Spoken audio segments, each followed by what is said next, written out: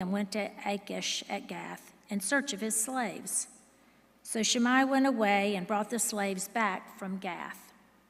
When Solomon was told that Shimei had gone from Jerusalem to Gath and had returned, the king summoned Shimei and said to him, "Did I not make you swear by the Lord and warn you?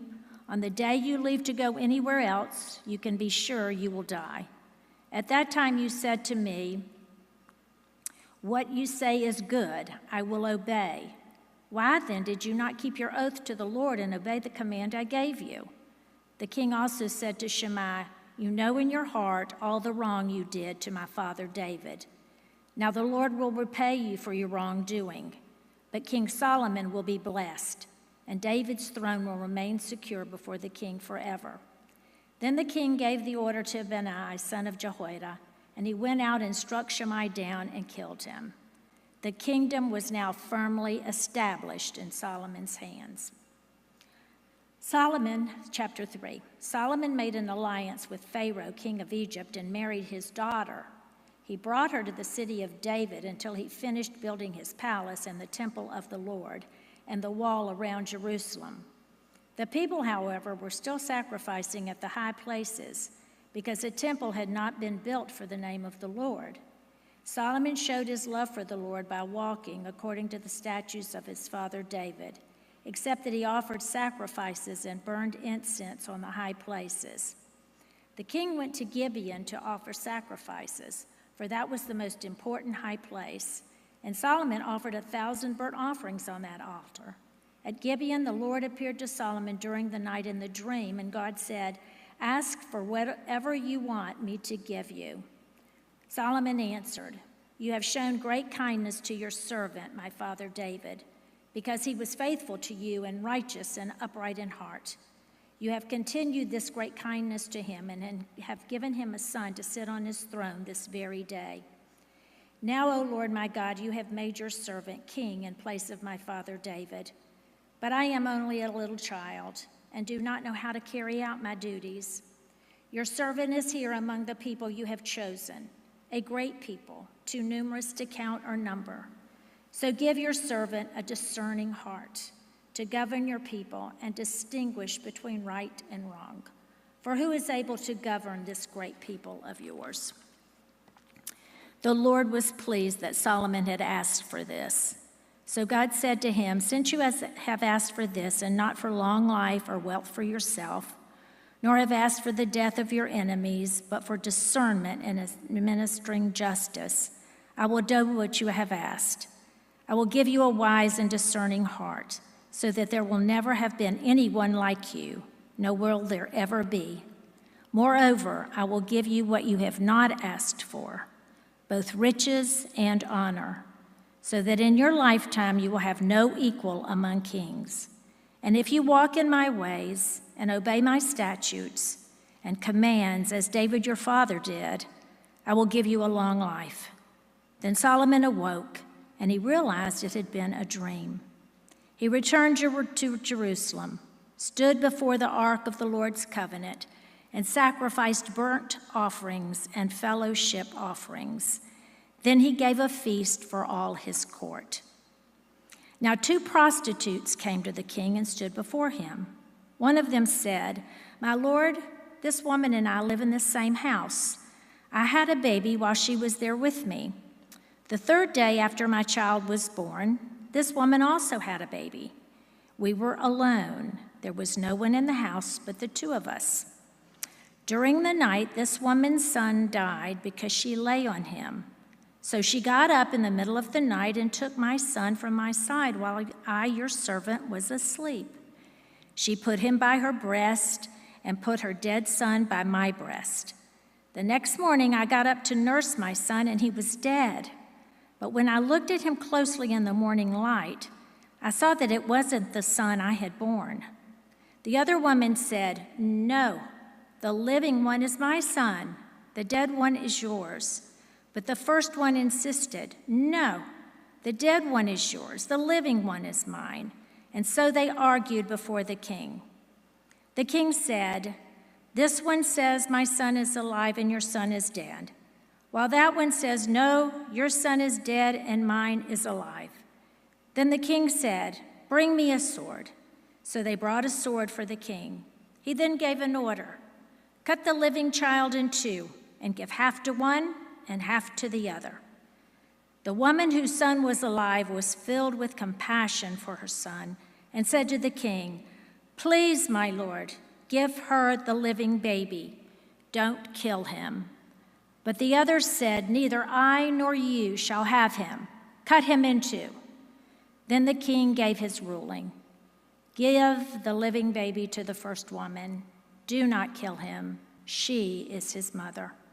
When all Israel heard the verdict the king had given, they held the king in awe because they saw that he had wisdom from God to administer justice. Chapter 4. So King Solomon ruled over all Israel, and there were his chief officials: Azariah, son of Zodok the priest, Eliphalet and Ahiah, son of Shisha, and secretaries, Jehoshaphat, son of Ahilud, recorder, Benai, son of Jehoiada, commander-in-chief, Zadok and Abiathar, priest, Azariah, son of Nathan, in charge of the district officers, Zabud, son of Nathan, a priest and personal advisor to the king, Ahishar, in charge of the palace, Adoniram, son of Abda, in charge of forced labor. Solomon also had 12 district governors over all Israel, who supplied provisions for the king and the royal household. Each one had to provide supplies for 1 month in the year. These are their names: Ben-Hur in the hill country of Ephraim, Ben-Decker and Machaz, Shalbim, Beth-Shemesh, and Elon Bethanan, Ben-Hesed in Rubath, Soka, and all the land of Hepher were his. Ben-Abidan in Nephor Dor, he was married to Naphath, daughter of Solomon. Bana, son of Alilud in Tanakh, and Megiddo, and all of Beth-Shan, next to Zatharan, below Zeril, from Beth-Shan to Abel-Meholah, across to Jocham. Ben-Jabur and Ramoth-Gilead, the settlements of Jar, son of Manasseh, and Gilead were his, as well as the district of Argab in Bashan and its 60 large walled cities with bronze gate bars. Abinadab, son of Iddo, and Mahanaim. Ahimaaz in Naphtali, he has married Basma, daughter of Solomon. Bana, son of Hushai, and Asher, and Aloth. Jehoshaphat, son of Paru, and Issachar. Shammai, son of Elah, and Benjamin. Jabbar, son of Ura, and Gilead, the country of Sihon, king of the Amorites, and the country of Og, king of Bethshem. He was the only governor over the district.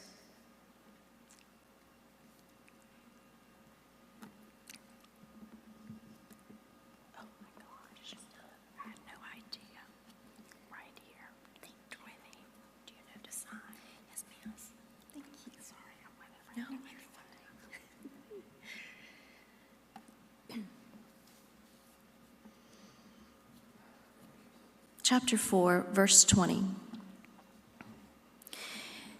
The people of Judah and Israel were as numerous as the sand on the seashore. They ate, they drank, and they were happy.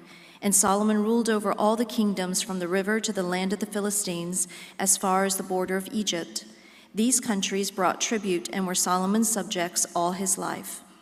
Solomon's daily provisions were 30 cors of fine flour and 60 cors of meal, 10 head of stall-fed cattle, 20 of pasture-fed cattle, and 100 sheep and goats, as well as deer, gazelles, roebucks, and choice fowl. For he ruled over all the kingdoms west of the river, from Tipsha to Gaza, and had peace on all sides. During Solomon's lifetime, Judah and Israel, from Dan to Beersheba, lived in safety, each man under his own vine and fig tree. Solomon had 4,000 stalls for chariot horses and 12,000 horses. The district officers, each in his month, supplied provisions for King Solomon and all who came to the king's table. They saw to it that nothing was lacking. They also brought to the proper place their quotas of barley and straw for the chariot horses and the other horses. Verse 29. God gave Solomon wisdom and very great insight, and a breadth of understanding as measureless as the sand on the seashore. Solomon's wisdom was greater than the wisdom of all the men of the East and greater than all the wisdom of Egypt.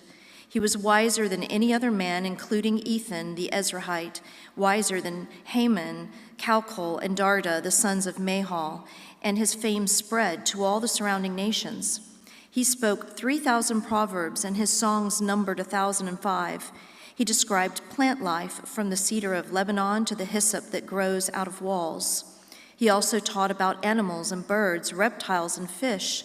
Men of all nations came to listen to Solomon's wisdom, sent by all the kings of the world who had heard of his wisdom. Chapter 5. When Hiram, king of Tyre, heard that Solomon had been anointed king to succeed his father David, he sent his envoys to Solomon because he had always been on friendly terms with David. Solomon sent back this message to Hiram: "You know that because of the wars waged against my father David from all sides, he could not build a temple for the name of the Lord his God until the Lord put his enemies under his feet. But now the Lord my God has given me rest on every side, and there is no adversary or disaster. I intend, therefore, to build a temple for the name of the Lord my God, as the Lord told my father David, when he said, 'Your son, whom I will put on the throne in your place, will build the temple for my name.' So give orders that cedars of Lebanon be cut for me. My men will work with yours, and I will pay you for men whatever wages you set. You know that we have no one so skilled in felling timber as the Sidonians." When Hiram heard Solomon's message, he was greatly pleased and said, "Praise be to the Lord today, for he has given David a wise son to rule over this great nation." So Hiram sent word to Solomon: "I have received the message you sent me and will do all you want in providing the cedar and pine logs. My men will haul them down from Lebanon to the sea, and I will float them in rafts by sea to the place you specify. There I will separate them, and you can take them away, and you are to grant my wish by providing food for my royal household." Verse 10. In this way, Hiram kept Solomon supplied with all the cedar and pine logs he wanted, and Solomon gave Hiram 20,000 cores of wheat as food for his household, in addition to 20,000 baths of pressed olive oil. Solomon continued to do this for Hiram year after year. The Lord gave Solomon wisdom, just as he had promised him. There were peaceful relations between Hiram and Solomon, and the two of them made a treaty. King Solomon conscripted laborers from all Israel, 30,000 men. He sent them off to Lebanon in shifts of 10,000 a month, so that they spent 1 month in Lebanon and 2 months at home. Adoniram was in charge of the forced labor. Solomon had 70,000 carriers and 80,000 stone cutters in the hills, as well as 3,300 foremen who supervised the project and directed the workmen. At the king's command, they removed from the quarry large blocks of quality stone to provide a foundation of dressed stone for the temple. The craftsmen of Solomon and Hiram and the men of Gebal cut and prepared the timber and stone for the building of the temple. Chapter 6.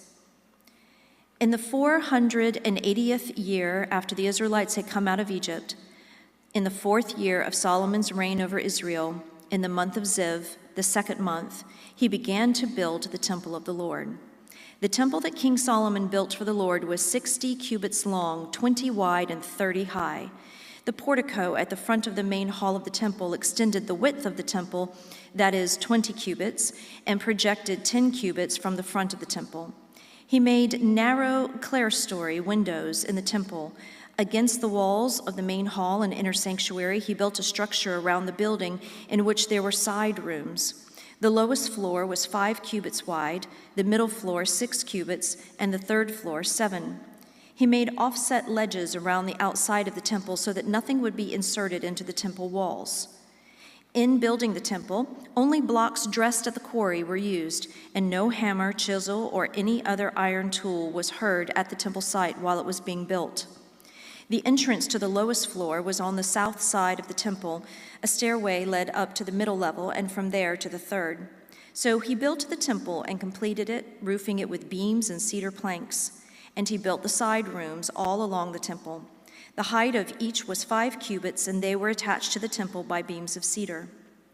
The word of the Lord came to Solomon. As for this temple you are building, if you follow my decrees, carry out my regulations, and keep all my commands and obey them, I will fulfill through you the promise I gave to David your father, and I will live among the Israelites and will not abandon my people Israel. Verse 14. So Solomon built the temple and completed it. He lined its interior walls with cedar boards, paneling them from the floor of the temple to the ceiling, and covered the floor of the temple with planks of pine. He partitioned off 20 cubits at the rear of the temple with cedar boards from floor to ceiling to form within the temple an inner sanctuary, the most holy place. The main hall in front of this room was 40 cubits long. The inside of the temple was cedar, carved with gourds and open flowers. Everything was cedar. No stone was to be seen. Verse 19. He prepared the inner sanctuary within the temple to set the Ark of the Covenant of the Lord there. The inner sanctuary was 20 cubits long, 20 wide, and 20 high. He overlaid the inside with pure gold, and he also overlaid the altar of cedar. Solomon covered the inside of the temple with pure gold, and he extended gold chains across the front of the inner sanctuary, which was overlaid with gold. So he overlaid the whole interior with gold. He also overlaid with gold the altar that belonged to the inner sanctuary. In the inner sanctuary, he made a pair of cherubim of olive wood, each 10 cubits high. One wing of the first cherub was 5 cubits long, and the other wing 5 cubits, 10 cubits from wingtip to wingtip. The second cherub also measured 10 cubits, for the 2 cherubim were identical in size and shape. The height of each cherub was 10 cubits. He placed the cherubim inside the innermost room of the temple, with their wings spread out. The wing of one cherub touched one wall, while the wing of the other touched the other wall, and their wings touched each other in the middle of the room. He overlaid the cherubim with gold. On the walls all around the temple, in both the inner and outer rooms, he carved cherubim, palm trees, and open flowers. He also covered the floors of both the inner and outer rooms of the temple with gold. Verse 31. For the entrance of the inner sanctuary, he made doors of olive wood and 5-sided jambs. And on the 2 olive wood doors, he carved cherubim, palm trees, and open flowers, and overlaid the cherubim and palm trees with beaten gold. In the same way, he made 4-sided jambs of olive wood for the entrance to the main hall. He also made 2 pine doors, each having 2 leaves that turned in sockets. He carved cherubim, palm trees, and open flowers on them, and overlaid them with gold hammered evenly over the carvings. And he built the inner courtyard of 3 courses of dressed stone and 1 course of trimmed cedar beams. The foundation of the temple of the Lord was laid in the 4th year in the month of Ziv. In the 11th year in the month of Bul, the 8th month, the temple was finished in all its details according to its specifications. He had spent 7 years building it. Chapter 7. It took Solomon 13 years, however, to complete the construction of his palace. He built the palace of the forest of Lebanon, 100 cubits long, 50 wide, and 30 high, with 4 rows of cedar columns supporting trimmed cedar beams. It was roofed with cedar above the beams that rested on the columns, 45 beams, 15 to a row. Its windows were placed high in sets of 3 facing each other. All the doorways had rectangular frames. They were in the front part in sets of 3 facing each other. He made a colonnade 50 cubits long and 30 wide. In front of it was a portico, and in front of that were pillars and an overhanging roof. He built the throne hall, the hall of justice, where he was to judge, and he covered it with cedar from floor to ceiling. And the palace in which he was to live, set farther back, was similar in design. Solomon also made a palace like this hall for Pharaoh's daughter, whom he had married. Verse 9. All these structures, from the outside to the great courtyard and from foundation to eaves, were made of blocks of high-grade stone cut to size and trimmed with a saw on their inner and outer faces. The foundations were laid with large stones of good quality, some measuring 10 cubits and some 8. Above were high-grade stones cut to size and cedar beams. The great courtyard was surrounded by a wall of 3 courses of dressed stone and 1 course of trimmed cedar beams. as was the inner courtyard of the temple of the Lord with its portico. King Solomon sent to Tyre and brought Huram, whose mother was a widow from the tribe of Naphtali, and whose father was a man of Tyre, and a craftsman in bronze. Huram was highly skilled and experienced in all kinds of bronze work. He came to King Solomon and did all the work assigned to him. Verse 15. He cast 2 bronze pillars, each 18 cubits high and 12 cubits around by line. He also made 2 capitals of cast bronze to set on the tops of the pillars. Each capital was 5 cubits high. A network of interwoven chains festooned the capitals on top of the pillars, 7 for each capital. He made pomegranates in 2 rows, encircling each network to decorate the capitals on top of the pillars. He did the same for each portico, were each capital, the capitals on top of the pillars in the portico were in the shape of lilies, 4 cubits high. On the capitals of both pillars, above the bowl-shaped part next to the network, were the 200 pomegranates in rows all around. He erected the pillars at the portico of the temple. The pillar to the south he named Jachin, and the one to the north Boaz. The capitals on top were in the shape of lilies, and so the work on the pillars was completed. He made the sea of cast metal circular in shape, measuring 10 cubits from rim to rim and 5 cubits high. It took a line of 30 cubits to measure around it. Below the rim, gourds encircled it, 10 to a cubit. The gourds were cast in 2 rows in one piece with the sea. The sea stood on 12 bulls, 3 facing north, 3 facing west, 3 facing south, and 3 facing east. The sea rested on top of them, and their hindquarters were toward the center. It was a handbreadth in thickness, and its rim was like the rim of a cup, like a lily blossom. It held 2,000 baths. Verse 27. He also made 10 movable stands of bronze. Each was 4 cubits long, 4 wide, and 3 high. This is how the stands were made. They had side panels attached to uprights. On the panels, between the uprights, were lions, bulls, and cherubim, and on the uprights as well. Above and below the lions and bulls were wreaths of hammered work. Each stand had 4 bronze wheels with bronze axles, and each had a basin resting on 4 supports, cast with wreaths on each side. On the inside of the stand, there was an opening that had a circular frame 1 cubit deep. This opening was round, and with its base work, it measured 1.5 cubits. Around its opening there was engraving. The panels of the stands were square, not round. The 4 wheels were under the panels, and the axles of the wheels were attached to the stand. The diameter of each wheel was 1.5 cubits. The wheels were made like chariot wheels. The axles, rims, spokes, and hubs were all of cast metal. Verse 34. Each stand had 4 handles, 1 on each corner, projecting from the stand. At the top of the stand, there was a circular band 0.5 cubit deep. The supports and panels were attached to the top of the stand. He engraved cherubim, lions, and palm trees on the surfaces of the supports and on the panels in every available space, with wreaths all around. This is the way he made the 10 stands. They were all cast in the same molds and were identical in size and shape. He then made 10 bronze basins, each holding 40 baths and measuring 4 cubits across, 1 basin to go on each of the 10 stands. He placed 5 of the stands on the south side of the temple and 5 on the north. He placed the sea on the south side at the southeast corner of the temple. He also made the basins and shovels and sprinkling bowls. So Huram finished all the work he had undertaken for King Solomon in the temple of the Lord. The 2 pillars, the 2 bowl-shaped capitals on top of the pillars, the 2 sets of network decorating the 2 bowl-shaped capitals on top of the pillars, the 400 pomegranates for the 2 sets of network, 2 rows of pomegranates for each network, decorating the bowl-shaped capitals on top of the pillars, the 10 stands with their 10 basins, the sea and the 12 bowls under it, the pots, shovels, and sprinkling bowls. All these objects that Huram made for King Solomon for the temple of the Lord were of burnished bronze. The king had them cast in clay molds in the plain of the Jordan between Succoth and Zarethan. Solomon left all these things unweighed because there were so many. The weight of the bronze was not determined.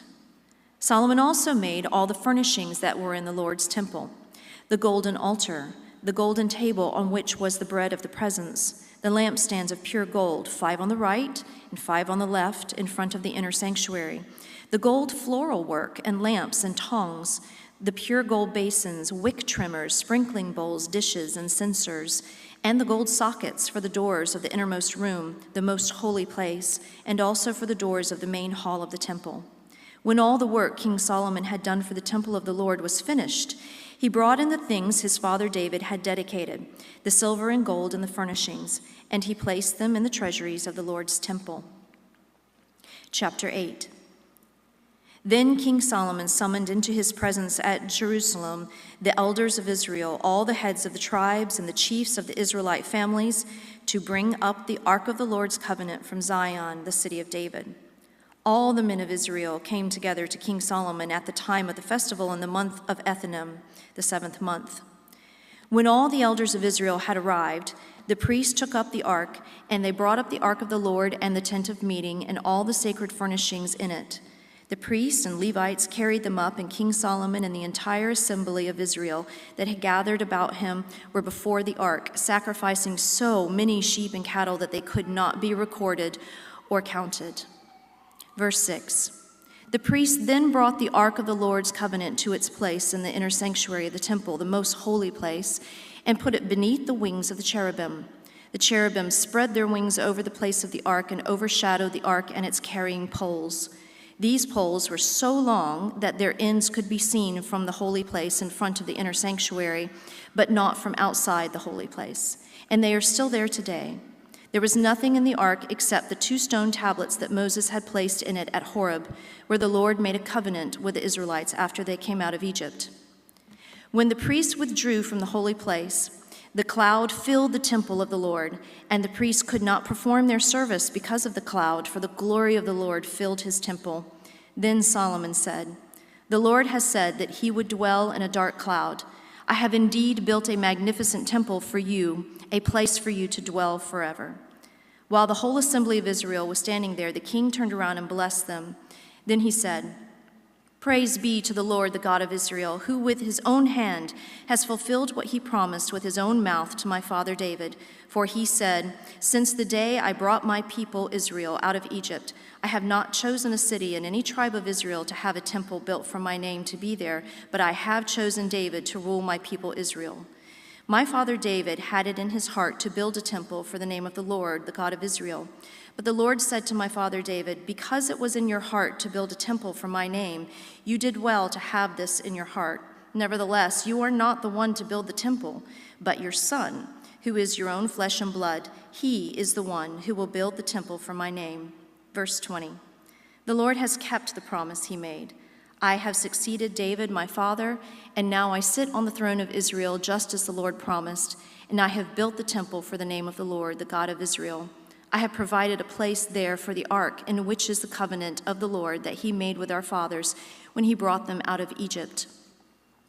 Verse 22. Then Solomon stood before the altar of the Lord in front of the whole assembly of Israel, spread out his hands toward heaven, and said, "O Lord God of Israel, there is no God like you in heaven above or on earth below.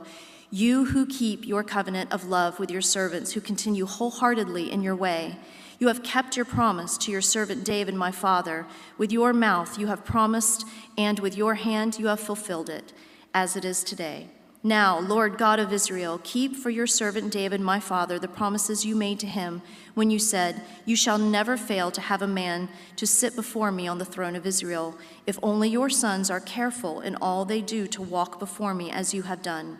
And now, O God of Israel, let your word that you promised your servant David, my father, come true. But will God really dwell on earth? The heavens, even the highest heaven, cannot contain you. How much less this temple I have built? Yet give attention to your servant's prayer and his plea for mercy, O Lord my God. Hear the cry and the prayer that your servant is praying in your presence this day. May your eyes be open toward this temple night and day, this place of which you said, 'My name shall be there,' so that you will hear the prayer your servant prays toward this place. Hear the supplication of your servant and of your people Israel when they pray toward this place. Hear from heaven your dwelling place, and when you hear, forgive. When a man wrongs his neighbor and is required to take an oath, and he comes and swears the oath before your altar in this temple, then hear from heaven and act.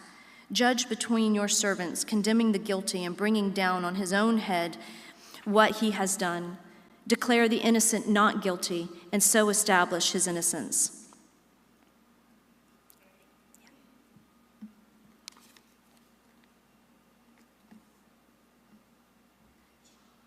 You're starting at 33. Okay.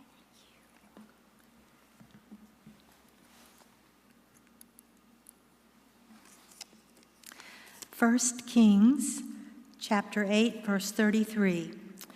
When your people Israel have been defeated by an enemy because they have sinned against you, and when they turn back to you and confess your name, praying and making supplication to you in this temple, then hear from heaven and forgive the sin of your people Israel, and bring them back to the land you gave to their fathers. When the heavens are shut up and there is no rain because your people have sinned against you, and when they pray toward this place and confess your name and turn from their sin because you have afflicted them, then hear from heaven and forgive the sin of your servants, your people Israel. Teach them the right way to live and send rain on the land you gave your people for an inheritance. When famine or plague comes to the land, or blight or mildew, locusts or grasshoppers, or when an enemy besieges them in any of their cities, whatever disaster or disease may come, and when a prayer or plea is made by any of your people Israel, each one aware of the afflictions of his own heart and spreading out his hands toward the temple, then hear from heaven, your dwelling place. Forgive and act, deal with each man according to all he does, since you know his heart, for you alone know the hearts of all men, so that they will fear you all the time they live in the land you gave our fathers. As for the foreigner who does not belong to your people Israel, but has come from a distant land because of your name, for men will hear of your great name and of your mighty hand and your outstretched arm, when he comes and prays toward this temple, then hear from heaven, your dwelling place, and do whatever the foreigner asks of you, so that all the peoples of the earth may know your name and fear you, as do your own people Israel, and may know that this house I have built bears your name. When your people go to war against their enemies, wherever you send them, and when they pray to the Lord toward the city you have chosen and the temple I have built for your name, then hear from heaven their prayer and their plea, and uphold their cause. When they sin against you, for there is no one who does not sin, and you become angry with them and give them over to the enemy who takes them captive to his own land, far away or near, and if they have a change of heart in the land where they are held captive, and repent and plead with you in the land of their conquerors, and say, we have sinned, we have done wrong, we have acted wickedly, and if they turn back to you with all their heart and soul in the land of their enemies who took them captive, and pray to you toward the land you gave their fathers, toward the city you have chosen and the temple I have built for your name, then from heaven, your dwelling place, hear their prayer and their plea, and uphold their cause. And forgive your people who have sinned against you. Forgive all the offenses they have committed against you, and cause their conquerors to show them mercy, for they are your people and your inheritance, whom you brought out of Egypt, out of that iron smelting furnace. May your eyes be open to your servant's plea and to the plea of your people Israel, and may you listen to them whenever they cry out to you, for you singled them out from all the nations of the world to be your own inheritance, just as you declared through your servant Moses when you, O sovereign Lord, brought our fathers out of Egypt. When Solomon had finished all these prayers and supplications to the Lord, he rose from before the altar of the Lord, where he had been kneeling with his hands spread out toward heaven. He stood and blessed the whole assembly of Israel in a loud voice, saying, Praise be to the Lord, who has given rest to his people Israel, just as he promised. Not one word has failed of all the good promises he gave through his servant Moses. May the Lord our God be with us, as he was with our fathers. May he never leave us nor forsake us. May he turn our hearts to him, to walk in all his ways, and to keep the commands, decrees, and regulations he gave our fathers. And may these words of mine, which I have prayed before the Lord, be near to the Lord our God day and night, that he may uphold the cause of his servant and the cause of his people Israel, according to each day's need, so that all the peoples of the earth may know that the Lord is God and that there is no other. But your hearts must be fully committed to the Lord our God, to live by his decrees and obey his commands, as at this time. The dedication of the temple. Then the king and all Israel with him offered sacrifices before the Lord. Solomon offered a sacrifice of fellowship offerings to the Lord, 22,000 cattle and 120,000 sheep and goats. So the king and all the Israelites dedicated the temple of the Lord. On that same day, the king consecrated the middle part of the courtyard in front of the temple of the Lord, and there he offered burnt offerings, grain offerings, and the fat of the fellowship offerings, because the bronze altar before the Lord was too small to hold the burnt offerings, the grain offerings, and the fat of the fellowship offerings. So Solomon observed the festival at that time, and all Israel with him, a vast assembly, people from Lebo, Hamath, to the Wadi of Egypt. They celebrated it before the Lord our God for 7 days, and 7 days more, 14 days in all. On the following day, he sent the people away. They blessed the king and then went home, joyful and glad in heart for all the good things the Lord had done for his servant David and his people Israel. 1 Kings chapter 9. The Lord appears to Solomon. When Solomon had finished building the temple of the Lord and the royal palace, and had achieved all he had desired to do, the Lord appeared to him a second time, as he had appeared to him at Gibeon. The Lord said to him, I have heard the prayer and plea you have made before me. I have consecrated this temple which you have built by putting my name there forever. My eyes and my heart will always be there.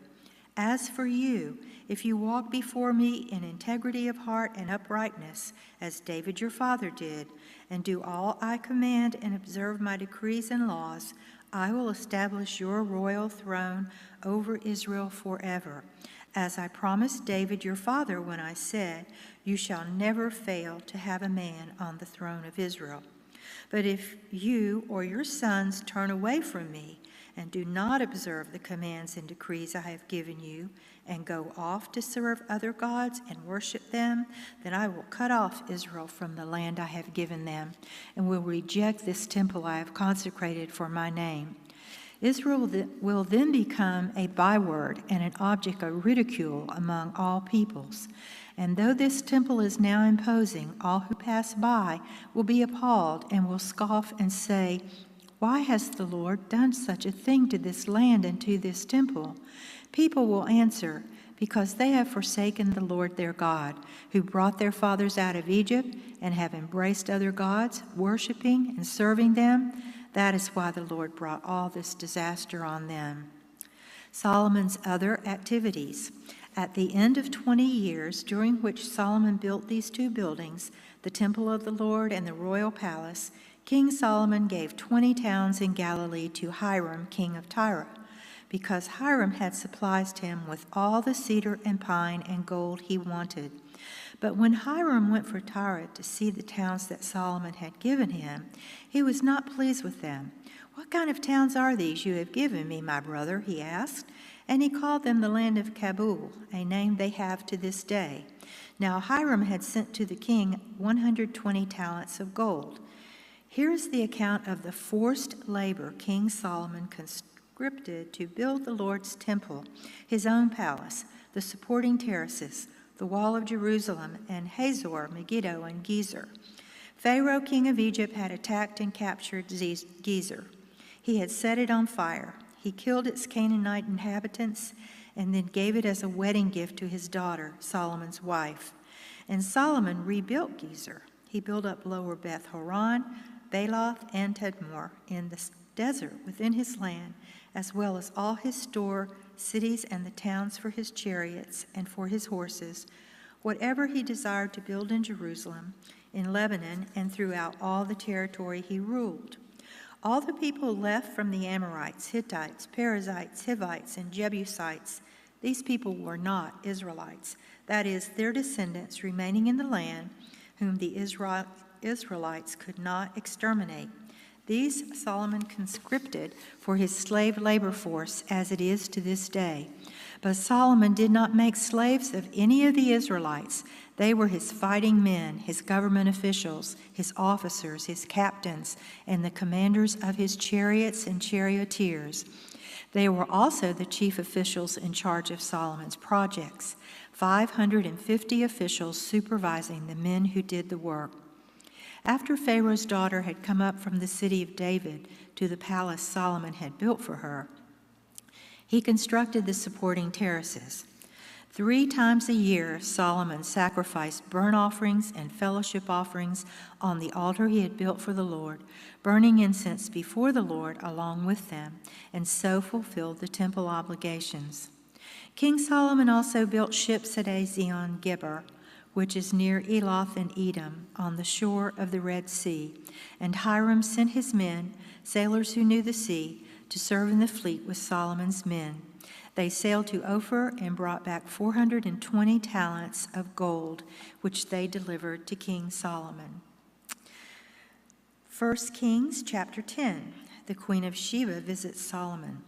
When the Queen of Sheba heard about the fame of Solomon and his relation to the name of the Lord, she came to test him with hard questions, arriving at Jerusalem with a very great caravan, with camels carrying spices, large quantities of gold, and precious stones. She came to Solomon and talked with him about all that she had on her mind. Solomon answered all her questions. Nothing was too hard for the king to explain to her. When the Queen of Sheba saw all the wisdom of Solomon and the palace he had built, the food on his table, the seating of his officials, the attending servants in their robes, his cupbearers, and the burnt offerings he made at the temple of the Lord, she was overwhelmed. She said to the king, "The report I heard in my own country about your achievements and your wisdom is true, but I did not believe these things until I came out and saw with my own eyes. Indeed, not even half was told me. In wisdom and wealth, you have far exceeded the report I heard. How happy your men must be, how happy your officials who continually stand before you and hear your wisdom. Praise be to the Lord your God, who has delighted in you and placed you on the throne of Israel. Because of the Lord's eternal love for Israel, he has made you king, to maintain justice and righteousness." And she gave the king 120 talents of gold, large quantities of spices, and precious stones. Never again were so many spices brought in as those the Queen of Sheba gave to King Solomon. Hiram's ships brought gold from Ophir, and from there they brought great cargoes of almug wood and precious stones. The king used the almug wood to make supports for the temple of the Lord and for the royal palace, and to make harps and lyres for the musicians. So much almug wood has never been imported or seen since that day. King Solomon gave the Queen of Sheba all she desired and asked for, besides what he had given her out of his royal bounty. Then she left and returned with her retinue to her own country. Solomon's splendor. The weight of the gold that Solomon received yearly was 666 talents, not including the revenues from the merchants and traders and from all the Arabian kings and the governors of all of the land. King Solomon made 200 large shields of hammered gold. 600 bekas of gold went into each shield. He also made 300 small shields of hammered gold, with 3 minas of gold in each shield. The king put them in the palace of the forest of Lebanon. Then the king made a great throne, inlaid with ivory and overlaid with fine gold. The throne had 6 steps, and its back had a rounded top. On both sides of the seat were armrests, with a lion standing beside each of them. 12 lions stood on the 6 steps, one at either end of each step. Nothing like it had ever been made for any other kingdom. All King Solomon's goblets were gold, and all the household articles in the palace of the forest of Lebanon were pure gold. Nothing was made of silver, because silver was considered of little value in Solomon's days. The king had a fleet of trading ships at sea along with the ships of Hiram. Once every 3 years it returned, carrying gold, silver, and ivory, and apes and baboons. Apes and baboons. King Solomon was greater in riches and wisdom than all the other kings of the earth. The whole world sought audience with Solomon to hear the wisdom God had put in his heart. Year after year, everyone who came brought a gift: articles of silver and gold, robes, weapons and spices, and horses and mules. Solomon accumulated chariots and horses. He had 1,400 chariots and 12,000 horses, which he kept in the chariot cities, and also with him in Jerusalem. The king made silver as common in Jerusalem as stones, and cedar as plentiful as sycamore fig trees in the foothills. Solomon's horses were imported from Egypt and from Kue. The royal merchants purchased them from Kue. They imported a chariot from Egypt for 600 shekels of silver and a horse for 150. They also exported them to all the kings of the Hittites and of the Arameans. 1 Kings chapter 11. King Solomon's wives. King Solomon, however, loved many foreign women besides Pharaoh's daughter, Moabites and Ammonites, Edomites and Sidonians and Hittites. They were from nations about which the Lord had told the Israelites, "You must not intermarry with them, because they will surely turn your hearts after their gods." Nevertheless, Solomon held fast to them in love. He had 700 wives of royal birth and 300 concubines, and his wives led him astray. As Solomon grew old, his wives turned his heart after other gods, and his heart was not fully devoted to the Lord his God, as the heart of David his father had been. He followed Ashtoreth, the goddess of the Sidonians, and Molech, the detestable god of the Ammonites. So Solomon did evil in the eyes of the Lord. He did not follow the Lord completely, as David his father had done.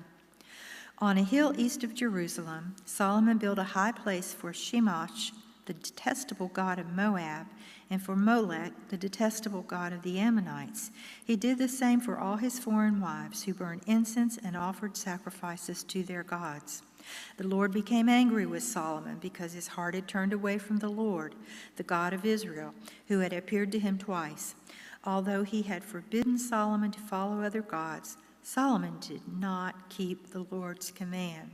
So the Lord said to Solomon, "Since this is your attitude, and you have not kept my covenant and my decrees, which I commanded you, I will most certainly tear the kingdom away from you and give it to one of your subordinates. Nevertheless, for the sake of David your father, I will not do it during your lifetime.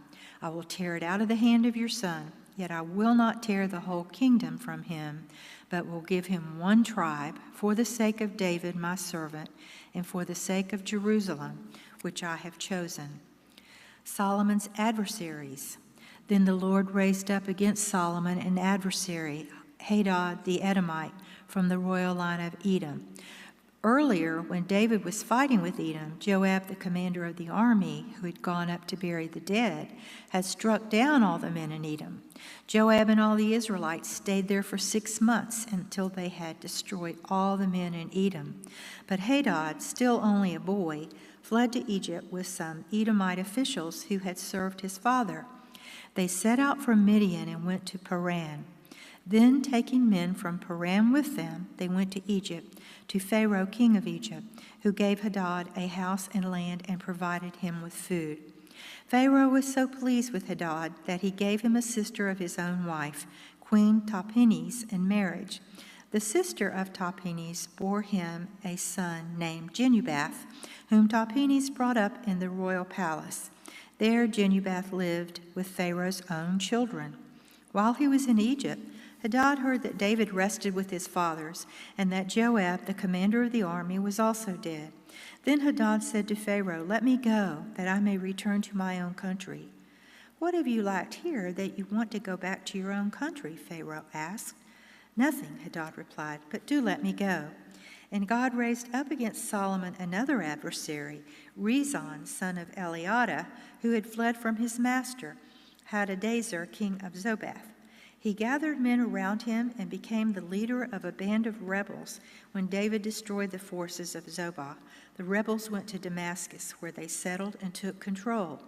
Rezon was Israel's adversary as long as Solomon lived, adding to the trouble caused by Hadad. So Rezon ruled in Aram and was hostile toward Israel. Jeroboam rebels against Solomon. Also, Jeroboam, son of Nebat, rebelled against the king.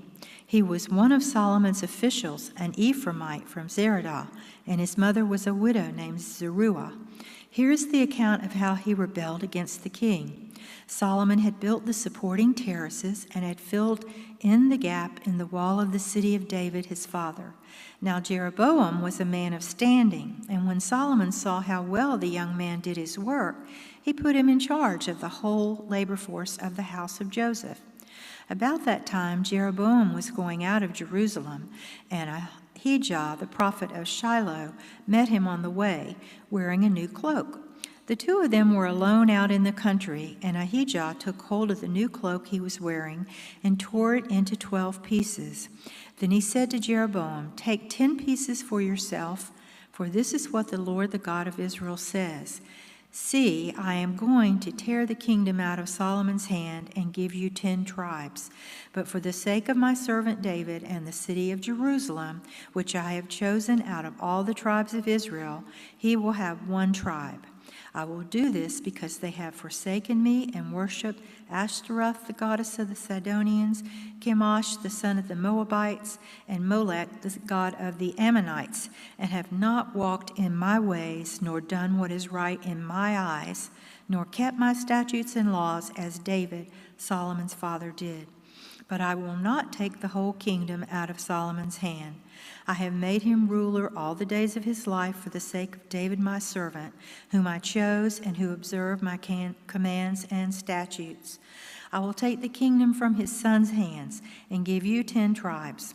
I will give 1 tribe to his son, so that David my servant may always have a lamp before me in Jerusalem, the city where I chose to put my name. However, as for you, I will take you, and you will rule over all that your heart desires. You will be king over Israel.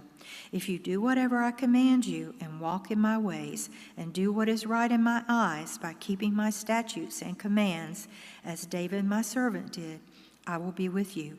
I will build you a dynasty as enduring as the one I built for David, and will give Israel to you. I will humble David's descendants because of this, but not forever." Solomon tried to kill Jeroboam, but Jeroboam fled to Egypt, to Shishak, the king, and stayed there until Solomon's death. Solomon's death. As for the other events of Solomon's reign, all he did and the wisdom he displayed, are they not written in the book of the annals of Solomon? Solomon reigned in Jerusalem over all Israel 40 years. Then he rested with his fathers and was buried in the city of David his father, and Rehoboam his son succeeded him as king. 1 Kings chapter 12, Israel rebels against Rehoboam. Rehoboam went to Shechem, for all the Israelites had gone there to make him king. When Jeroboam, son of Nebat, heard this, he was still in Egypt, where he had fled from King Solomon. He returned from Egypt. So they sent for Jeroboam, and he and the whole assembly of Israel went to Rehoboam and said to him, "Your father put a heavy yoke on us, but now lighten the harsh labor and the heavy yoke he put on us, and we will serve you." Rehoboam answered, "Go away for 3 days and then come back to me." So the people went away. Then King Rehoboam consulted the elders who had served his father Solomon during his lifetime. "How would you advise me to answer these people?" he asked. They replied, "If today you will be a servant to these people and serve them and give them a favorable answer, they will always be your servants." But Rehoboam rejected the advice the elders gave him and consulted the young men who had grown up with him and were serving him. He asked them, "What is your advice? How should we answer these people who say to me, 'Lighten the yoke your father put on us'?" The young men who had grown up with him replied, "Tell these people who have said to you, 'Your father put a heavy yoke on us, but make our yoke lighter.' Tell them, my little finger is thicker than my father's waist. My father laid on you a heavy yoke. I will make it even heavier. My father scourged you with whips. I will scourge you with scorpions. 3 days later, Jeroboam and all the people returned to Rehoboam, as the king had said. Come back to me in 3 days. The king answered the people harshly. Rejecting the advice given him by the elders, he followed the advice of the young men and said, My father made your yoke heavy. I will make it even heavier. My father scourged you with whips. I will scourge you with scorpions. So the king did not listen to the people, for this turn of events was from the Lord, to fulfill the word the Lord had spoken to Jeroboam, son of Nebat, through Ahijah the Shilonite. When all Israel saw that the king refused to listen to them, they answered the king, What share do we have in David? What part in Jesse's son? To your tents, O Israel. Look after your own house, O David. So the Israelites went home. But as for the Israelites who were living in the towns of Judah, Rehoboam still ruled over them. King Rehoboam sent out Adoniram, who was in charge of forced labor, but all Israel stoned him to death. King Rehoboam, however, managed to get into his chariot and escape to Jerusalem. So Israel has been in rebellion against the house of David to this day. When all the Israelites heard that Jeroboam had returned, they sent and called him to the assembly and made him king over all Israel. Only the tribe of Judah remained loyal to the house of David. When Rehoboam arrived in Jerusalem, he mustered the whole house of Judah and the tribe of Benjamin, 180,000 fighting men, to make war against the house of Israel and to regain the kingdom for Rehoboam, son of Solomon. But this word of God came to Shemaiah, the man of God. Say to Rehoboam, son of Solomon, king of Judah, to the whole house of Judah and Benjamin, and to the rest of the people, this is what the Lord says. Do not go up to fight against your brothers, the Israelites. Go home, every one of you, for this is my doing. So they obeyed the word of the Lord and went home again, as the Lord had ordered. Golden calves at Bethel and Dan. Then Jeroboam fortified Shechem in the hill country of Ephraim and lived there. From there he went out and built up Peniel. Jeroboam thought to himself, the kingdom will now likely revert to the house of David. If these people go up to offer sacrifices at the temple of the Lord in Jerusalem, they will again give their allegiance to their Lord, Rehoboam, king of Judah. They will kill me and return to King Rehoboam.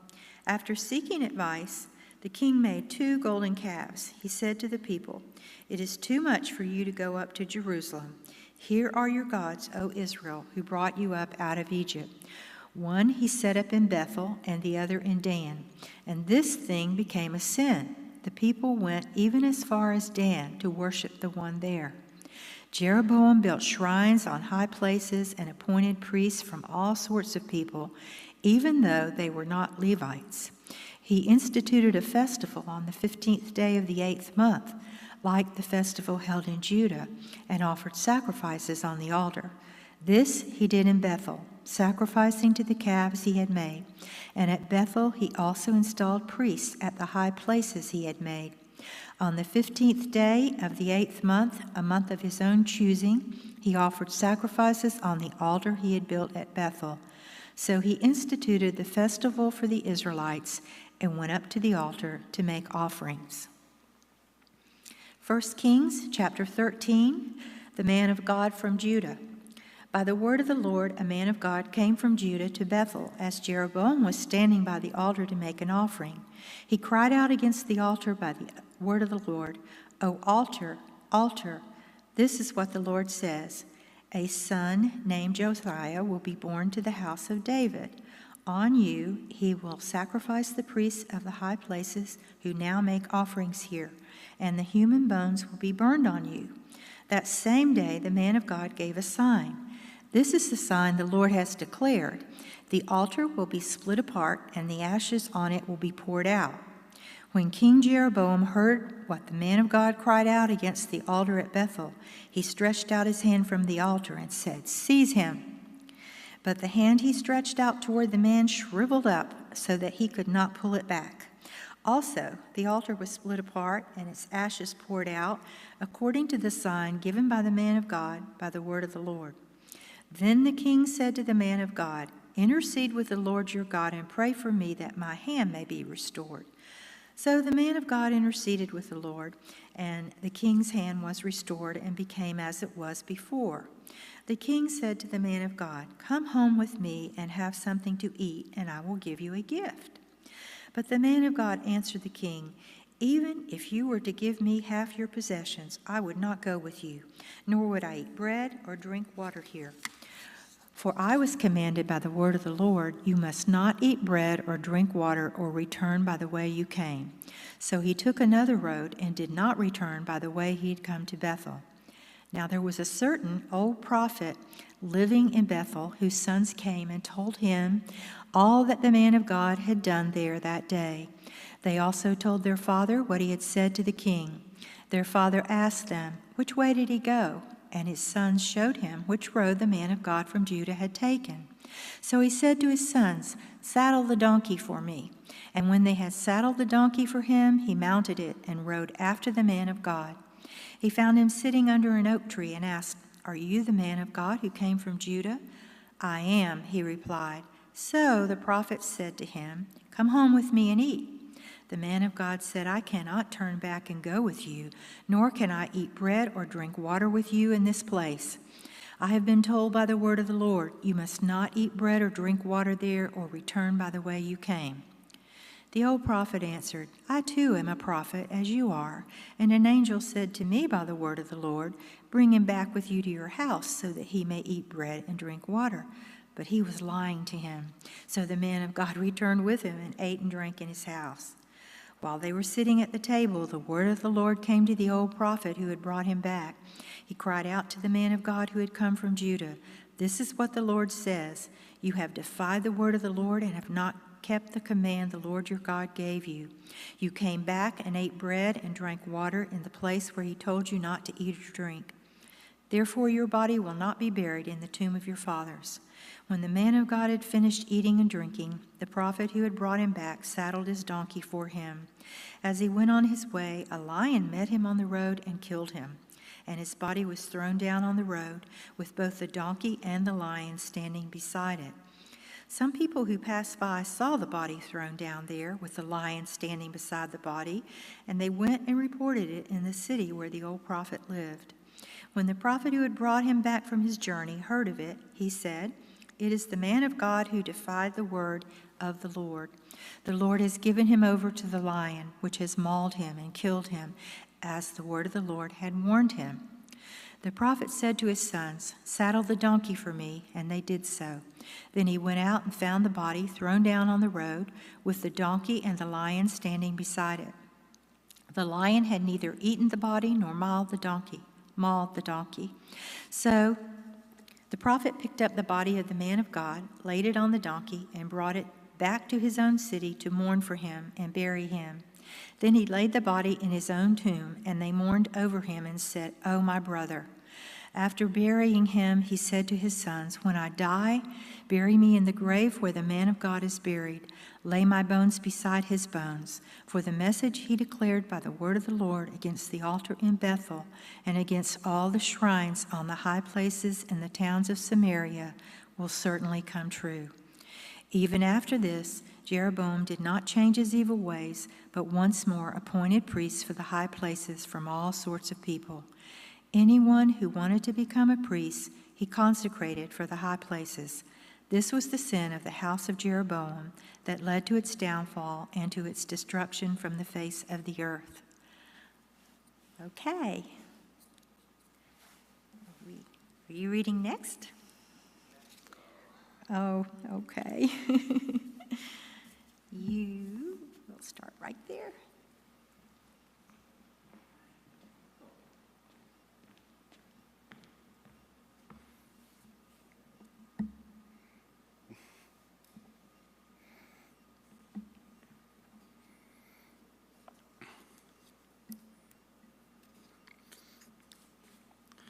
Ahijah's prophecy against Jeroboam. 1 Kings chapter 14. And at that time, Abijah, son of Jeroboam, became ill. And Jeroboam said to his wife, "Go disguise yourself so you won't be recognized as the wife of Jeroboam. Then go to Shiloh." I love multitasking. There we go. Perfect. Where was I? Shiloh. Ahijah, the prophet, is there. And the one who told me I would be king over this people. Take 10 loaves of bread with you, some cakes, and a jar of honey, and go to him. He will tell you what will happen to the boy. So Jeroboam's wife did what he said and went to Ahijah's house in Shiloh. And now Ahijah could not see. His sight was gone because of his age, but the Lord had told Ahijah, "Jeroboam's wife is coming to you to ask you about her son, for he is ill, and you are to give her such and such an answer. When she arrives, she will pretend to be someone else." So when Ahijah heard the sound of her footsteps at the door, he said, "Come in, wife of Jeroboam. Why this pretense? I have been sent to you with bad news. Go tell Jeroboam that this is what the Lord, the God of Israel, says. I raised you up from among the people and made you a leader over my people Israel. I tore the kingdom away from the house of David and gave it to you, but you have not been like my servant David, who kept my commandments and followed me with all of his heart, doing only what was right in my eyes. You have done more evil than all who lived before you. You have made yourself other gods, idols made of metal.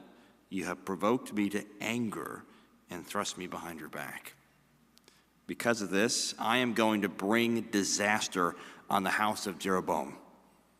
I will cut off from Jeroboam every last male in Israel, slave or free. I will burn up the house of Jeroboam as one burns dung until it is all gone. Dogs will eat those belonging to Jeroboam who die in the city, and the birds of the air will feed on those who die in the country.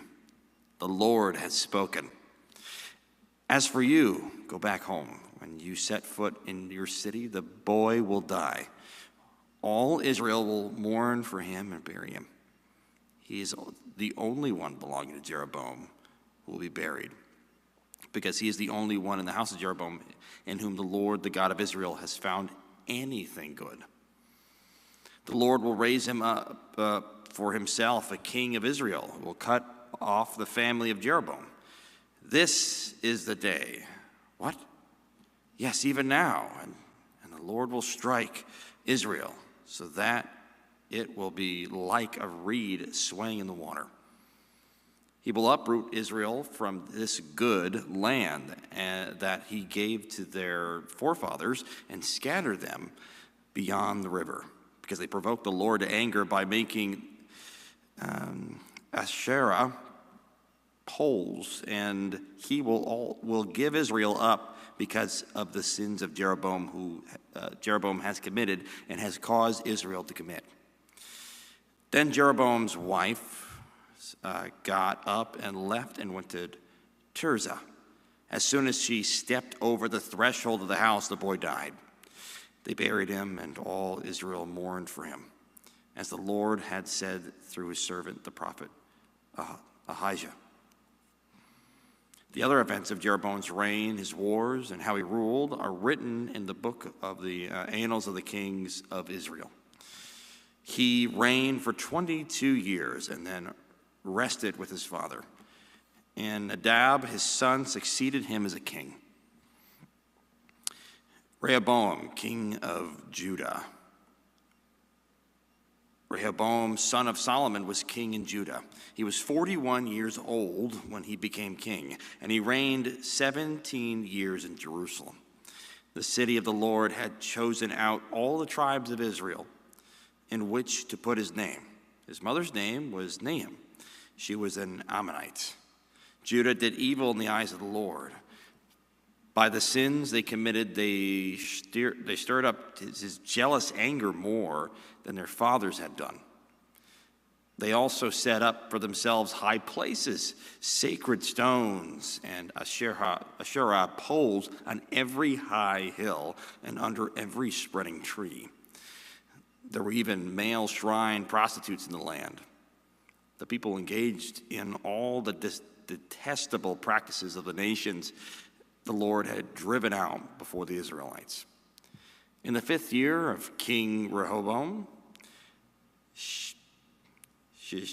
Shishak, king of Egypt, attacked Jerusalem. He carried off the treasures of the temple of the Lord and the treasures of the royal palace. He took everything, including all the gold shields Solomon had made. So King Rehoboam made bronze shields to replace them and assigned these to the commanders of the guard on duty at the entrance of the royal palace. Whenever the king went to the Lord's temple, the guards bore the shields, and afterward they returned them to the guard room. As for the other events of Rehoboam's reign and all he did, are they not written in the book of the annals of the kings of Judah? There was a continual warfare between the Rehoboam and Jeroboam. And Rehoboam rested with his fathers and was buried with them in the city of David. His mother's name was Naamah. She was an Ammonite, and Abijah, his son, succeeded him as the king. Abijah, king of Judah, chapter 15. In the 18th year of the reign of Jeroboam, son of Nebat, Abijah became king of Judah, and he reigned in Jerusalem 3 years. His mother's name was Maacah, daughter of Abishalom. He committed all of the sins his father had done before him. His heart was not fully devoted to the Lord, his God, and the heart of David, his forefather, had been. Nevertheless, for David's sake, the Lord, his God, gave him a lamp in Jerusalem by raising up a son to succeed him, and by making Jerusalem strong. For David had done what was right in the eyes of the Lord, and had not failed to keep any of the Lord's commandments all the days of his life, except in the case of Uriah the Hittite. There was a war between Rehoboam and Jeroboam throughout Abijah's lifetime. As for the other events of Abijah's reign and all he did, are they not written in the book of the annals of the kings of Judah? There was a war between Abijah and Jeroboam, and Abijah rested with his fathers and was buried in the city of David, and Asa's son succeeded him as king. Asa, king of Judah. In the 20th year of Jeroboam, king of Israel, Asa became king of Judah, and he reigned in Jerusalem 41 years. His grandmother's name was Maacah, daughter of Abishalom. Asa did what was right in the eyes of the Lord, as his father David had done. He expelled the male shrine prostitutes from the land and got rid of all the idols his father had made. He even deposed his grandmother, Maacah, from her position as queen mother because she had made a repulsive Asherah pole. Asa cut the pole down and burned it in the Kidron Valley. Although he did not remove the high places, Asa's heart was fully committed to the Lord all his life. He brought into the temple of the Lord the silver and gold and the articles that he and his father had dedicated. There was a war between Asa and Baasha, king of Israel, throughout their reigns. Baasha, king of Israel, went up against Judah and fortified Ramah to prevent anyone from leaving or entering the territory of Asa, king of Judah. Asa then took all the silver and gold that was left in the treasuries of the Lord's temple and his own palace. He entered it to his officials and sent them to Ben-Hadad, son of Tabraman, the son of Hezion, the king of Aram, who was ruling in Damascus. Let there be a treaty between me and you, he said, as there was between my father and your father. See, I'm sending you a gift of silver and gold. Now break your treaty with Baasha, king of Israel, so he will withdraw from me. Ben-Hadad agreed with King Asa and sent the commanders of his forces against the town of Israel's. He conquered Ijon, Dan, Abel, Beth, Makkah, and all the Kinnereth, in addition to Naphtali. When Baasha heard this, he stopped building Ramah and withdrew to Tirzah. Some pronunciation. Then King Asa issued an order to all of Judah. No one was exempt, and they carried him away from Ramah, the stones and timber Baasha had been using there. With the king, Asa built up Geba in Benjamin and also Mizpah. As for all the other events of Asa's reign, all of his achievements, all he did, and the cities he built, there was not. Are they not written in the book of the annals of the king of Judah? In his old age, however, his feet became diseased. Then Asa rested with his fathers and was buried with them in the city of his father David. And Jehoshaphat, his son, succeeded him as king. And that's where I'm going to leave off.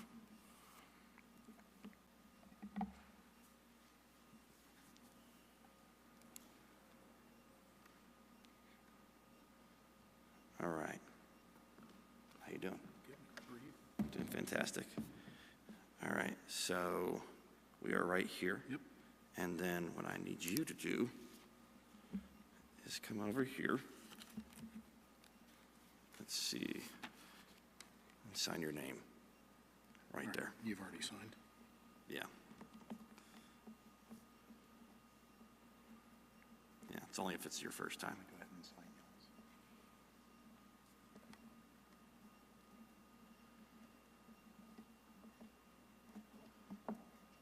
All right. Fantastic. Pick it from right there, Chris. Got it. Great. This chair, what's it for? When he gets up to read, he'll probably need something to stand on to see a little bit better. Oh, gotcha. Okay. Is that okay? I have a step stool. Step stool's fine. Yeah, I'll get that. Nadab, son of Jeroboam, became king of Israel in the 2nd year of Asa, king of Judah, and he reigned over Israel 2 years. He did evil in the eyes of the Lord, walking in the ways of his father and in his sin, which he had caused Israel to commit. Baasha, son of Ahijah, of the house of his Issachar, plotted against him, and he struck him down at Gibbethon, a Philistine town, while Nadab and all Israel were besieging it. Baasha killed Nadab in the 3rd year of Asa, king of Judah, and succeeded him as king. As soon as he began to reign, he killed Jeroboam's whole family. He did not leave Jeroboam anyone that breathed, but destroyed them all according to the word of the Lord had given through the servant Ahijah the Shilonite. Because of the sins of Jeroboam, because of the sins Jeroboam had committed and had caused Israel to commit, and because he provoked the Lord, the God of Israel, to anger. As for the other events of Nadab's reign and all he did, are they not written in the book of the annals of the kings of Israel? There was war between Asa and Baasha, king of Israel, throughout their reigns. In the 3rd year of Asa, king of Judah, Baasha, son of Ahijah, became king of all Israel in Tirzah, and he reigned 24 years. He did evil in the eyes of the Lord, walking in the ways of Jeroboam and in his sin, which he had caused Israel to commit. Then the word of the Lord came to Jehu, son of Hanani, against Baasha. I lifted you up from dust and made you leader of my people Israel. But you walked in the ways of Jeroboam and caused my people Israel to sin and to provoke me to anger by their sins. So I am about to consume Baasha and his house, and I will make your house like that of Jeroboam, son of Nebat. Dogs will eat those belonging to Baasha who die in the city, and the birds of the air will feed on those who die in the country. As for the other events of Baasha's reign, what he did and his achievements, are they not written in the book of the annals of the kings of Israel? Baasha rested with his father and was buried in Tirzah, and Elah, his son, succeeded him as king. Moreover, the word of the Lord came through the prophet Jehu, son of Hanani, to Baasha and his house, because of all the evil he had done in the eyes of the Lord, provoking him to anger by the things he did, and becoming like the house of Jeroboam, and also because he destroyed it. In the 26th year of Asa, king of Judah, Elah, son of Baasha, became king of Israel, and he reigned in Tirzah 2 years. Zimri, one of his officials, who had command of half his chariots, plotted against him. Elah was in Tirzah at the time, getting drunk in the home of Arza, the man in charge of the palace at Tirzah. Zimri came in, struck him down, and killed him in the 27th year of Asa, king of Judah. Then he succeeded him as king. As soon as he began to reign and was seated on the throne, he killed off Baasha's whole family. He did not spare a single male, whether relative or friend. So Zimri destroyed the whole family of Baasha in accordance with the word of the Lord, spoken against Baasha through the prophet Jehu. Because of all the sins of Baasha and his son Elah had committed, and had caused Israel to commit, so that they provoked the Lord, the God of Israel, to anger by their worthless idols. As for the other events of Elah's reign, and all he did, are they not written in the book of the annals of the kings of Israel? In the 27th year of Asa, king of Judah, Zimri reigned in Tirzah 7 days. The army was encamped near Gibbethon, a Philistine town. When the Israelites in the camp heard that Zimri had plotted against the king and murdered him, they proclaimed Omri, the commander of the army, king over Israel, that very day there in the camp. Then Omri and all the Israelites with him withdrew from Gibbethon and laid siege into Tirzah. When Zimri saw that the city was taken, he went into the citadel of the royal palace and set the palace on fire around him. So he died because of the sins he had committed, doing evil in the eyes of the Lord and walking in the ways of Jeroboam and in the sin he had committed and had caused Israel to commit. As for the other events of Zimri's reign and the rebellion he carried out, are they not written in the book of the annals of the kings of Israel? Then the people of Israel were split into 2 factions. Half supported Tibni, son of Ginath, for king. The other half supported Omri, but Omri's followers proved stronger than those of Tibni, son of Ginath. So Tibni died, and Omri became king. In the 31st year of Asa, king of Judah, Omri became king of Israel, and he reigned 12 years, 6 of them in Tirzah. He bought the hill of Samaria from Shimmer for 2 talents of silver and built a city on the hill, calling it Samaria, after Shimmer, the name of the former owner of the hill. But Omri did evil in the eyes of the Lord and sinned more than all those before him. He walked in the ways of Jeroboam, son of Nebat, and in his sin which he had caused Israel to commit, so that they provoked the Lord, the God of Israel, to anger by their worthless idols. As for the other events of Omri's reign, what he did and the things he achieved, are they not written in the book of the annals of the kings of Israel?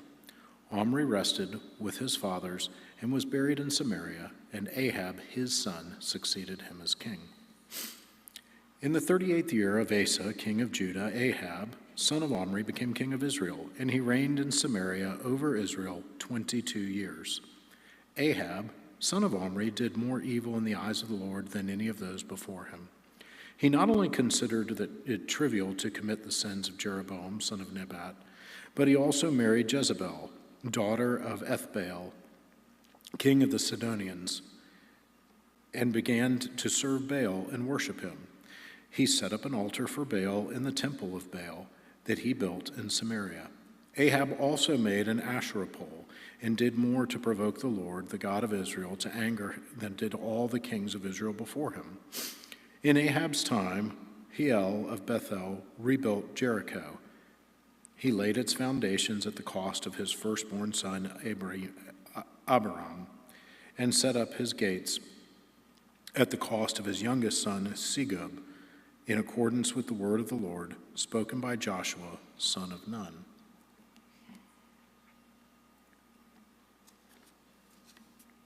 Fitz, do you want to come read? Grab the little stool.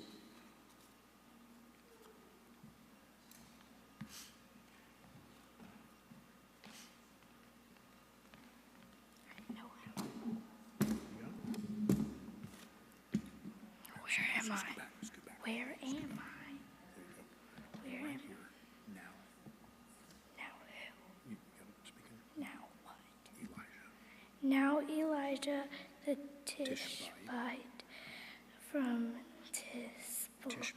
Tishbe in Gilead said to Ahab, as the Lord,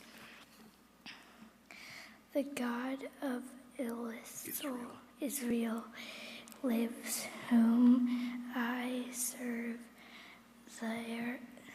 they will be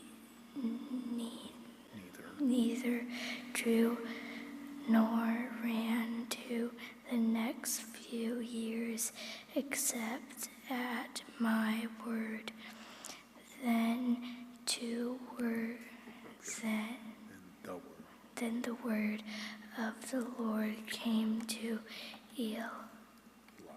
Elijah. Leave here, turn eastward, and hide in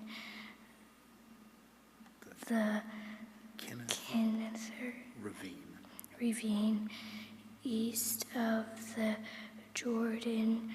You will drink from the brook, and I have ordered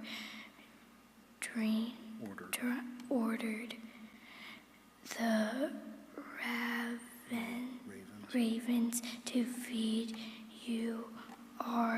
So he did what the Lord had told him. He went to the Kinneth ravine east of the Jordan and stayed there. The ravens and brought him bread and meat in the morning, and bread and meat in the evening, and he drank from the brook. Do you want to do more? No. Okay. 1 Kings chapter 17.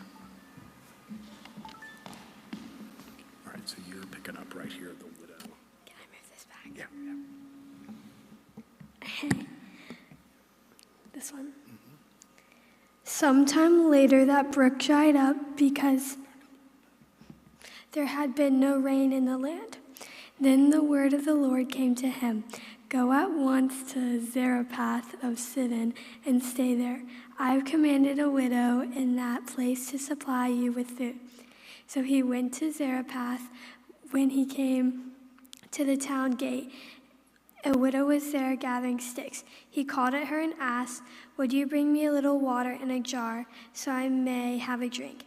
As she was going to get it, he called, and bring me please a piece of bread. As surely as the Lord your God lives, she replied, I don't have any bread, only a handful of flour in a jug and a little oil, only a handful of flour in a jar and a little oil in a jug. I am gathering a few sticks to take home and make a meal for myself and my son, that we may eat it and die. Elijah said to her, "Don't be afraid. Go home and do as you have said. But first make a small cake of bread for me, what you have, and bring it to me, and then make something for yourself and your son. For this is what the Lord, the God of Israel says. The jar of flour will not be used up, and the jug of oil will not run dry until the day the Lord gives rain on the land." So she went away and did as Elijah had told her. So there was food every day for Elijah and for the woman and her family. For the jar of flour was not used up, and the jug of oil did not run dry, in keeping with the word of the Lord spoken by Elijah. Sometime later, the son of the woman who owned the house became ill. He grew worse and worse and worse, and finally stopped breathing. She said to Elijah, "What do you have against me, man of God? Did you come to remind me of my sin and kill my son?" "Give me your son," Elijah replied. He took him from his arms, carried him to the upper room where he was staying, and laid him on his bed. Then he cried out to the Lord, "O Lord my God, have you brought tragedy upon this widow? I'm staying with by causing her son to death." Then he stretched himself out on the boy 3 times and cried to the Lord, "O Lord my God, let this boy's life return to him." The Lord heard Elijah cry, and the boy's life returned to him, and he lived. Elijah picked up the child and carried him down from the room into the house. He gave him to his mother and said, "Look, your son is alive." Then the woman said to Elijah, "Now I know that you're the man of God, and that the word of the Lord from your mouth is the truth."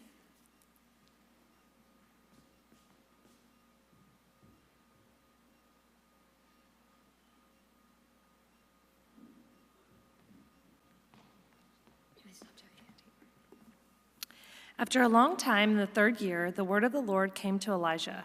"Go and present yourself to Ahab, and I will send rain on the land." So Elijah went to present himself to Ahab.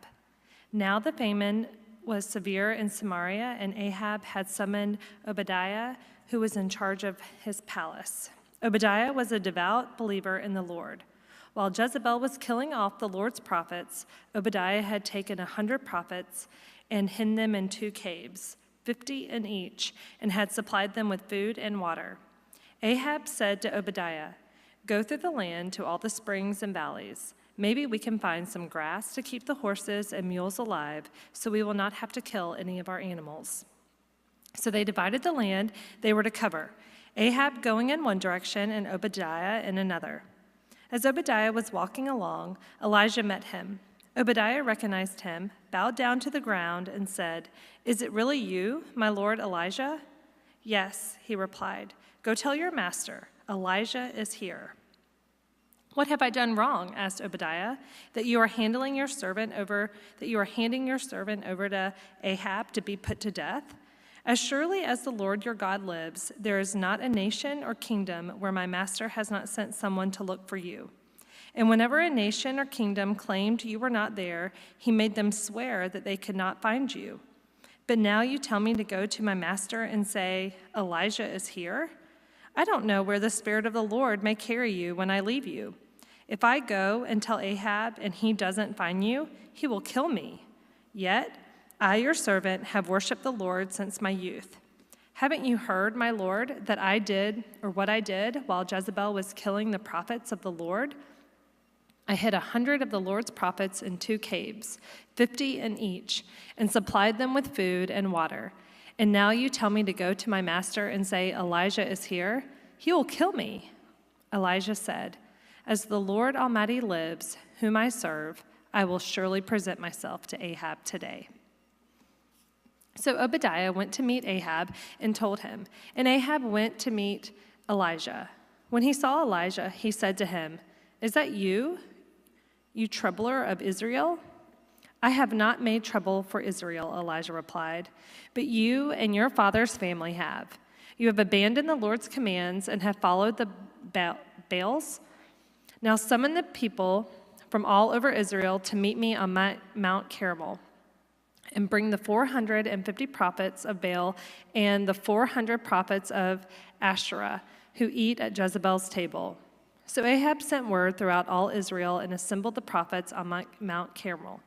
Elijah went before the people and said, "How long will you waver between two opinions? If the Lord is God, follow him. But if Baal is God, follow him." But the people said nothing. Then Elijah said to them, "I am the only one of the Lord's prophets left, but Baal has 450 prophets. Get 2 bulls for us. Let them choose one for themselves, and let them cut it into pieces and put it on the wood, but not set fire to it. I will prepare the other bull and put it on the wood, but not set fire to it. Then you call on the name of your God, and I will call on the name of the Lord. The God who answers by fire, he is God." Then all the people said, "What you say is good." Elijah said to the prophets of Baal, "Choose one of the bulls and prepare it first, since there are so many of you. Call on the name of your God, but do not light the fire." So they took the bull given them and prepared it. Then they called on the name of Baal from morning till noon. "O Baal, answer us," they shouted. But there was no response. No one answered. And they danced around the altar they had made. At noon, Elijah began to taunt them. "Shout louder," he said. "Surely he is a god. Perhaps he is deep in thought, or busy, or traveling. Maybe he is sleeping and must be awakened." So they shouted louder and slashed themselves with swords and spears, as was their custom, until their blood flowed. Midday passed, and they continued their frantic prophesying until the time for the evening sacrifice. But there was no response. No one answered, and no one paid attention. Then Elijah said to all the people, "Come here to me." They came to him, and he repaired the altar of the Lord, which was in ruins. Elijah took 12 stones, one for each of the tribes descended from Jacob, to whom the word of the Lord had come, saying, "Your name shall be Israel." With the stones he built an altar in the name of the Lord, and he dug a trench around it large enough to hold 2 seahs of seed. He arranged the wood, cut the bull into pieces, and laid it on the wood. Then he said to them, "Fill 4 large jars with water and pour it onto the offering and on the wood." "Do it again," he said, and they did it again. "Do it a 3rd time," he ordered, and they did it a 3rd time. The water ran down around the altar and even filled the trench. At the time of the sacrifice, the prophet Elijah stepped forward and prayed, "O Lord, God of Abraham, Isaac, and Israel, let it be known today that you are God in Israel, and that I am your servant, and I have done all these things at your command. Answer me, O Lord, answer me, so these people will know that you, O Lord, are God, and that you are turning their hearts back again." Then the fire of the Lord fell and burned up the sacrifice, the wood, the stones, and the soil, and also licked up the water in the trench. When all the people saw this, they fell prostrate and cried, "The Lord, he is God. The Lord, he is God." Then Elijah commanded them, "Seize the prophets of Baal. Don't let anyone get away." They seized them, and Elijah had them brought down to the Kishon Valley and slaughtered there. And Elijah said to Ahab, "Go, eat and drink, for there is the sound of a heavy rain." So Ahab went off to eat and drink, but Elijah climbed to the top of Carmel, bent down to the ground, and put his face between his knees. "Go and look toward the sea," he told his servant, and he went up and looked. "There is nothing there," he said. 7 times, Elijah said, "Go back." The 7th time, the servant reported, "A cloud as small as a man's hand is rising from the sea." So Elijah said, "Go and tell Ahab, hitch up your chariot and go down before the rain stops you." Meanwhile, the sky grew black with clouds, the wind rose, a heavy rain came on, and Ahab rode off to Jezreel. The power of the Lord came upon Elijah, and tucking his cloak into his belt, he ran ahead of Ahab all the way to Jezreel.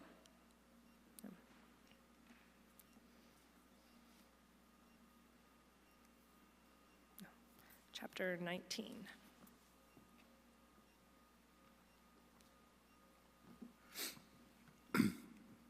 Now Ahab told Jezebel everything Elijah had done and how he had killed all the prophets with the sword. So Jezebel sent a messenger to Elijah to say, "May the gods deal with me, be it ever so severely, if by this time tomorrow I do not make your life like that of one of them." Elijah was afraid and ran for his life.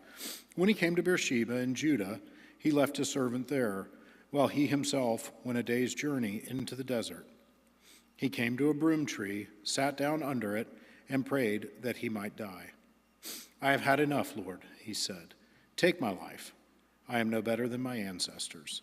Then he lay down under the tree and fell asleep. All at once an angel touched him and said, "Get up and eat." He looked around, and there by his head was a cake of bread baked over hot coals and a jar of water. He ate and drank, and then lay down again. The angel of the Lord came back a second time and touched him and said, "Get up and eat, for the journey is too much for you." So he got up and ate and drank. Strengthened by that food, he traveled 40 days and 40 nights until he reached Horeb, the mountain of God. There he went into a cave and spent the night. And the word of the Lord came to him, "What are you doing here, Elijah?" He replied, "I have been very zealous for the Lord God Almighty. The Israelites have rejected your covenant, broken down your altars, and put your prophets to death with the sword. I am the only one left, and now they are trying to kill me too." The Lord said, "Go out and stand on the mountain in the presence of the Lord, for the Lord is about to pass by." Then a great and powerful wind tore the mountains apart, shattered the rocks before the Lord, but the Lord was not in the wind. After the wind, there was an earthquake, but the Lord was not in the earthquake. After the earthquake came a fire, but the Lord was not in the fire. And after the fire came a gentle whisper. When Elijah heard it, he pulled his cloak over his face and went out and stood at the mouth of the cave. Then a voice said to him, "What are you doing here, Elijah?" He replied, "I have been very zealous for the Lord, God Almighty. The Israelites have rejected your covenant, broken down your altars, and put your prophets to death with the sword. I am the only one left, and now they are trying to kill me too." The Lord said to him, "Go back the way you came, and go to the desert of Damascus. When you get there, anoint Hazael king over Aram.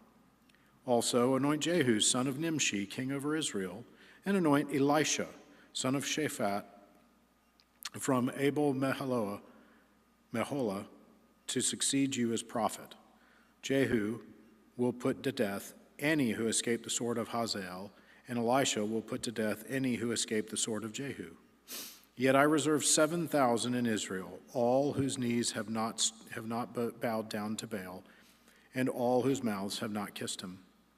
So Elijah went from there and found Elisha, son of Shaphat. He was plowing with 12 yoke of oxen, and he himself was driving the 12th pair. Elijah went up to him and threw his cloak around him. Elisha then left his oxen and ran after Elijah. "Let me kiss my father and mother goodbye," he said, "and then I will come with you." "Go back," Elijah replied. "What have I done to you?" So Elisha left him and went back. He took his yoke of oxen and slaughtered them. He burned the plowing equipment to cook the meat and gave it to the people, and they ate. Then he set out to follow Elijah and become his attendant. Now Ben-Hadad, king of Aram, mustered his entire army. Accompanied by 32 kings and their horses and chariots, he went up and besieged Samaria and attacked it. He sent messengers into the city of Ahab, king of Israel, saying, "This is what Ben-Hadad says, 'Your silver and gold are mine, and the best of your wives and children are mine.' The king of Israel answered, 'Just as you say, my lord, the king, and I and all I have are yours.' The messengers came again and said, This is what Ben-Hadad says. I sent to demand your silver and gold, your wives and your children. But about this time, tomorrow, I am going to send my officials to search your palace and the houses of your officials. They will seize everything you value and carry it away. The king of Israel summoned all the elders of the land and said to them, See how this man is looking for trouble? When he sent for my wives and my children, my silver and my gold, I did not refuse him. The elders and the people all answered, Don't listen to him or agree to his demands. So he replied to Ben-Hadad's messengers, Tell my lord the king, your servant will do all you demanded the first time, but this demand I cannot meet. They left and took the answer back to Ben-Hadad. Then Ben-Hadad sent another message to Ahab. May the gods deal with me, be it ever so severely, if enough dust remains in Samaria to give each of my men a handful. The king of Israel answered, Tell him, one who puts on his armor should not boast like one who takes it off. Ben-Hadad heard this message while he and the kings were drinking in their tents, and he ordered his men, Prepare to attack. So they prepared to attack the city. Meanwhile, a prophet came to Ahab, king of Israel, and announced, This is what the Lord says. Do you see this vast army? I will give it into your hand today, and then you will know that I am the Lord. But who will do this? Asked Ahab. The prophet replied, This is what the Lord says. The young officers of the provincial commanders will do it. And who will start the battle? He asked. The prophet answered, You will. So Ahab summoned the young officers of the provincial commanders, 232 men. Then he assembled the rest of the Israelites, 7,000 in all. They set out at noon, while Ben-Hadad and the 32 kings allied with him were in their tents getting drunk. The young officers of the provincial commanders went out first. Now Ben-Hadad had dispatched scouts who reported, Men are advancing from Samaria. He said, If they have come out for peace, take them alive. If they have come out for war, take them alive. The young officers of the provincial commanders marched out of the city with the army behind them, and each one struck down his opponent. At that, the Arameans fled with the Israelites in pursuit. But Ben-Hadad, king of Aram, escaped on horseback. With some of his horsemen, the king of Israel advanced and overpowered the horses and chariots and inflicted heavy losses on the Arameans. Afterward, the prophet came to the king of Israel and said, Strengthen your position and see what must be done, because next the king of Aram will attack you again.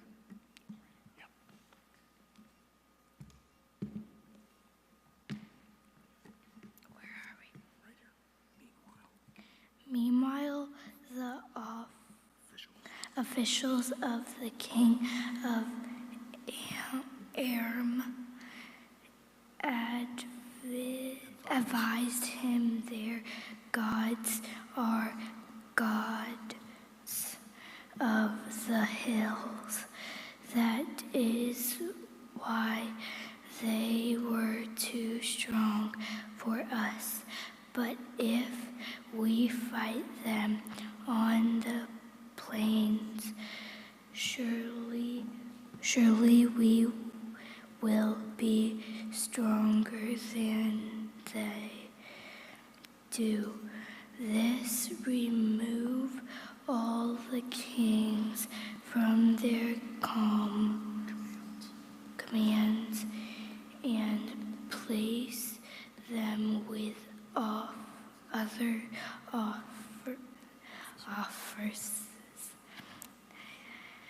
You must also rise an army like the one you lost horse for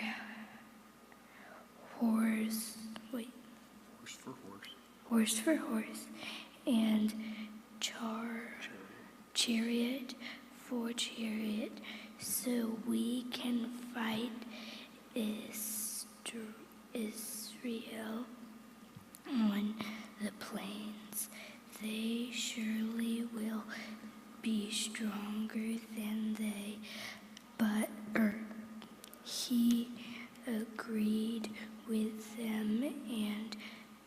acted Accordingly. accordingly. No, I need to go now.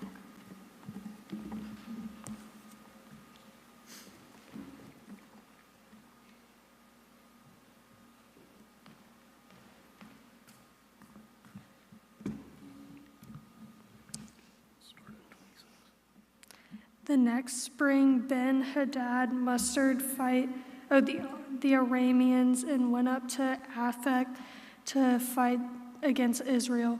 When the Israelites were also mustered and given provisions, they marched out to meet them. The Israelites camped opposite them like two small flocks of goats, while the Arameans covered the countryside. The man of God came up and told the king of Israel, "This is what the Lord says. Because the Arameans think the Lord is a God of the hills and not a God of the valleys, I will deliver this vast army into your hands, and you will know that I am the Lord." For 7 days they camped opposite each other, and on the 7th day the battle was joined. The Israelites inflicted 100,000 casualties on the Aramean foot soldiers in one day. The rest of them escaped to the city of Aphek, where the wall collapsed on 27,000 of them, and Ben-Hadad fled to the city and hid in an inner room. His officials said to him, "Look, we have heard that the kings of the house of Israel are merciful. Let us go to the king of Israel with sackcloth around our waists and ropes around our heads. Perhaps he will spare your life." Wearing a sackcloth around their waists and ropes around their heads, they went to the king of Israel and said, "Your servant Ben-Hadad says, 'Please let me live.'" The king answered, "Is he still alive?" "He is my brother." The men took this as a good sign and were quick to pick up his word. "Yes, your brother Ben-Hadad," they said. "Go and get him," the king said. When Ben-Hadad came out, Ahab had him come up to his chariot. "I will return the cities my father took from your father," Ben-Hadad offered. "You may set up your own market areas in Damascus, and as my father did in Samaria." Ahab said, "On the basis of a treaty, I will set you free." So he made a treaty with him and let him go.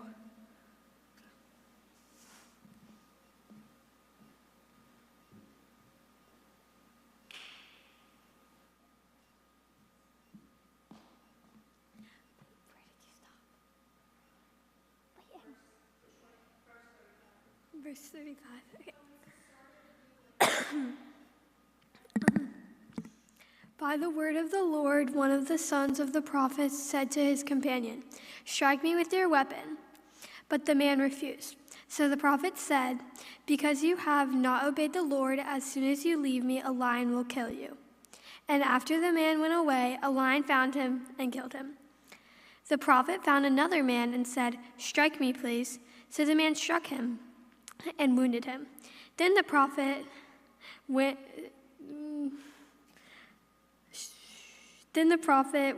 and stood by the road waiting for the king. He disguised himself with the headband down over his eyes. As the king passed by, the prophet called out to him, "Your servant went into the thick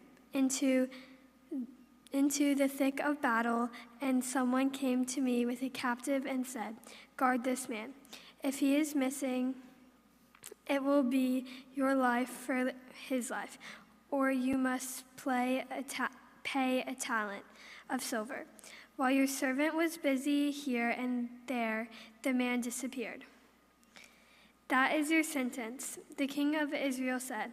"You have pronounced it yourself." Then the prophet quickly removed the headband from his eyes, and the king of Israel recognized him as one of the prophets. He said to the king, "This is what the Lord says. You have set free a man, and I determined should die. Therefore, it is your life for his life, your people for his people." Sullen in anger, the king of Israel went to his place in Samaria. Some time later, there was an incident involving the vineyard belonging to Naboth the Jezreelite. The vineyard was in Jezreel, close to the place of Ahab, king of Samaria. Ahab said to Naboth, "Let me have your vineyard to use for the vegetable garden, since it is close to my palace. In exchange, I will give you a better vineyard, or if you prefer, I will pay for whatever it is worth." But Naboth replied, "The Lord forbid that I should give you the inheritance of my fathers." So Abba went home sullen and angry because Naboth, right? The Jezreelite said, "I will not give you the inheritance of my fathers." He lay on his bed sulking and refused to eat. His wife Jezebel came in and asked him, "Why are you so sullen? Why won't you eat?" He answered, "Because I said to Naboth the Jezreelite, 'Sell me your vineyard,' or if you prefer, I will give you another vineyard in this place." But he said, "I will not give you my vineyard." Jezebel, his wife, said, "Is this how you act as the king over Israel? Get up and eat. Cheer up. I will give you the vineyard of Naboth the Jezreelite." So she wrote letters to Ahab's name, placed his seal on them, and sent them to the elders and nobles who live in Naboth's city with him. In those letters she wrote, "Proclaim a day of fasting and set Naboth in a prominent place among the people. But seat 2 scoundrels opposite him and have them testify that he has cursed both God and the king. Then take him out and stone him to death." So the elders and the nobles who lived in the Naboth city did as Jezebel directed in the letters she had written to them. They proclaimed a fast-seated Naboth in prominent place among the people. Then 2 scoundrels came and sat opposite him and brought charges against Naboth before the people, saying, "Naboth has cursed both God and the king." So they took him outside in the city and stoned him to death. Then they sent the word to Jezebel, "Naboth has been stoned and is dead." As soon as Jezebel heard that Naboth had been stoned to death, she said to Ahab, "Get up and take possession of the vineyard of Naboth the Jezreelite, that he refused to sell you. He is no longer alive, but dead." When Ahab heard that Naboth was dead, he got up and went down to the possession of Naboth's vineyard. Then the word of the Lord came to Elijah.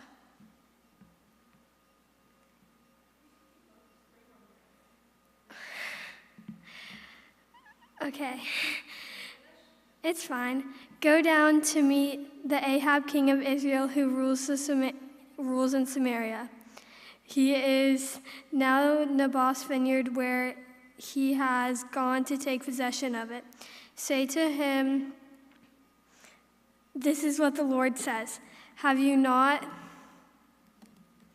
I'm done. Can you please start?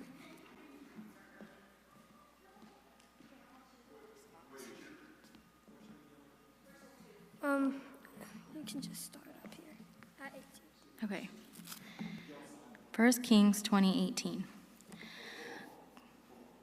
Just kidding. Where are you starting? At 18. Okay. Yeah. I had signed. Oh, there's a signing. Thank y'all for coming to read. Yes. Did you have hard names? Did you? I just heard Jezebel and I was like, great. Oh, that was the easy names. Hey, I'm sorry. did you sign for all of us? I did. I'm sorry. That's not our signature. Okay. Uh-oh. Sign your signature.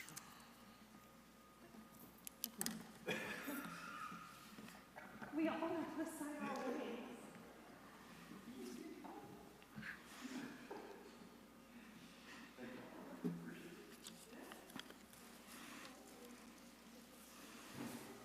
Okay. 1 Kings 20:18. Go down to meet Ahab, king of Israel, who rules in Samaria. He is now in Naboth's vineyard, where he has gone to take possession of it. Say to him, this is what the Lord says. Have you not murdered a man and seized his property? Then say to him, This is what the Lord says. In the place where dogs licked up Naboth's blood, dogs will lick up your blood. Yes, yours. Ahab said to Elijah, so you have found me, my enemy. I have found you, he answered, because you have sold yourself to do evil in the eyes of the Lord. I am going to bring disaster on you. I will consume your descendants and cut off from Ahab every last male in Israel, slave or free. I will make your house like that of Jeroboam, son of Nebat, and that of Baasha, son of Ahijah, because you have provoked me to anger and have caused Israel to sin. And also concerning Jezebel, the Lord says, dogs will devour Jezebel by the wall of Jezreel. Dogs will eat those belonging to Ahab who die in the city, and the birds of the air will feed on those who die in the country. There was never a man like Ahab who sold himself to do evil in the eyes of the Lord, urged on by Jezebel his wife. He behaved in the vilest manner by going after idols. Like the Amorites, the Lord drove out before Israel. When Ahab heard these words, he tore his clothes, put on sackcloth, and fasted. He lay in a sackcloth and went around meekly. Then the word of the Lord came to Elijah the Tishbite. Have you noticed how Ahab has humbled himself before me? Because he has humbled himself, I will not bring this disaster in his day, but I will bring it on his house in the days of his son. For 3 years there was no war between Aram and Israel, but in the 3rd year of Jehoshaphat, king of Judah, went down to see the king of Israel. The king of Israel had said to his officials, don't you know that Ramoth-Gilead belongs to us, yet we are doing nothing to retake it from the king of Aram? So he asked Jehoshaphat, will you go with me to fight against Ramoth-Gilead? Jehoshaphat replied to the king of Israel, I am as you are, my people as your people, my horses as your horses. But Jehoshaphat also said to the king of Israel, first seek the counsel of the Lord. So the king of Israel brought together the prophets, about 400 men, and asked them, shall I go to war against Ramoth-Gilead, or shall I refrain? Go, they answered, for the Lord will give it into the king's hand. But Jehoshaphat asked, is there not a prophet of the Lord here whom we can inquire of? The king of Israel answered Jehoshaphat, there is still one man through whom we can inquire of the Lord, but I hate him because he never prophesies anything good about me, but always bad. He is Micaiah, son of Imlah. The king should not say that, Jehoshaphat replied. So the king of Israel called one of his officials and said, bring Micaiah, son of Imlah, at once. Dressed in their royal robes, the king of Israel and Jehoshaphat, king of Judah, were sitting on their thrones at the threshing floor by the entrance of the gate of Samaria, with all the prophets prophesying before them.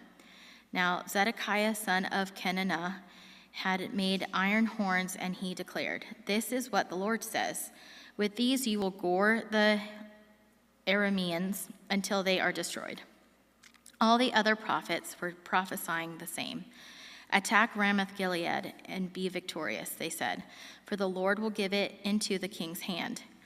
The messenger who had gone to summon Micaiah said to him, look, as one man, the other prophets are predicting success for the king.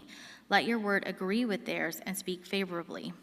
But Micaiah said, as surely as the Lord lives, I can tell him only what the Lord tells me. When he arrived, the king asked him, Micaiah, shall we go to war against Ramoth-Gilead, or shall I refrain? Attack and be victorious, he answered, for the Lord will give it into the king's hand. The king said to him, how many times must I make you swear to tell me nothing but the truth in the name of the Lord?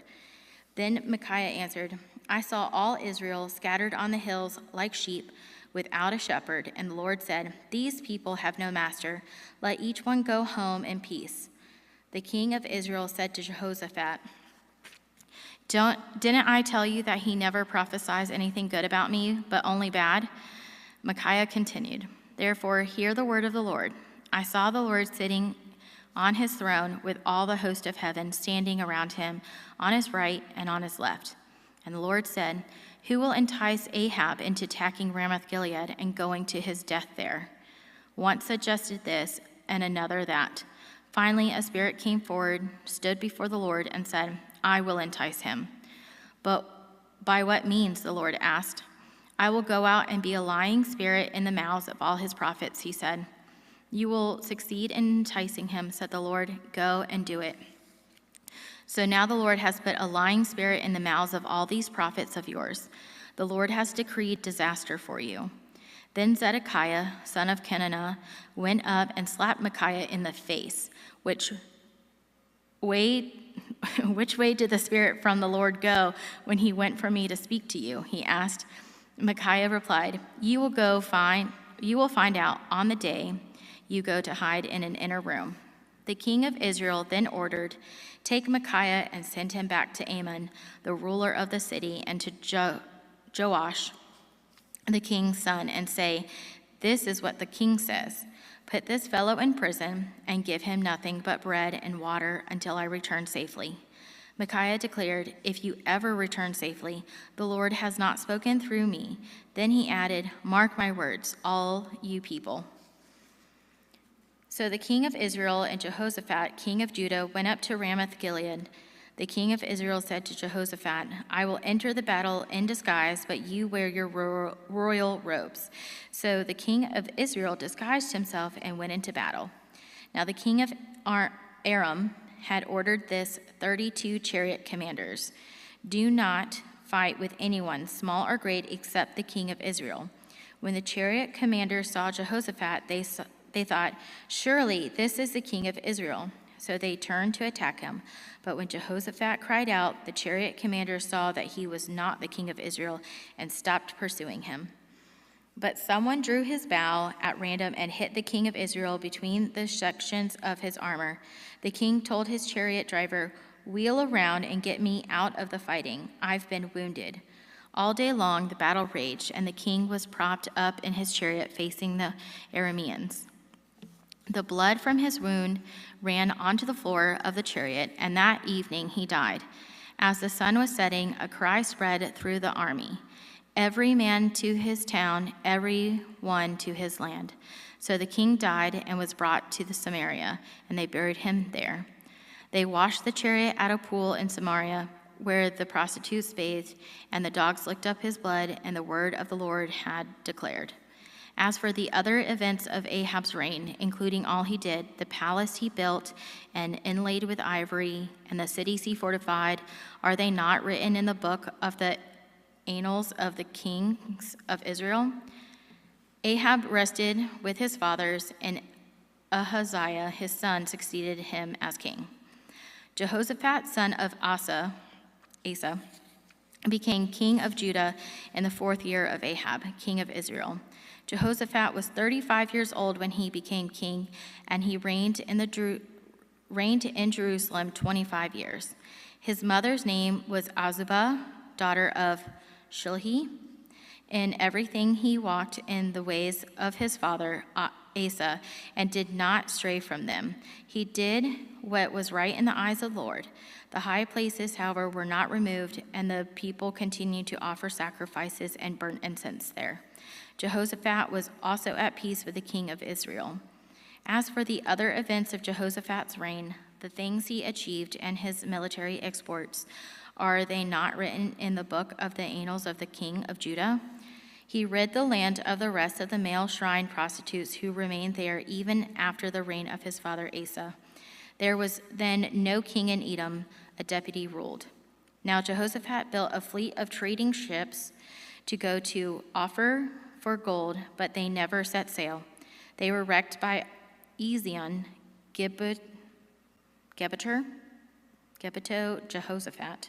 Oh, nope, Gehabat, whatever. At that time, Ahaziah, son of Ahab, said to Jehoshaphat, "Let my men sail with your men." But Jehoshaphat refused. Then Jehoshaphat rested with his fathers and was buried with them in the city of David, his father. And Jehoram, his son, succeeded him. Ahaziah, son of Ahab, became king of Israel in Samaria in the 17th year of Jehoshaphat, king of Judah, and he reigned over Israel 2 years. He did evil in the eyes of the Lord because he walked in the ways of his father and mother and in the ways of Jeroboam, son of Nebat, who caused Israel to sin. He served and worshiped Baal and provoked the Lord, the God of Israel, to anger, just as his father had done. Now we're in 2 Kings. Okay. After Ahab's death, Moab rebelled against Israel. Now Ahaziah had fallen through the lattice of his upper room in Samaria and injured himself. So he sent messengers saying to them, "Go and consult Baal-zebub, the god of Ekron, to see if I will recover from this injury." But the angel of the Lord said to Elijah the Tishbite, "Go up and meet the messengers of the king of Samaria and ask them, 'Is it because there is no God in Israel that you are going off to consult Baal-zebub, the god of Ekron? Therefore, this is what the Lord says, you will not leave the bed you are lying on. You will certainly die.'" So Elijah went. When the messengers returned to the king, he asked them, "Why have you come back?" "A man came to meet us," they replied, "and he said to us, 'Go back to the king who sent you and tell him, this is what the Lord says. Is it because there is no God in Israel that you are sending men to consult Baal-zebub, the god of Ekron? Therefore you will not leave the bed you are lying on. You will certainly die.'" The king asked them, "What kind of man was it who came to meet you and told you this?" They replied, "He was a man with a garment of hair and with a leather belt around his waist." The king said, "That was Elijah the Tishbite." Then he sent to Elijah a captain with his company of 50 men. The captain went up to Elijah, who was sitting on top of a hill, and said to him, "Man of God, the king says, come down." Elijah answered the captain, "If I am a man of God, may fire come down from heaven and consume you and your 50 men." Then fire fell from heaven and consumed the captain and his men. At this, the king sent to Elijah another captain with his 50 men. The captain said to him, "Man of God, this is what the king says, come down at once." "If I am a man of God," Elijah replied, "may fire come down from heaven and consume you and your 50 men." Then the fire of God fell from heaven and consumed him and his 50 men. So the king sent a third captain with his 50 men. This third captain went up and fell on his knees before Elijah. "Man of God," he begged, "please have respect for my life and the lives of these 50 men, your servants. See, fire has fallen from heaven and consumed the first 2 captains and all their men, but now have respect for my life." The angel of the Lord said to Elijah, "Go down with him. Do not be afraid of him." So Elijah got up and went down with him to the king. He told the king, "This is what the Lord says. Is it because there is no God in Israel for you to consult that you have sent messengers to consult Baal-zebub, the god of Ekron? Because you have done this, you will never leave the bed you are lying on. You will certainly die." So he died, according to the word of the Lord that Elijah had spoken. Because Ahaziah had no son, Joram succeeded him as king in the 2nd year of Jehoram, son of Jehoshaphat, king of Judah. As for all the other events of Ahaziah's reign and what he did, are they not written in the book of the annals of the king of Israel? When the Lord was about to take Elijah up to heaven in a whirlwind, Elijah and Elisha were on their way from Gilgal. Elijah said to Elisha, "Stay here, the Lord has sent me to Bethel." But Elisha said, "As surely as the Lord lives and as you live, I will not leave you." So they went down to Bethel. The company of the prophets at Bethel came out to Elisha and asked, "Do you know that the Lord is going to take your master from you today?" "Yes, I know," Elisha said, "but do not speak of it." Then Elijah said to him, "Stay here, Elisha, the Lord has sent me to Jericho." And he replied, "As surely as the Lord lives and as you live, I will not leave you." So they went to Jericho. The company of the prophets at Jericho went up to Elisha and asked him, "Do you know that the Lord is going to take your master from you today?" "Yes, I know," he replied, "but do not speak of it." Then Elijah said to him, "Stay here, "The Lord has sent me to Jordan." And he replied, "As surely as the Lord lives and as you live, I will not leave you." So the two of them walked on. 50 men of the company of the prophets went and stood at a distance, facing the place where Elijah and Elisha had stopped at the Jordan. Elijah took his cloak, rolled it up, and struck the water with it. The water divided to the right and to the left, and the two of them crossed over on dry ground. When they crossed, Elijah said to Elisha, "Tell me, what can I do for you before I am taken from you?" "Let me inherit a double portion of your spirit," Elisha replied. "You have asked a difficult thing," Elijah said. "Yet if you see me when I am taken from you, it will be yours, otherwise not." As they were walking along and talking together, suddenly a chariot of fire and horses of fire appeared and separated the two of them. And Elijah went up to heaven in a whirlwind. Elisha saw this and cried out, my father, the chariots and horsemen of Israel." And Elijah saw him no more. Then he took hold of his own clothes and tore them apart.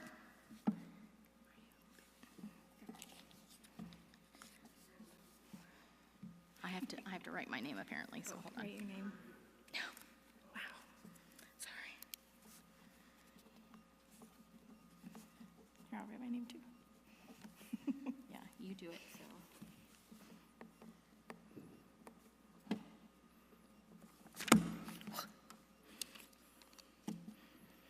He picked up the cloak that had fallen from Elijah and went back and stood on the bank of the Jordan. Then he took the cloak that had fallen from him and struck the water with it. "Where now is the Lord, the God of Elijah?" he asked. When he struck the water, it divided to the right and to the left, and he crossed over. The company of the prophets from Jericho who were watching said, "The spirit of Elijah is resting on Elisha." And they went to meet him and bowed to the ground before him. "Look," they said, "we, your servants, have 50 able men. Let them go and look for your master. Perhaps the Spirit of the Lord has picked him up and set him down on some mountain or in some valley." "No," Elisha replied, "do not send them." But they persisted until he was too ashamed to refuse. So he said, "Send them." And they sent 50 men who searched for 3 days but did not find him. When they returned to Elisha, who was staying in Jericho, he said to them, "Didn't I tell you not to go?" The men of the city said to Elisha, "Look, our Lord, this town is well situated, as you can see, but the water is bad and the land is unproductive. Bring me a new bowl," he said, "and put salt in it." So they brought it to him. Then he went out to the spring and threw the salt into it, saying, "This is what the Lord says, I have healed this water. Never again will it cause death or make the land unproductive." And the water has remained wholesome to this day, according to the word Elisha had spoken. From there, Elisha went up to Bethel. As he was walking along the road, some youths came out of the town and jeered at him. "Go on up, you bald head," they said. "Go on up, you bald head." He turned around, looked at them, and called down a curse on them in the name of the Lord. Then 2 bears came out of the woods and mauled 42 of the youths. And he went on to Mount Carmel, and from there returned to Samaria. Joram, the son of Ahab, became king of Israel in Samaria in the 18th year of Jehoshaphat, king of Judah. And he reigned 12 years. He did evil in the eyes of the Lord, but not as his father and mother had done. He got rid of the sacred stone of Baal that his father had made. Nevertheless, he clung to the sins of Jeroboam, son of Nebat, which he had caused Israel to commit. He did not turn away from them. Now Mesha, king of Moab, raised sheep, and he had to supply the king of Israel with 100,000 lambs and with the wool of 100,000 rams. But after Ahab died, the king of Moab rebelled against the king of Israel. So at that time, King Joram set out from Samaria and mobilized all Israel. He also sent this message to Jehoshaphat, king of Judah. "The king of Moab has rebelled against me. Will you go with me to fight against Moab?" "I will go with you," he replied. "I am as you are, my people as your people, my horses as your horses." "By what route shall we attack?" he asked. "Through the desert of Edom," he answered. So the king of Israel set out with the king of Judah and the king of Edom. After a roundabout march of 7 days, the army had no more water for themselves or for the animals with them. "What?" exclaimed the king of Israel. "Has the Lord called us 3 kings together only to hand us over to Moab?" But Jehoshaphat asked, "Is there no prophet of the Lord here, that we may inquire of the Lord through him?" An officer of the king of Israel answered, "Elisha, son of Shaphat, is here. He used to pour water on the hands of Elijah." Jehoshaphat said, "The word of the Lord is with him." So the king of Israel and Jehoshaphat and the king of Edom went down to him. Elisha said to the king of Israel, "What do we have to do with each other? Go to the prophets of your father and the prophets of your mother." "No," the king of Israel answered, "because it was the Lord who called us 3 kings together to hand us over to Moab." Elisha said, "As surely as the Lord Almighty lives, whom I serve, if I did not have respect for the presence of Jehoshaphat, king of Judah, I would not look at you or even notice you. But now bring me a harpist." While the harpist was playing, the hand of the Lord came upon Elisha, and he said, "This is what the Lord says. Make this valley full of ditches, for this is what the Lord says. You will see neither wind nor rain, yet this valley will be filled with water, and you, your cattle, and your other animals will drink. This is an easy thing in the eyes of the Lord. He will also hand Moab over to you. You will overthrow every fortified city and every major town. You will cut down every good tree, stop up all the springs, and ruin every field with stones." The next morning, about the time for offering the sacrifice, there it was, water flowing from the direction of Edom, and the land was filled with water. Now all the Moabites had heard that the kings had come to fight against them. So every man, young and old, who could bear arms was called up and stationed on the border. When they got up early in the morning, the sun was shining on the water. To the Moabites across the way, the water looked red, like blood. "That's blood," they said. "Those kings must have fought and slaughtered each other. Now to the plunder of Moab." But when the Moabites came to the camp of Israel, the Israelites rose up and fought them until they fled. And the Israelites invaded the land and slaughtered the Moabites. They destroyed the towns, and each man threw a stone on every good field until it was covered. They stopped up all the springs and cut down every good tree. Only Kir Hareseth was left, and with its stones in place. But men armed with slings surrounded it and attacked it as well. When the king of Moab saw that the battle had gone against him, he took with him 700 swordsmen to break through to the king of Edom, but they failed. Then he took his firstborn son, who was to succeed him as king, and offered him as a sacrifice on the city wall. The fury against Israel was great. They withdrew and returned to their own land. The wife of a man from the company of the prophets cried out to Elisha, "Your servant, my husband, is dead, and you know that he revered the Lord. But now his creditor is coming to take my 2 boys as his slaves." Elisha replied to her, "How can I help you? Tell me, what do you have in your house?" "Your servant has nothing there at all," she said, "except a little oil." Elisha said, "Go around and ask all your neighbors for empty jars. Don't ask for just a few. Then go inside and shut the door behind you and your sons. Pour oil into all the jars, and as each is filled, pour it to one side." She left him and afterward shut the door behind her and her sons. They brought the jars to her, and she kept pouring. When all the jars were full, she said to her son, "Bring me another one." But he replied, "There is not a jar left." Then the oil stopped flowing. She went and told the man of God, and he said, "Go, sell the oil and pay your debts. You and your sons can live on what is left." One day Elisha went to Shunem, and a well-to-do woman was there, who urged him to stay for a meal. So whenever he came by, he stopped there to eat. She said to her husband, "I know that this man who often comes our way is a holy man of God. Let's make a small room on the roof and put in it a bed and a table, a chair and a lamp for him. Then he can stay there wherever he comes to us." One day when Elisha came, he went up to his room and lay down there. He said to his servant Gehazi, "Call the Shunammite." So he called her, and she stood before him. Elisha said to him, "Tell her, you have gone to all this trouble for us. Now what can be done for you? Can we speak on your behalf to the king or the commander of the army?" She replied, "I have a home among my own people." "What can be done for her?" Elisha asked. Gehazi said, "Well, she has no son, and her husband is old." Then Elisha said, "Call her." So he called her, and she stood in the doorway. "About this time next year," Elisha said, "you will hold a son in your arms." "No, my lord," she objected. "Don't mislead your servant, O man of God." But the woman became pregnant, and the next year, about the same time, she gave birth to a son, just as Elisha had told her. The child grew, and one day he went out to his father, who was with the reapers. My head," he said to his father. His father told a servant, "Carry him to his mother." After the servant had lifted him up and carried him to his mother, the boy sat on her lap until noon, and then he died. She went up and laid him on the bed of the man of God, then shut the door and went out. She called her husband and said, "Please send me one of the servants and a donkey, so I can go to the man of God quickly and return." "Why go to him today?" he asked. "It's not the new moon or the Sabbath." "It's all right," she said.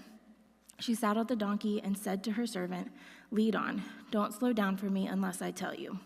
So she set out and came to the man of God at Mount Carmel. Then when he saw her in the distance, the man of God said to his servant Gehazi, "Look, there's the Shunammite. Run to meet her and ask her, 'Are you all right? Is your husband all right? Is your child all right?'" "Everything is all right," she said.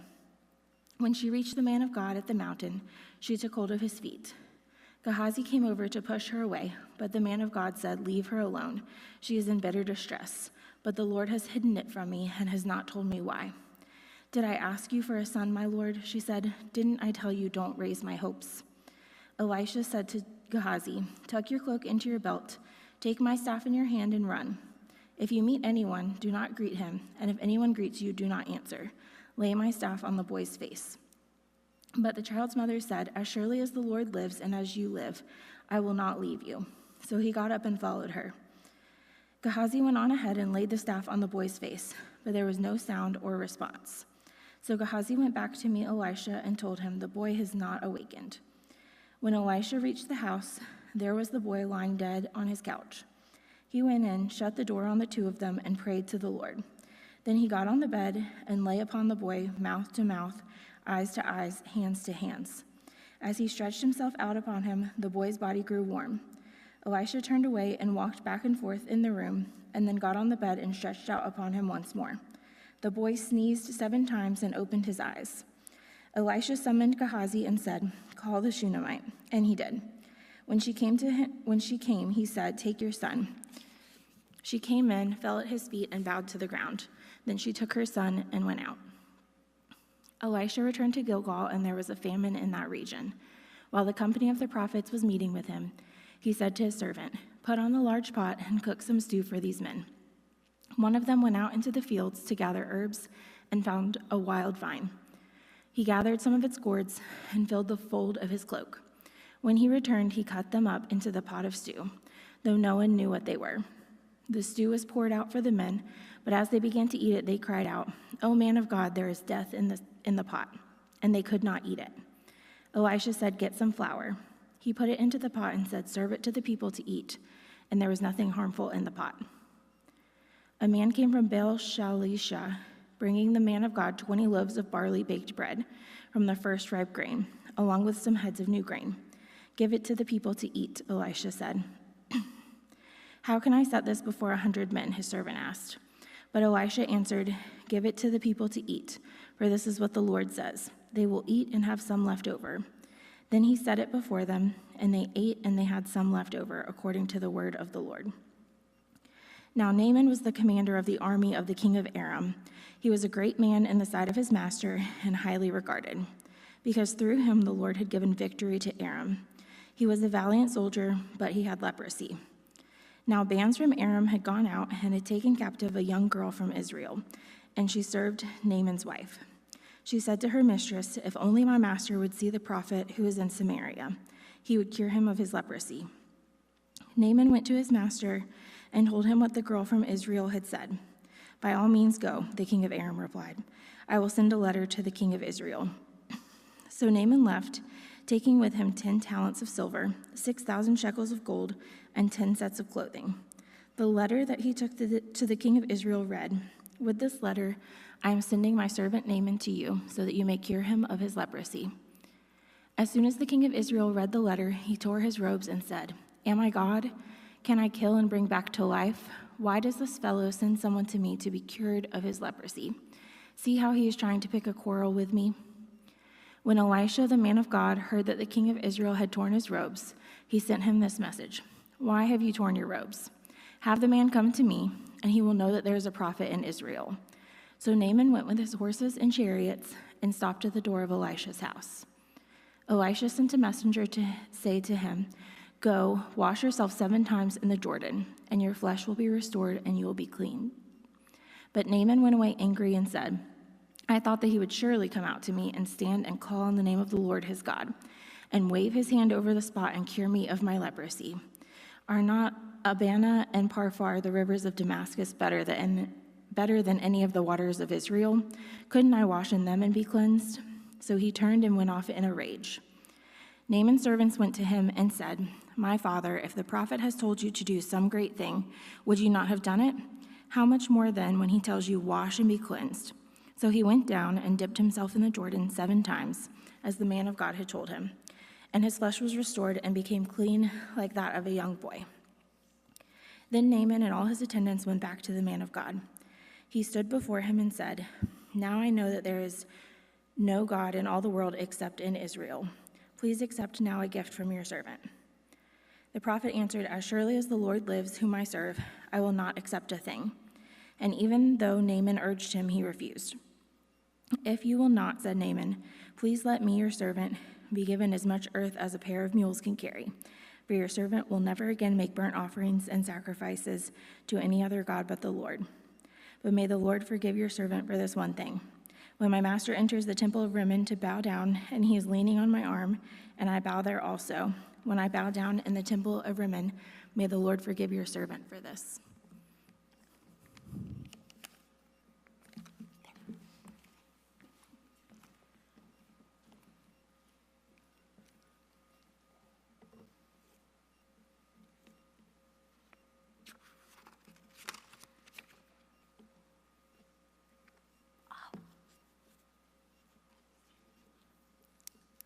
It's here.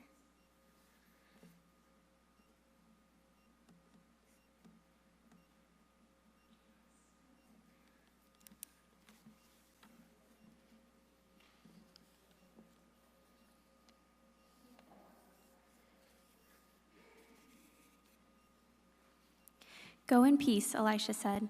Now after Naaman had traveled some distance, Gehazi, the servant of Elisha, the man of God, said to himself, "My master was too easy on Naaman, this Aramean, by not accepting from him what he brought.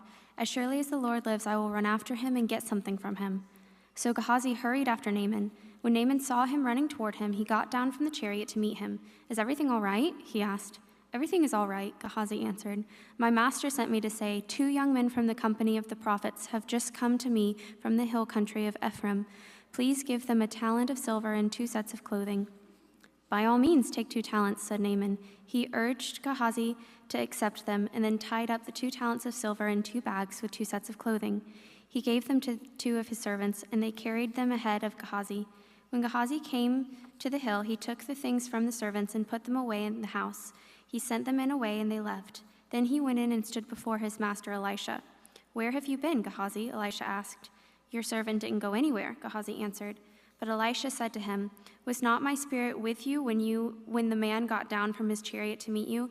Is this the time to take money, or to accept clothes, olive groves, vineyards, flocks, herds, or manservants or maidservants? Naaman's leprosy will cling to you and to your descendants forever." Then Gehazi went from Elisha's presence, and he was leprous, as white as snow. The company of the prophets said to Elisha, "Look, the place where we meet with you is too small for us. Let us go to Jordan, where each of us can get a pole, and let us build a place for us there to live." And he said, "Go." Then one of them said, "Won't you please come with us?" "I will," Elisha replied, and he went with them. They went to the Jordan and began to cut down trees. As one of them was cutting down a tree, the iron axe head fell into the water. "Oh, my lord," he cried out, "it was borrowed." The man of God asked, "Where did it fall?" When he showed him the place, Elisha cut a stick and threw it in there and made the iron float. "Lift it out," he said. Then the man reached out his hand and took it. Now the king of Aram was at war with Israel. After conferring with his officers, he said, "I will set up my camp in such and such a place." The man of God sent word to the king of Israel, "Beware of passing that place, because the Arameans are going down there." So the king of Israel checked on the place indicated by the man of God. Time and again Elisha warned the king so that he was on his guard in such places. This enraged the king of Aram. He summoned his officers and demanded of them, "Will you not tell me which of us is on the side of the king of Israel?" "None of us, my lord, the king," said one of his officers, "but Elisha, the prophet who is in Israel, tells the king of Israel the words you speak in your bedroom." "Go and find out where he is," the king ordered, "so I can send men and capture him." The report came back, "He is in Dothan." Then he sent horses and chariots and a strong force there. They went by night and surrounded the city. When the servants of the man of God got up and went out early the next morning, an army with horses and chariots had surrounded the city. "Oh, my lord, what shall we do?" the servant asked. "Don't be afraid," the prophet answered. "Those who are with us are more than those who are with them." And Elisha prayed, "O Lord, open his eyes so he may see." Then the Lord opened the servant's eyes, and he looked and saw the hills full of horses and chariots of fire all around Elisha. As the enemy came down toward him, Elisha prayed to the Lord, "Strike these people with blindness." So he struck them with blindness as Elisha had asked. Elisha told them, "This is not the road and this is not the city. Follow me, I will lead you to the man you are looking for." And he led them to Samaria. After they entered the city, Elisha said, "Lord, open the eyes of these men so they can see." Then the Lord opened their eyes, and they looked, and there they were inside Samaria. When the king of Israel saw them, he asked Elisha, "Shall I kill them, my father? Shall I kill them?" "Do not kill them," he answered. "Would you kill men you have captured with your own sword or bow? Set food and water before them so they may eat and drink, and then go back to their master." So he prepared a great feast for them, and after they had finished eating and drinking, he sent them away, and they returned to their master. So the bands from Aram stopped raiding Israel's territory. Sometime later, Ben-Hadad, king of Aram, mobilized his entire army and marched up and laid siege to Samaria. There was a great famine in the city. The siege lasted so long that a donkey's head sold for 8 shekels of silver, and a quarter of a cab of seed pods for 5 shekels. As the king of Israel was passing by on the wall, a woman cried to him, "Help me, my lord the king." The king replied, "If the Lord does not help you, where can I get help for you? From the threshing floor? From the winepress?" Then he asked her, "What's the matter?" She answered, "This woman said to me, 'Give up your son so we may eat him today, and tomorrow we'll eat my son.' So we cooked my son and ate him. The next day I said to her, 'Give up your son so we may eat him,' but she had hidden him." When the king heard the woman's words, he tore his robes, and he went along the wall, and the people looked, and there underneath he had sackcloth on his body. He said, "May God deal with me, be it ever so severely, if the head of Elisha, son of Shaphat, remains on his shoulders today." Now Elisha was sitting in his house, and the elders were sitting with him. The king sent a messenger ahead, but before he arrived, Elisha said to the elders, "Don't you see how this murderer is sending someone to cut off my head? Look, when the messenger comes, shut the door and hold it shut against him. Is it not the sound of his master's footsteps behind him?" While he was still talking to them, the messenger came down to him, and the king said, "This disaster is from the Lord. Why should I wait for the Lord any longer?" Elisha said, "Hear the word of the Lord. This is what the Lord says.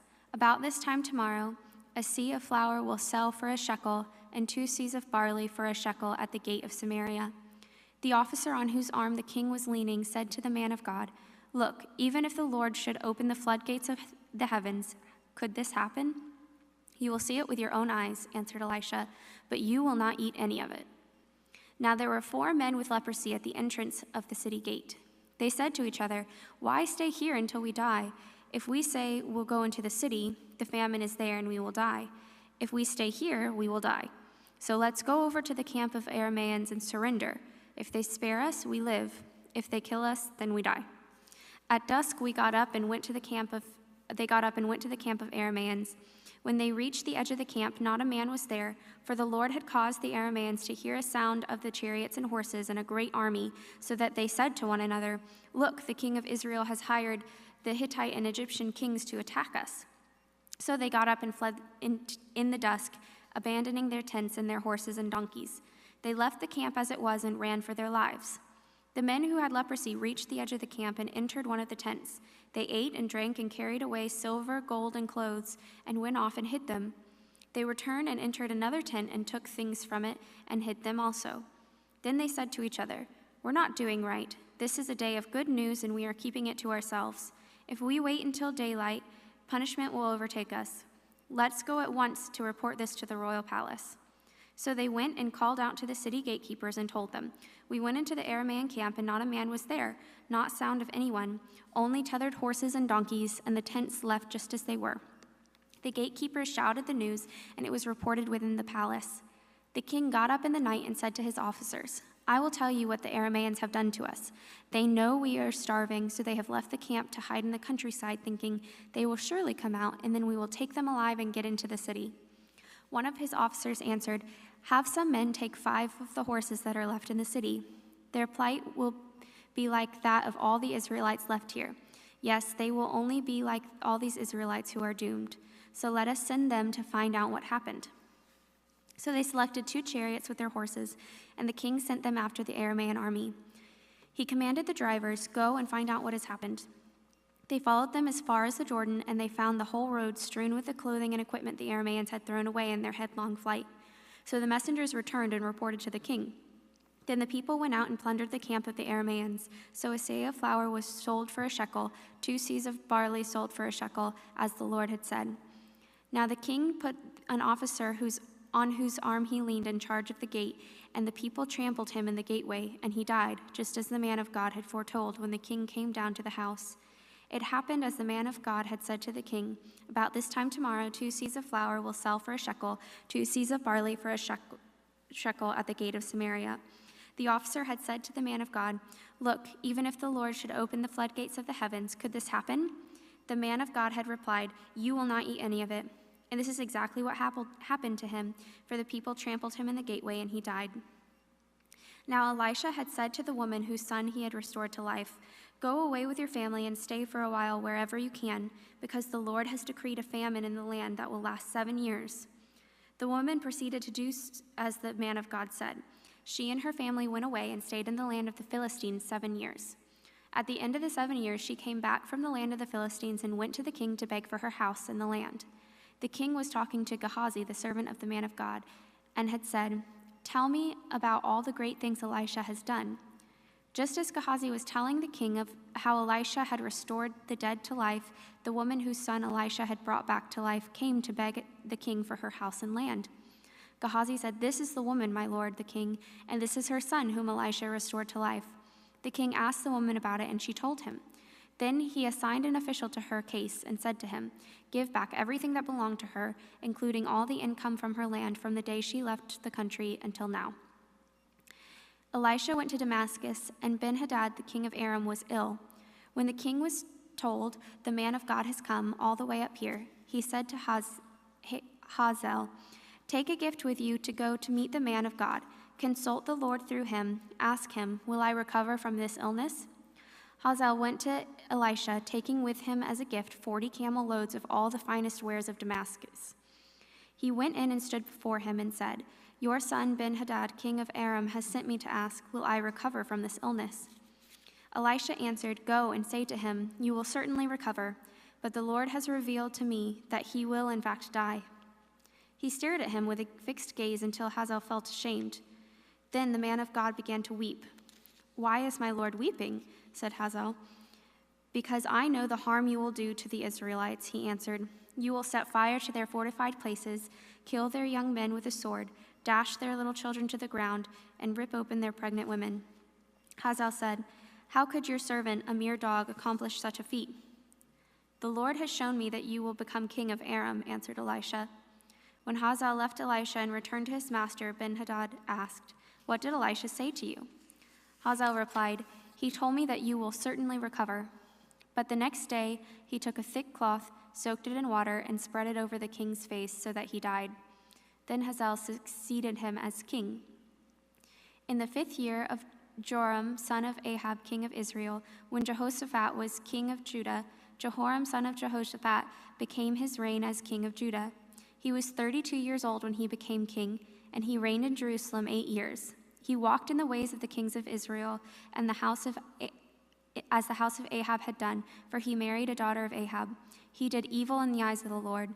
Nevertheless, for the sake of his servant David, the Lord was not willing to destroy Judah. He had promised to maintain a lamp for David and his descendants forever. In the time of Jehoram, Edom rebelled against Judah and set up its own king. So Jehoram went to Zair with all his chariots. The Edomites surrounded him with his chariot commanders, but he rose up and broke through by night. His army, however, fled back home.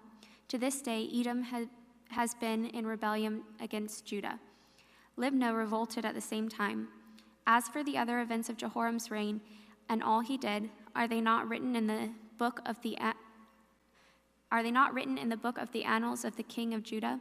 Jehoram rested with his fathers and was buried with them in the city of David, and Ahaziah his son succeeded him as king.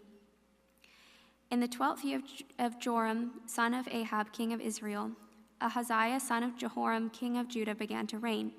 Ahaziah was 22 years old when he became king, and he reigned in Jerusalem 1 year. His mother's name was Athaliah, a granddaughter of Omri, king of Israel. He walked in the ways of the house of Ahab and did evil in the eyes of the Lord, as the house of Ahab had done, for he was related by marriage to Ahab's family. Ahaziah went with Joram, son of Ahab, to war against Hazael, king of Aram at Ramoth Gilead. The Arameans wounded Joram, so King Joram returned to Jezreel to recover from the wounds that the Arameans had inflicted on him at Ramoth in his battle with Hazael, king of Aram. Then Ahaziah, son of Jehoram, king of Judah, went down to Jezreel to see Joram, son of Ahab, because he had been wounded. The prophet Elisha summoned a man from the company of the prophets and said to him, "Tuck your cloak into your belt, take this flask of oil with you, and go to Ramoth Gilead. When you get there, look for Jehu, son of Jehoshaphat, the son of Nimshi. Go to him, get him away from his companions, and take him into an inner room. Then take the flask and pour the oil on his head and declare, 'This is what the Lord says, I anoint you king over Israel.' Then open the door and run, don't delay." So the young man, the prophet, went to Ramoth Gilead. When he arrived, he found the army officers sitting together. "I have a message for you, commander," he said. "For which of us?" asked Jehu. "For you, commander," he replied. Jehu got up and went into the house. Then the prophet poured oil on Jehu's head and declared, "This is what the Lord, the God of Israel, says. I anoint you king over the Lord's people Israel. You are to destroy the house of Ahab your master, and I will avenge the blood of my servants, the prophets, and the blood of all the Lord's servants shed by Jezebel. The whole house of Ahab will perish. I will cut off from Ahab every last male in Israel, slave or free. I will make the house of Ahab like the house of Jeroboam, son of Nebat, and like the house of Baasha, son of Ahijah. As for Jezebel, dogs will devour her on the plot of ground at Jezreel, and no one will bury her." Then he opened the door and ran. When Jehu went out to follow his fellow officers, one of them asked him, "Is everything all right? Why did this madman come to you?" "You know the man and the sort of things he says," Jehu replied.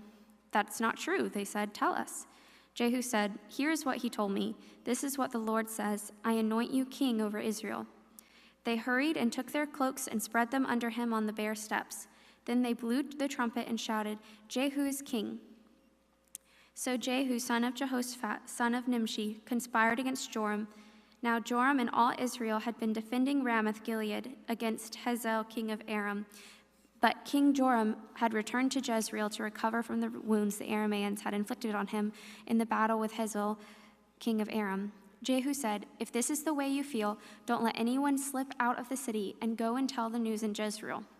Then he got into his chariot and rode to Jezreel, because Joram was resting there, and Ahaziah, king of Judah, had gone down to see him. When the lookout standing on the tower in Jezreel saw Jehu's troops approaching, he called out, "I see some troops approaching." "Get a horseman," Joram answered. "Send him to meet them and ask, 'Do you come in peace?'" The horseman rode off to meet Jehu and said, "This is what the king says. Do you come in peace?"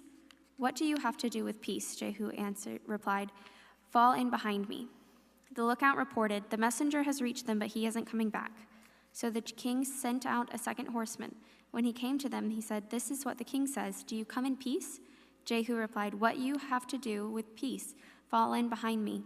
The lookout reported, "He has reached them, but he isn't coming back either." The driving is like that of Jehu, son of Nimshi. He drives like a madman. "Hitch up my chariot," Joram answered. And when it was hitched up, Joram, king of Israel, and Ahaziah, king of Judah, rode out, each in his own chariot, to meet Jehu. They met him at the plot of ground that had belonged to Naboth the Jezreelite. When Joram saw Jehu, he asked, "Have you come in peace, Jehu?" "How can there be peace," Jehu replied, "as long as all the idolatry and witchcraft of your mother Jezebel abound?" Joram turned about and fled, calling to Ahaziah, "Treachery, Ahaziah." Then Jehu drew his bow and shot Joram between the shoulders. The arrow pierced his heart, and he slumped down in his chariot. Jehu said to Bidkar, his chariot officer, "Pick him up and throw him on the field that belonged to Naboth the Jezreelite. Remember how you and I were riding together in chariots behind Ahab his father when the Lord made this prophecy about him. Yesterday I saw the blood of Naboth and the blood of his sons, declares the Lord, and I will surely make you pay for it on this plot of ground, declares the Lord. Now then, pick him up and throw him on that plot in accordance with the word of the Lord." When Ahaziah, king of Judah, saw what had happened, he fled up the road to Beth-Haggan. Jehu chased him, shouting, "Kill him too."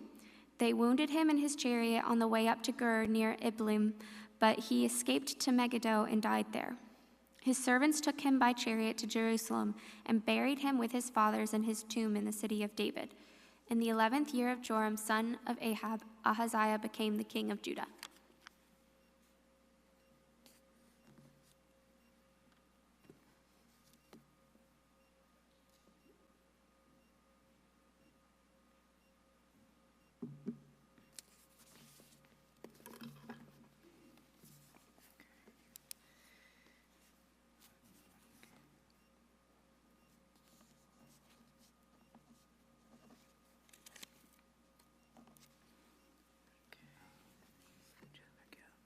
She said right there. Okay. When you get to the chapter, just say chapter 10, chapter 11 as you go along. Okay. Okay. And then you'll tell me when to stop. Thank you.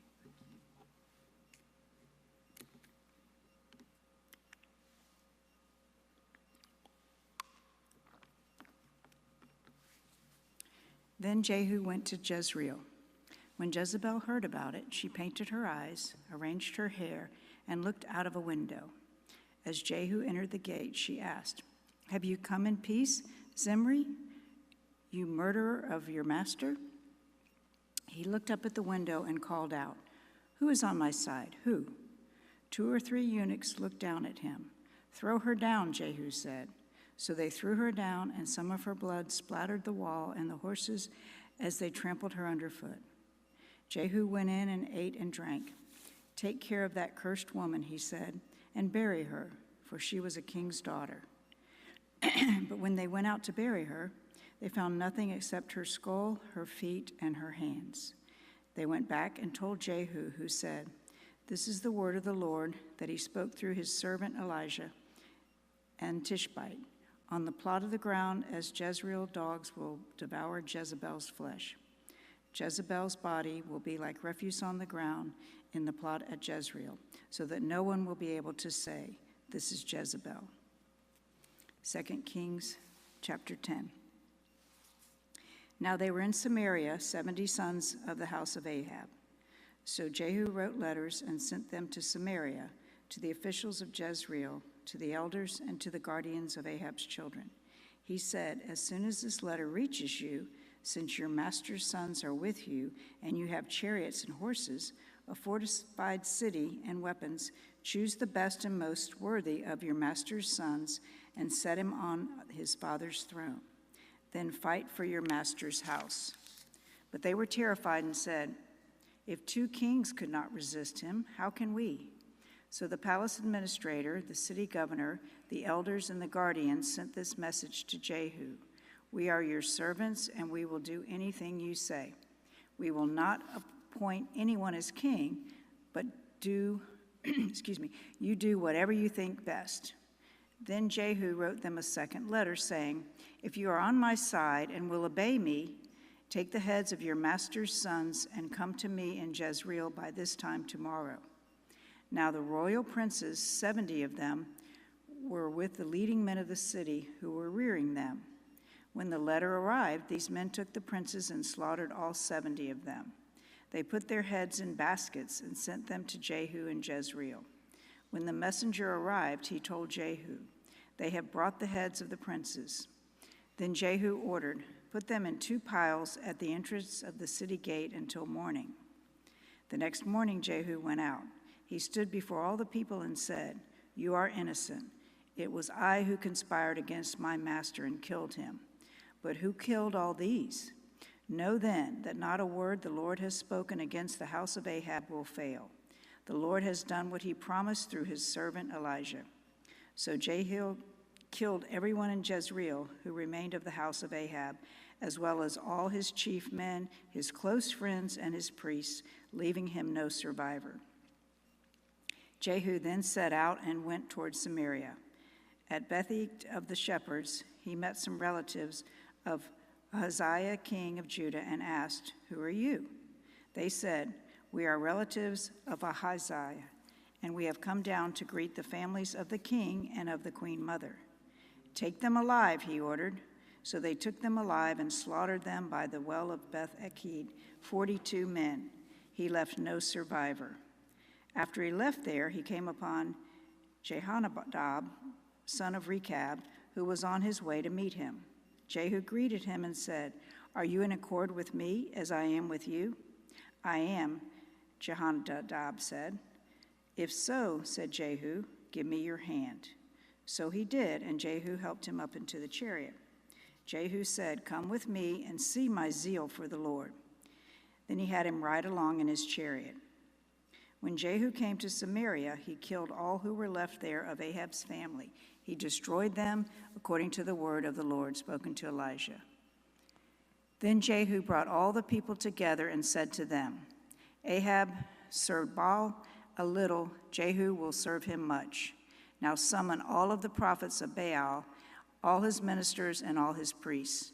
See that no one is missing, because I am going to hold a great sacrifice for Baal. Anyone who fails to come will no longer live." But Jehu was acting deceptively in order to destroy the ministers of Baal. Jehu said, "Call an assembly in honor of Baal." So they proclaimed it, and then he sent word through Israel, and all the ministers of Baal came. Not one stayed away. They crowded into the temple of Baal until it was full from one end to the other. And Jehu said to the keeper of the wardrobe, "Bring robes for all the ministers of Baal." So he brought out robes for them. Then Jehu and Jehonadab, son of Rechab, went into the temple of Baal. Jehu said to the ministers of Baal, "Look around and see that no servants of the Lord are here with you, only ministers of Baal." So they went in to make sacrifices and burnt offerings. Now Jehu had posted 80 men outside with this warning: "If one of you lets any of the men I am placing in your hands escape, it will be your life for his life." As soon as Jehu had finished making the burnt offering, he ordered the guards and officers, "Go in and kill them, let no one escape." So they cut them down with the sword. The guards and officers threw the bodies out and then entered the inner shrine of the temple of Baal. They brought the sacred stone out of the temple of Baal and burned it. They demolished the sacred stone of Baal and tore down the temple of Baal, and people have used it for a latrine to this day. So Jehu destroyed Baal worship in Israel. However, he did not turn away from the sins of Jeroboam, son of Nebat, which he had caused Israel to commit, the worship of the golden calves at Bethel and Dan. The Lord said to Jehu, "Because you have done well in accomplishing what is right in my eyes, and have done to the house of Ahab all that I had in mind to do, your descendants will sit on the throne of Israel to the 4th generation." Yet Jehu was not careful to keep the law of the Lord, the God of Israel, with all his heart. He did not turn away from the sins of Jeroboam, which he had caused Israel to commit. In those days, the Lord began to reduce the size of Israel. Hazael overpowered the Israelites throughout their territory east of the Jordan and all of the land of Gilead, the region of Gad, Reuben, and Manasseh, from Aroer and by the Ornan Gorge through Gilead to Bashan. As for the servants of Jehu's reign, all he did and all his achievements, are they not written in the book in the annals of the kings of Israel? Jehu rested with his fathers and was buried in Samaria. And Jehoahaz, his son, succeeded him as king. The time that Jehu reigned over Israel in Samaria was 28 years. 2 Kings chapter 11. When Athaliah, the mother of Uzziah, saw that her son was dead, she proceeded to destroy the whole royal family. But Jehosheba, the daughter of King Joram and sister of Ahaziah, took Joash, son of Azahah, and stole him away from the royal princes who were about to be murdered. She put him and his nurse in a bedroom to hide them from Athaliah, so he was not killed. He remained hidden with his nurse at the temple of the Lord for 6 years, while Athaliah ruled the land. In the 7th year, Jehoiada sent for the commanders of units of 100, the Karites and the guards, and had them brought to the temple of the Lord. He made a covenant with them and put them under oath at the temple of the Lord. Then he showed them the king's son. He commanded them, saying, "This is what you are to do. You are in the 3 companies that are going on duty on the Sabbath, a third of you guarding the royal palace, a third at the Sur gate, and a third at the gate behind the guard, who take turns guarding the temple. And you who are in the other 2 companies that normally go off Sabbath duty are all to guard the temple for the king. Station yourselves around the king, each man with his weapon in his hand. Anyone who approaches your ranks must be put to death. Stay close to the king wherever he goes." The commanders of units of 100 did just as Jehoiada, the priest, had ordered. Each one took his men, those who were going on the duty on the Sabbath, and those who were going off duty, and came to Jehoiada, the priest. Then he gave the commanders the spears, the shields that had belonged to King David and that were in the temple of the Lord. Right here. Verse 11. Okay. Yep. Thank you so much. Thank you. Happy New Year, dear. The guards each with his weapon in his hand. Let's do this first and I'll let you get back after it. And if y'all read another shift, you don't have to do this part again. Okay.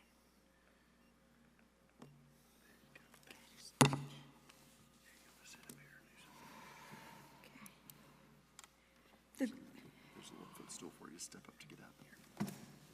Oh, yeah, there you go. okay, great. Is that good? The guards, each with his weapon in his hand, stationed themselves around the king near the altar and the temple, from the south side to the north side of the temple. Jehoiada brought out the king's son and put the crown on him. He presented him with a copy of the covenant and proclaimed him king. They anoint him, and the people clapped their hands and shouted, "Long live the king." When Athaliah heard the noise made by the guards and the people, she went to the and looked, and there was the king standing by the pillar, as the custom was. The officers and the trumpeters were beside the king, and all the people of the land were rejoicing and blowing the trumpets. Then Athaliah tore her robes and called out, "Treason, treason!" Jehoiada the priest ordered the commanders of the units of 100 who were in the charge of the troops, "Bring her out between the ranks and put to the sword anyone who follows her." For the priest had said she must not be put to death in the temple of the Lord. So they seized her as she reached the place where the horses entered the palace grounds, and there she was put to death. Jehoiada then made a covenant between the Lord and the king and people that they would be the Lord's people. He also made a covenant between the king and the people. All the people of the land went to the temple of Baal and tore it down. They smashed the altars and the idols to pieces, and they killed Mattan the priest of Baal in front of the altars. Then Jehoiada the priest posted guards at the temple of the Lord. He took with him the commanders of the hundreds, the Karites, the guards, and all the people of the land. And together they brought the king down from the temple of the Lord and went into the palace, entering by the way of the gate of the guards. The king then took his place on the royal throne, and all the people of the land rejoiced, and the city was quiet because Athaliah had been slain with the sword at the palace. Joash was 7 years old when he began to reign. Reading 2 Kings 12. In the 7th year of Jehu, Joash became king, and he reigned in Jerusalem 40 years. His mother's name was Ziba. She was from Beersheba. Joash did what was right in the eyes of the Lord all the years Joiada the priest instructed him. The high places, however, were not removed. The people continued to offer sacrifices and burnt incense there. Joash said to the priest, "Collect all the money that is brought as sacred offerings to the temple of the Lord, the money collected in the census, the money received from personal vows, and the money brought voluntarily to the temple. Let every priest receive the money from one of the treasurers, and let it be used to repair whatever damage is found in the temple." But by the 23rd year of King Joash, the priest still had not repaired the temple. Therefore, King Joash summoned Jehoiada, the priest, and the other priests, and asked them, "Why aren't you repairing the damage done to the temple? Take no more money from your treasurers, but hand it over for repairing the temple." The priest agreed that they would not collect any more money from the people, and that they would not repair the temple themselves. Jehoiada, the priest, took a chest, bore a hole in its lid. He placed it beside the altar, and on the right side, as one enters the temple of the Lord. The priest who guarded the entrance put into the chest all the money that was brought to the temple of the Lord. Whenever they saw that there was a large amount of money in the chest, the royal secretary and the high priest came, counted the money that had been brought into the temple of the Lord, put it into bags. When the amount had been determined, they gave the money to the men appointed to supervise the work of the temple. With it, they paid those who worked on the temple of the Lord, the carpenters and the builders, the masons and the stone cutters. They purchased timber and dressed stone for the repair of the temple of the Lord, and met all the other expenses of restoring the temple. The money brought into the temple was not spent for making silver basins, wick trimmers, sprinkling bowls, trumpets, or other articles of gold or silver for the temple of the Lord. It was paid to the workmen who used it to repair the temple. They did not require an accounting from those to whom they gave the money to pay the workers, because they acted with complete honesty. The money from the guilt offerings and the sin offerings were not brought into the temple of the Lord. It belonged to the priest. About this time, Hazael, king of Aram, went up and attacked Gath and captured it. Then he turned to attack Jerusalem. But Joash, king of Judah, took all the sacred objects dedicated by his fathers, Jehoshaphat, Jeroboam, and Ahijah, the kings of Judah, and the gift he himself had dedicated, and all the gold found in the treasuries of the temple of the Lord and of the royal palace, and he sent them to Hazael, king of Aram, who then withdrew from Jerusalem. As for the other events of the reign of Joash and all that he did, are they not written in the book of the annals of the kings of Judah? His officials conspired against him and assassinated him at Beth Millo, and the road down to Selah. The officials who murdered him were Joshabad, son of Shemath, and Jehozabad, son of Shomer. He died and was buried with his fathers in the city of David, and Amasa, his son, succeeded him as king. 2 Kings 13. In the 23rd year of Joash, son of Ahaziah, king of Judah, Jehoahaz, son of Jehu, became king of Israel in Samaria, and he reigned 17 years. He did evil in the sight of the Lord by following the sins of Jeroboam, son of Nebat, which he had caused Israel to commit, and he did not turn away from them. So the Lord's anger burned against Israel.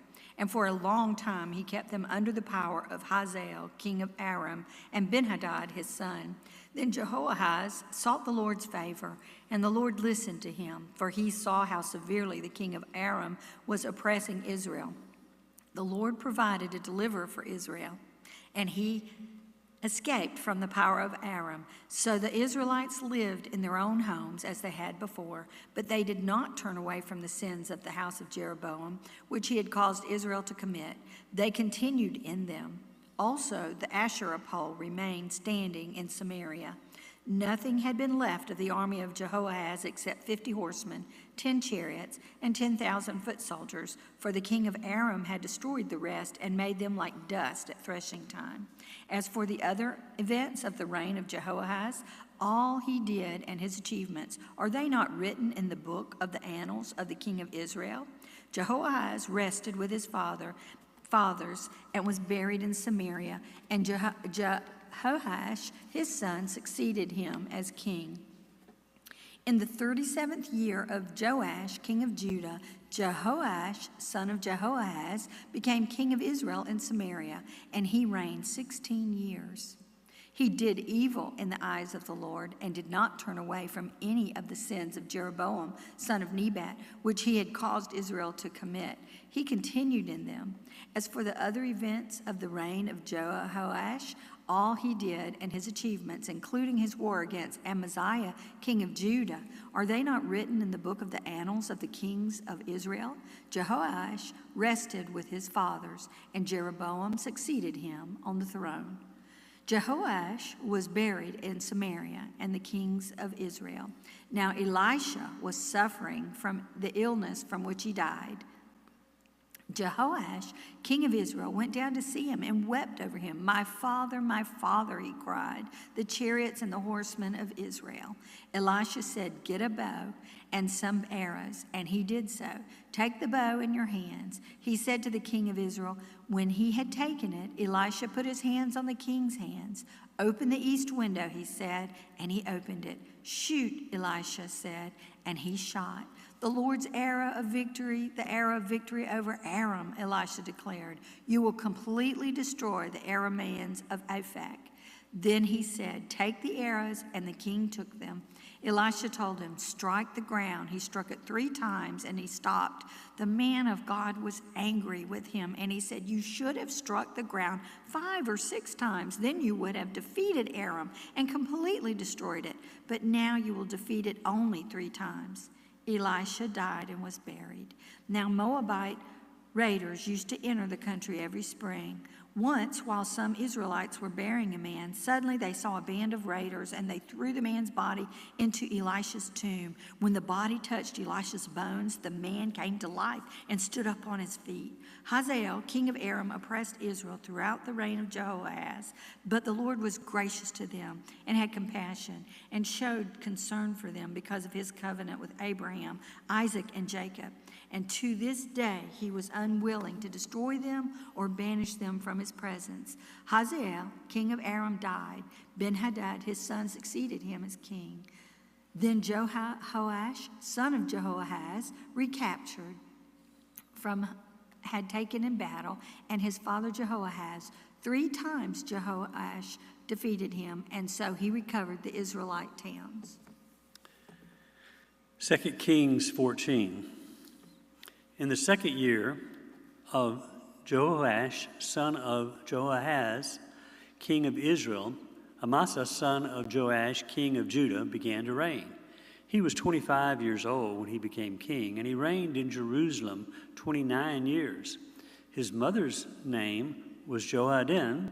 She was from Jerusalem. He did what was right in the eyes of the Lord, but not as his father David had done. In everything, he followed the example of his father, Joash. The high places, however, were not removed.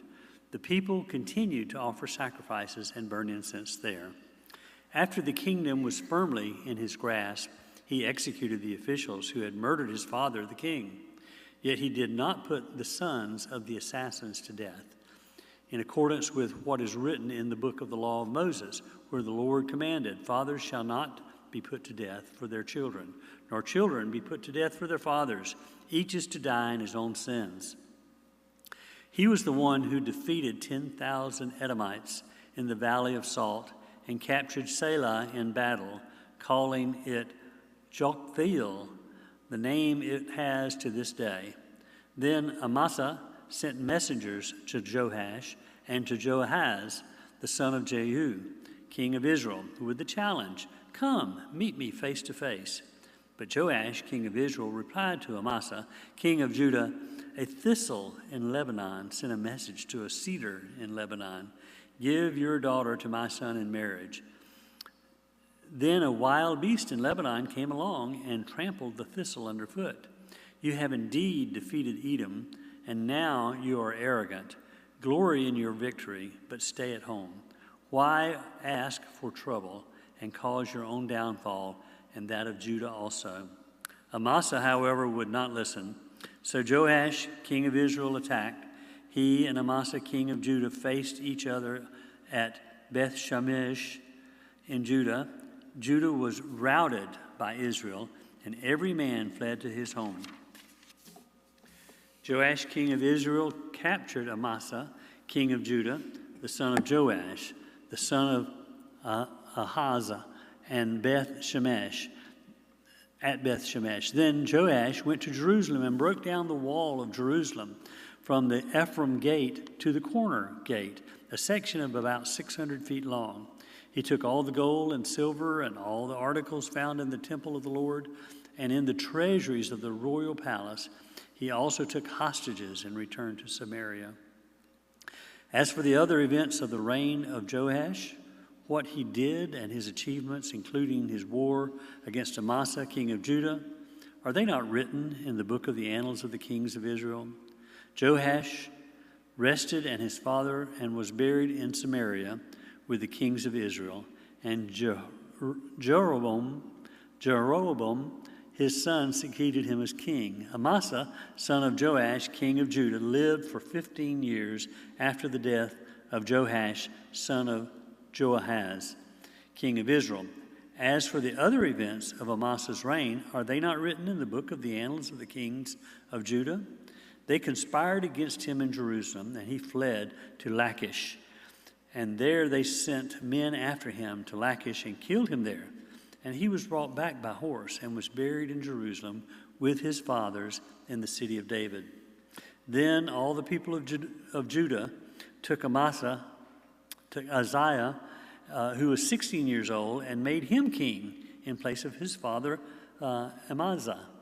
He was the one who rebuilt Elath and restored it to Judah after Amaziah rested with his fathers. In the 15th year of Amasa, son of Joash, king of Judah, Jeroboam, son of Joash, king of Israel, became king in Samaria, and he reigned 41 years. He did evil in the sight of the Lord and did not turn away from any of the sins of Jeroboam, son of Nebat, which he had caused Israel to commit. He was the one who restored the boundaries of Israel from Lebo, Hamath, to the sea of the Arabah, in accordance with the word of the Lord, the God of Israel, spoken through his servant Jonah, son of Amittai, the prophet in Gath-hepher. The Lord had seen how bitterly everyone in Israel, whether slave or free, was suffering. There was no one to help them, and since the Lord had not said he would blot out the name of Israel from under heaven, he saved them by the hand of Jeroboam, son of Joash. As for the other events of Jeroboam's reign, all he did and his military achievements, including how he recovered from Israel both Damascus and Hamath, which had belonged to Judah, are they not written in the books of the annals of the kings of Israel? Jeroboam rested with his fathers, the king of Israel, and Zechariah, his son, succeeded him as king. 2 Kings 15. In the 27th year of Jeroboam, king of Israel, Azariah, son of Amaziah, king of Judah, began to reign. He was 16 years old when he became king, and he reigned in Jerusalem 52 years. His mother's name was Jechaliah. She was from Jerusalem, and he did what was right in the eyes of the Lord, just as his father Amaziah had done. The high places, however, were not removed. The people continued to offer sacrifices and burn incense there. The Lord afflicted the king with leprosy until the day he died, and he lived in a separate house. Jotham, the king's son, had charge of the place and governed the people of the land. As for other events of Azariah's reign and all he did, are they not written in the book of the annals of the king of Judah? Azariah rested with his father and was buried near them in the city of David, and Jotham, his son, succeeded him as king. In the 38th year of Azariah, king of Judah, Zechariah, son of Jeroboam, became king of Israel in Samaria, and he reigned 6 months. He did evil in the eyes of the Lord, as his fathers had done. He did not turn away from the sins of Jeroboam, son of Nebat, which he had caused Israel to commit. Shallum, the son of Jabesh, conspired against Zechariah. He attacked him in front of the people, assassinated him, and succeeded him as king. The other events of Zechariah's reign are written in the book of the annals of king of Israel. So the word of the Lord spoken to Jehu was fulfilled. Your descendants will sit on the throne of Israel to the 4th generation. Shallum, the son of Jabesh, became king in the 39th year of Uzziah, king of Judah, and he reigned in Samaria 1 month. Then Menahem, son of Gadi, went from Tirzah up to Samaria. He attacked Shallum, son of Jabesh, in Samaria, assaulted him, and succeeded him as king. The other events of Shallum's reign and the conspiracy he led are written in the book of annals of the king of Israel. At that time, Menahem started out from Tirzah, attacked Tiphsah, and everyone in the city and its vicinity, because they refused to open their gates. He sacked Tiphsah, and he ripped open all the pregnant women.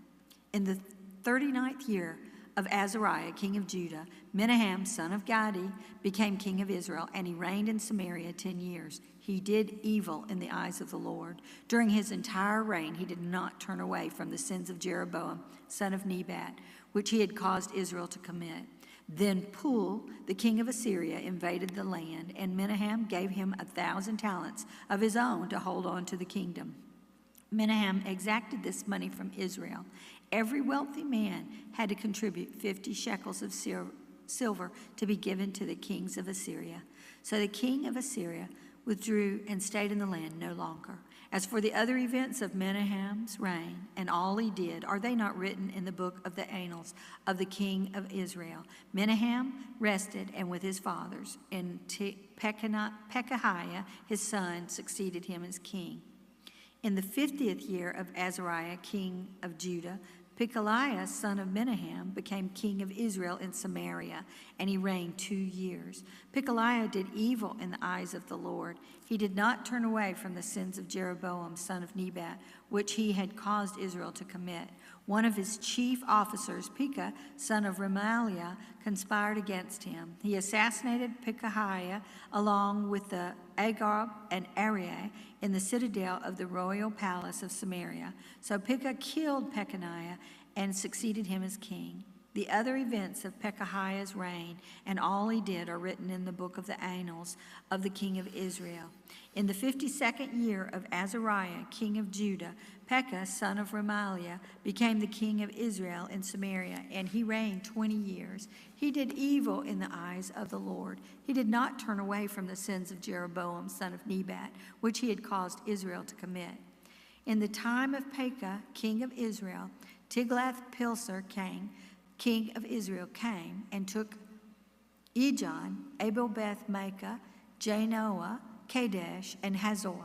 He took Gilead and Galilee, including all the land of Naphtali, and deported the people of Assyria to Assyria.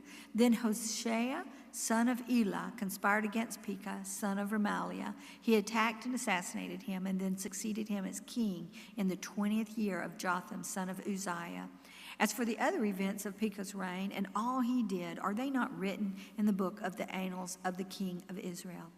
In the 2nd year of Pekah, son of Remaliah, king of Israel, Jotham, son of Uzziah, king of Judah, began to reign.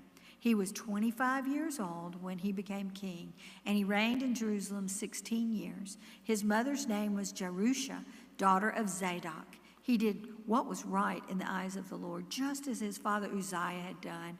The high places, however, were not removed. The people continued to offer sacrifices and burn incense there. Jotham rebuilt the upper gate of the temple of the Lord. As for the other events of Jotham's reign and what he did, are they not written in the book of the annals of the king of Judah?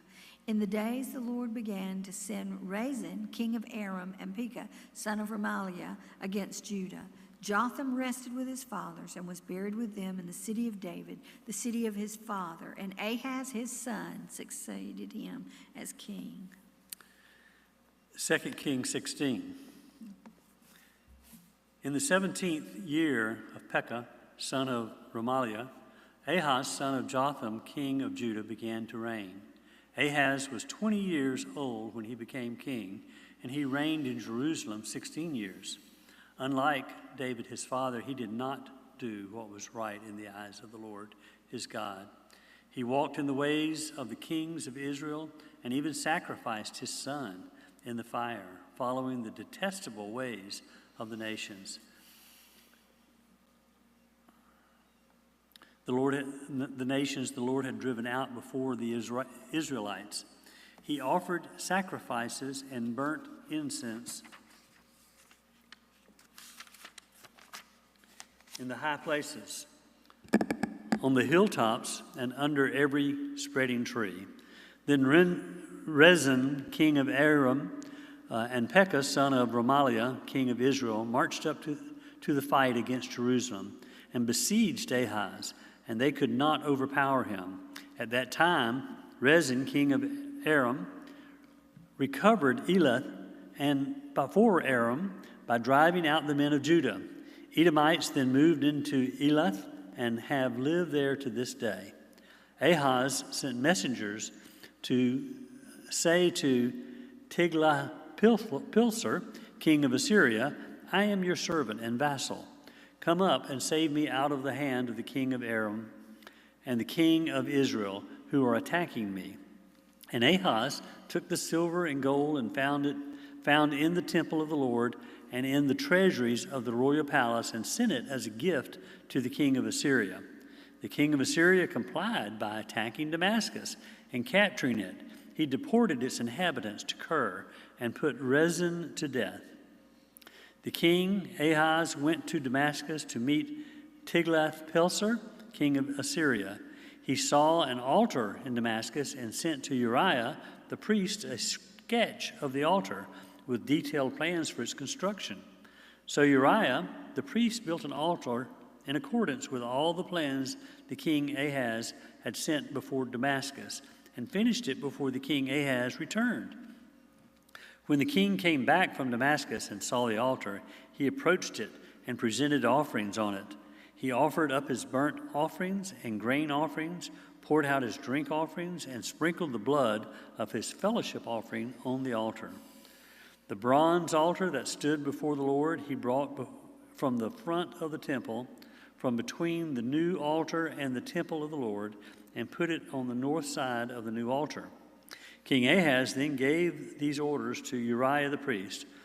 On the large new altar, offer the morning burnt offerings and the evening grain offerings, the king's burnt offering and his grain offering, and the burnt offerings of all the people of the land, and their grain offerings and their drink offerings. Sprinkle on the altar all of the blood of the burnt offerings and the sacrifices. But I will use the bronze altar for seeking guidance. And Uriah the priest did just as King Ahaz had ordered. King Ahaz took away the side panels and removed the basins from the movable stands. He removed the sea from the bronze bulls that supported it and set it on a stone base. He took away the Sabbath canopy that had been built at the temple and removed the royal entryway outside the temple of the Lord, in deference to the king of Assyria. As for the other events of the reigns of Ahaz and what he did, are they not written in the book of the annals of the kings of Judah? Ahaz rested with his fathers and was buried with them in the city of David, and Hezekiah his son succeeded him as king. 2 Kings chapter 17. In the 12th year of Ahaz, king of Judah, Hoshea, son of Elah, became king of Israel in Samaria, and he reigned 9 years. He did evil in the eyes of the Lord, but not like the kings of Israel who preceded him. Shalmaneser, king of Assyria, came up to attack Hoshea, who had been Shalmaneser's vassal and had paid him tribute. But the king of Assyria discovered that Hoshea was a traitor, and he sent envoys, and so king of Egypt, and so he was no longer paid tribute to the king of Assyria, as he had done year by year. Therefore Shalmaneser seized him and put him in prison.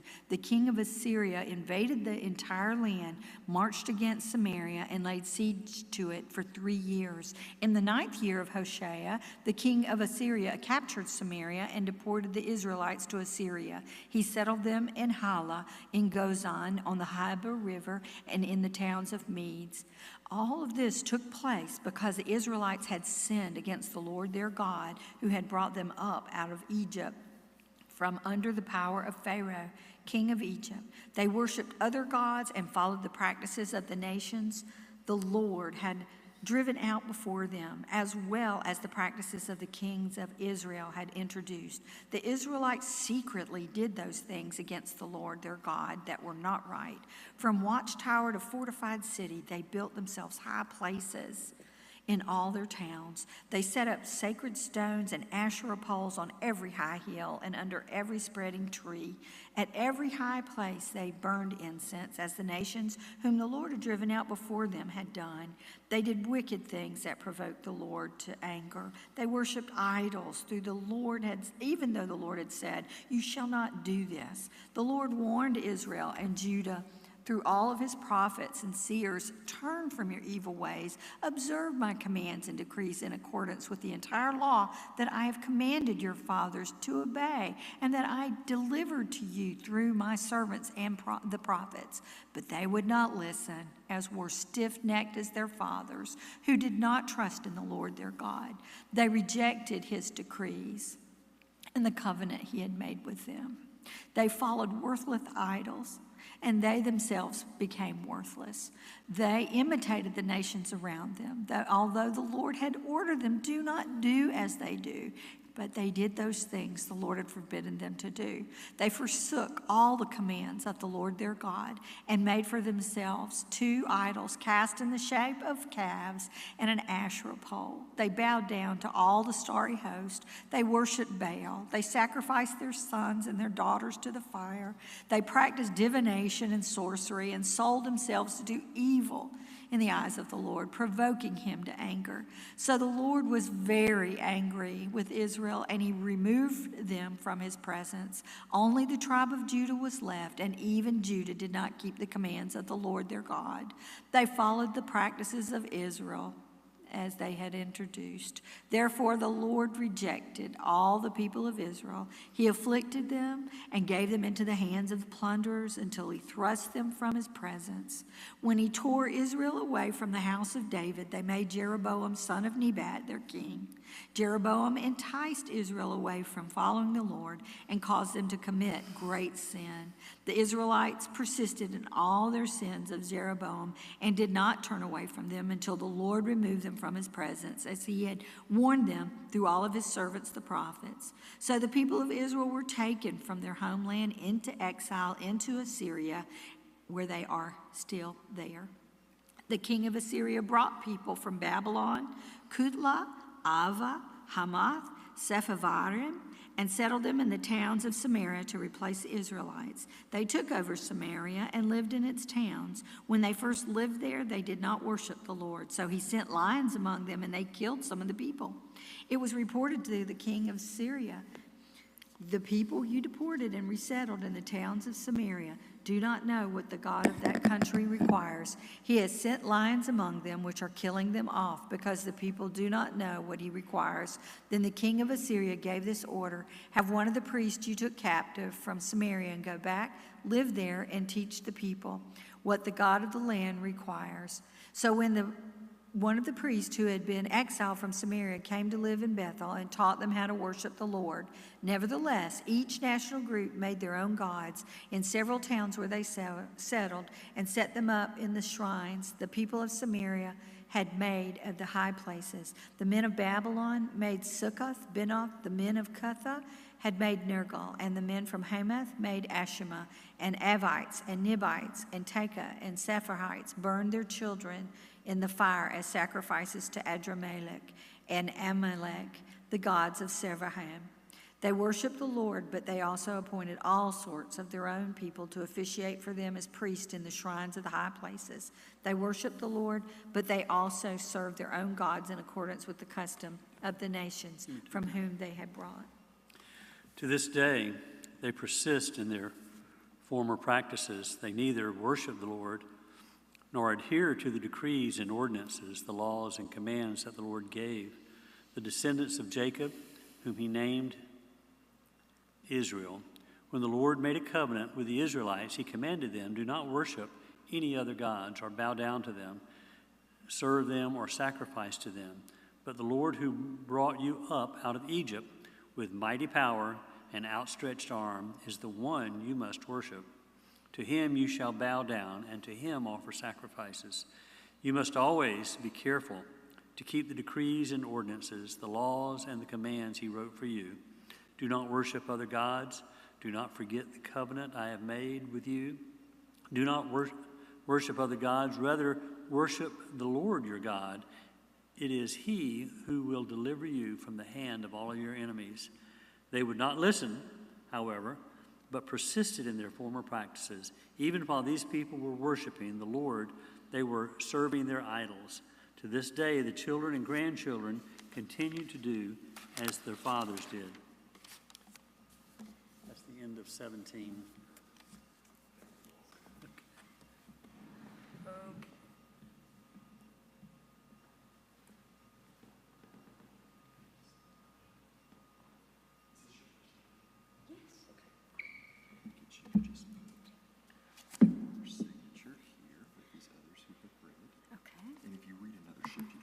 Oh, okay. Yeah, I've got two more. Okay, if I sign Skeety. Absolutely. Okay. Sign Jamie wouldn't know me. Would you want the stool or do you want to stand? I think the stool. Okay, great. Yeah, because sometimes my. That's fine. So you just pick up, every time you get to the beginning of a chapter, just say 2 Kings Yes. chapter 18. Yes. Just so that on the video we can find it. Right. Okay? Do you need this No, to get up there? You got it? Well, I could get up.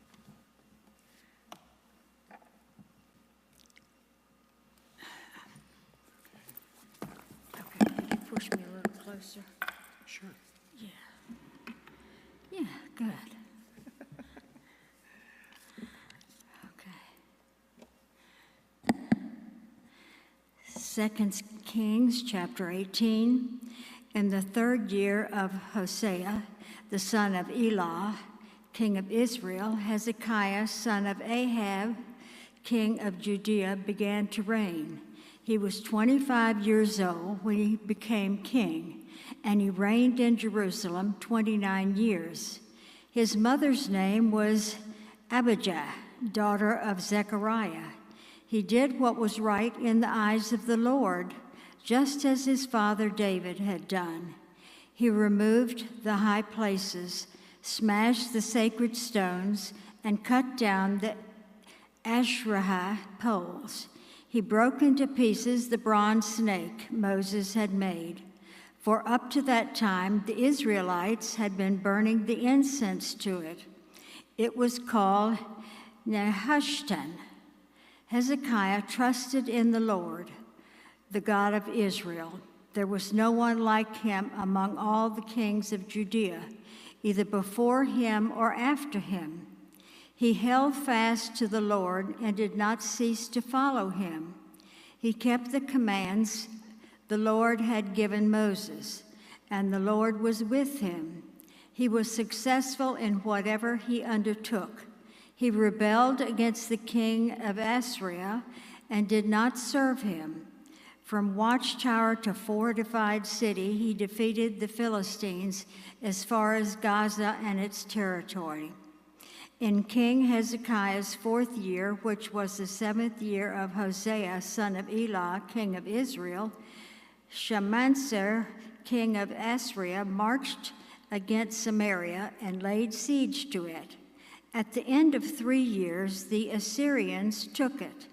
So Samaria was captured in Hezekiah's 6th year, which was the 9th year of Hosea, king of Israel. The king of Assyria deported Israel to Assyria and settled them to Halah in Gozan on the Habar River and in towns of the Medes. This happened because they had not obeyed the Lord their God, but had violated his covenant, all that Moses, the servant of the Lord, commanded. They neither listened to the commands nor carried them out. In the 14th year, the king Hezekiah's reign, Sennacherib, king of Assyria, attacked all the fortified cities of Judah and captured them. So Hezekiah, king of Judah, sent this message to the king of Assyria at Lachish: I have done wrong. Withdraw from me, and I will pay whatever you demand of me. The king of Assyria exacted from Hezekiah, king of Judea, 300 talents of silver and 30 talents of gold. So Hezekiah gave him all the silver that was found in the temple of the Lord and in the treasures of the royal palace. At this time, Hezekiah, king of Judah, stripped off the gold with which he had covered the doors and doorposts of the temple of the Lord, and gave it to the king of Assyria. The king of Assyria sent his supreme commander, the chief officer, and his field commander with a large army from Lachish to King Hezekiah at Jerusalem. They came up to Jerusalem and stopped at the aqueduct of the upper pool on the road to the washerman's field. They called for the king of Eliakim, son of Hilkiah, the palace administrator, Shebna, the secretary, and John, son of Asaph, the recorder, went out to them. The field commander said to them, Tell Hezekiah, this is what the great king, the king of Assyria, says. On what are you basing this confidence of yours? You say you have strategy and military strength, but you speak only empty words. On whom are you depending that you rebel against me? Look now, you are depending on Egypt, that splintered reed of a staff which pierces a man's hand and wounds him if he leans on it. Such is Pharaoh, king of Egypt, to all who depend on him. And if you say to me, we are depending on the Lord our God, isn't he the one whose high places and altars Hezekiah removed, saying to Judah and to Jerusalem, you must worship before this altar in Jerusalem? Come now, make a bargain with my master, the king of Assyria. I will give you 2,000 horses if you can put riders on them. How can you repulse one officer of the least of my master's officials, even though you are depending on Egypt for chariots and horsemen? Furthermore, have I come to attack and destroy this place without word from the Lord?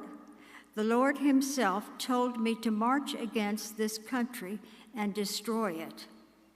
Then Eliakim, son of Hilkiah, and Shebna and Jonah said to the field commander, please speak to your servants in Aramaic, since we understand it. Don't speak to us in Hebrew in the hearing of the people on the wall.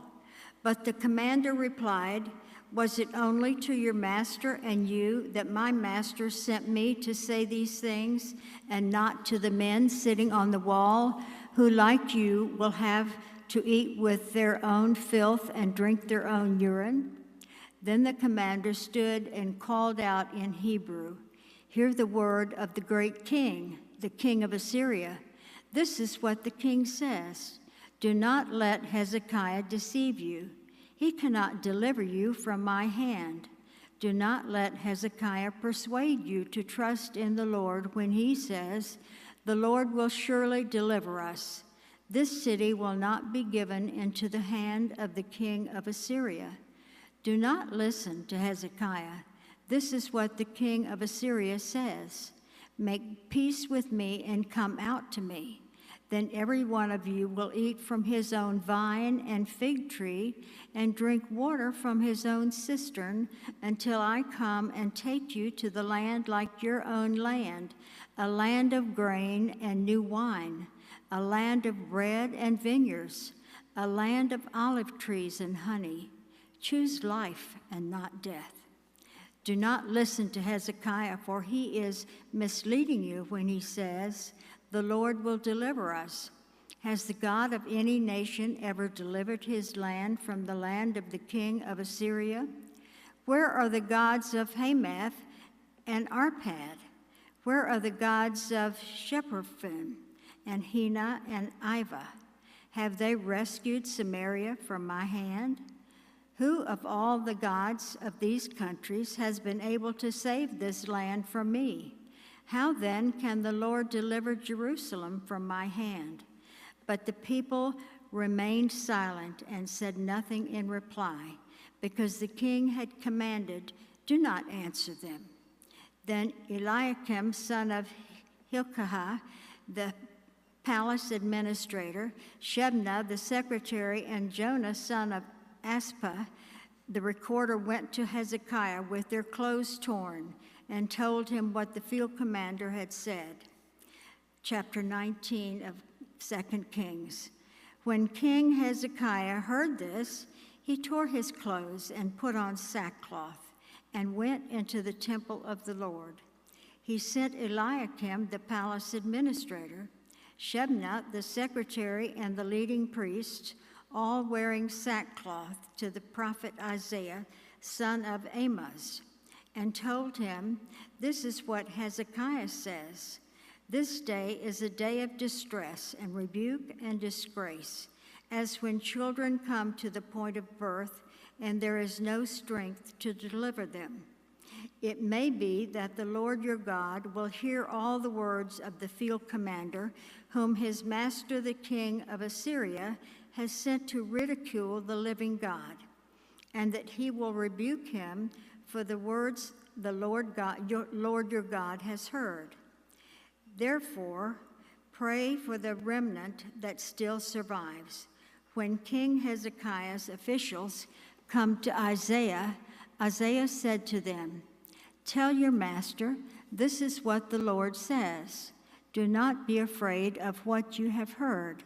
Those words with which the underlings of the king of Assyria have blasphemed me.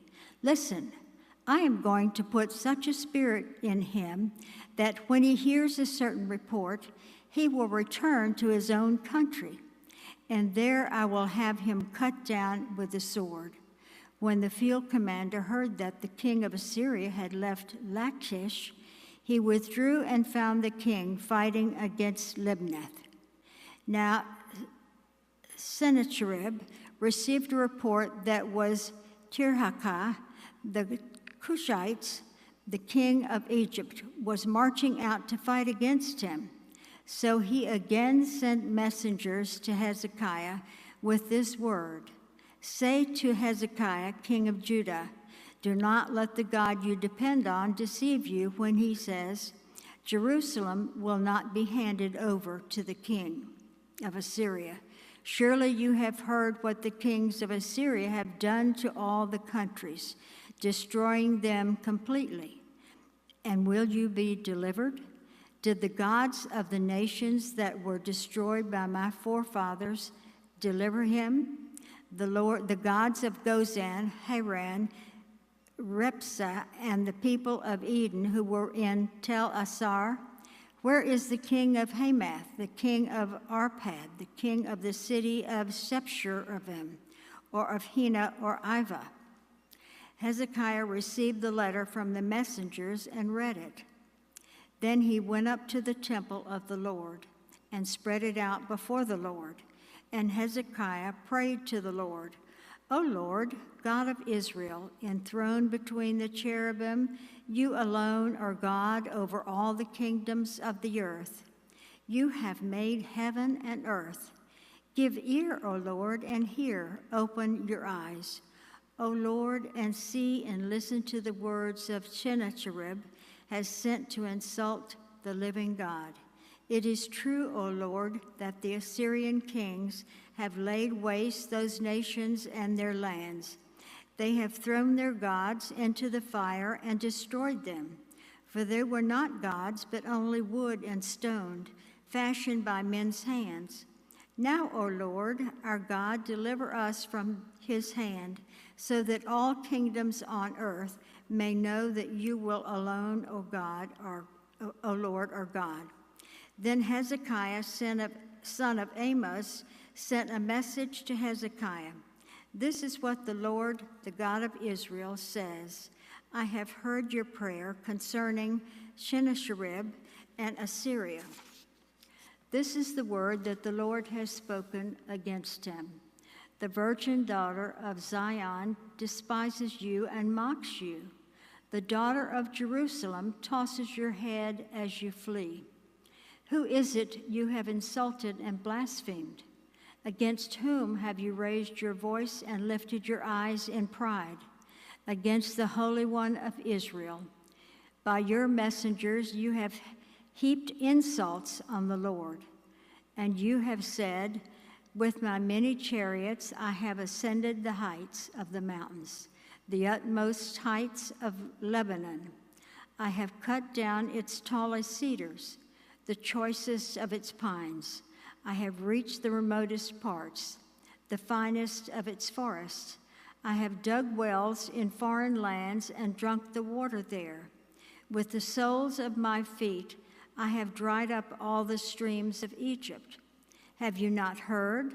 Long ago I ordained it. In days of old I planned it. Now I have brought it to pass that you have turned fortified cities into piles of stone. Their people, drained of power, are dismayed and put to shame. They are like plants in the field, like tender green shoots, like grass sprouting on the roof, scorched before it grows up. But I know where you stay and when you come and go, and how you rage against me. Because you rage against me and your insolence has reached my ears, I will put my hook in your nose and my bit in your mouth, and I will make you return by the way you came. This will be the sign for you, O Hezekiah. This year you will eat what grows by itself, and the second year what springs from that. But in the third year sow and reap, plant vineyards and eat their fruit. Once more a remnant of the house of Judah will take root below and bear fruit above. For out of Jerusalem will come a remnant, and out of Mount Zion a band of survivors. The zeal of the Lord Almighty will accomplish this. Therefore, this is what the Lord says concerning the king of Assyria. He will not enter this city or shoot an arrow here. He will not come before it with the shield or build a siege ramp against it. By the way that he came, he will return. He will not enter this city, declares the Lord. I will defend this city and save it, for my sake and for the sake of David my servant. That night the angel of the Lord went out and put to death 185,000 men in the Assyrian camp. When the people got up the next morning, there were all the dead bodies. So Sennacherib, king of Assyria, broke camp and withdrew. He returned to Nineveh and stayed there. One day, while he was worshiping in the temple of his god Nisroch, his sons Adrammelech and Sharezer cut him down with the sword, and they escaped to the land of Ararat.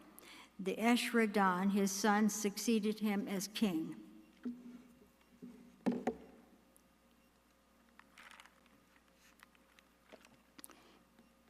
The 20th chapter of 2 Kings. That's the end of your shift. You can keep reading if you want. The next person's not here. Okay, I'll keep. Take over. You want to keep No, reading? I'll keep reading. Okay, great. In those days, Hezekiah became ill and was at the point of death. The prophet Isaiah, son of Amos, went to him and said, "This is what the Lord says. Put your house in order because you are going to die. You will not recover." Hezekiah turned his face to the wall and prayed to the Lord. "Remember, O God, O Lord, how I have walked before you faithfully and with wholehearted devotion and have done what is good in your eyes." And Hezekiah wept bitterly. Before Isaiah had left the middle court, the word of the Lord came to him. Go back and tell Hezekiah, the leader of my people, this is what the Lord, the God of your father, David, says. I have heard your prayer and seen your tears. I will heal you. On the third day from now, you will go up to the temple of the Lord. I will add 15 years to your life, and I will deliver you and this city from the land of the king of Assyria. I will defend this city for my sake and for the sake of my servant David. Then Isaiah said, prepare a poultice of figs. And they did so and applied it to the boil, and he recovered. Hezekiah said to Isaiah, that will be the sign that the Lord will heal me, and that I will go up to the temple of the Lord on the third day from now. Isaiah answered, this is the Lord's sign to you, that the Lord will do what he has promised. Shall the shadow go forth 10 steps, or shall it go back 10 steps? It is a simple matter for the shadow to go forward 10 steps, said Hezekiah. Rather, have it go back 10 steps. Then the prophet Isaiah called upon the Lord, and the Lord made the shadow go back the 10 steps it had gone down on this stairway of Ahaz. At that time, Merodach, Baladan, son of Baladan, king of Babylon, sent Hezekiah letters and a gift. Because he had heard of Hezekiah's illness, Hezekiah received the messengers and showed them all that was in his storehouses, the silver, the gold, and the spices, and the fine oil, his armory, and everything found among his treasures. There was nothing in his palace or in all his kingdom that Hezekiah did not show them. Then Hezekiah the prophet went to King Hezekiah and asked, what did those men say, and where did they come from? From a distant land, Hezekiah replied. They came from Babylon. The prophet asked, what did they see in your palace? They saw everything in my palace, Hezekiah said. There is nothing upon my treasures that I did not show them. Then Isaiah said to Hezekiah, hear the word of the Lord. The time will surely come when everything in your palace and all that your fathers have stored up until this day will be carried off to Babylon. Nothing will be left, said the Lord. And some of your descendants, your own flesh and blood, that will be born to you will be taken away, and they will become eunuchs in the palace of the king of Babylon. The word of the Lord you have spoken is good, Hezekiah replied. For he thought, will there not be peace and security in my lifetime? As for the other events of Hezekiah's reign, all his achievements and how he made the pool and the tunnel by which he brought water into the city, are they not written in the book of the animals and the kings of Judah? Hezekiah rested with his fathers, and Manasseh, his son, succeeded him as king. The 21st chapter of 2 Kings. Manasseh was 12 years old when he became king, and he reigned in Jerusalem 55 years. His mother's name was Hephzibah. He did evil in the eyes of the Lord, following the detestable practices of the nations the Lord had driven out before the Israelites. He rebuilt the high places his father Hezekiah had destroyed. He also erected altars of Baal and went and made an Asherah pole, and as Ahab, king of Israel, had done. He bowed down to all the starry hosts and worshiped them. He built altars in the temple of the Lord, of which the Lord had said, in Jerusalem I will put my name, in both courts of the temple of the Lord.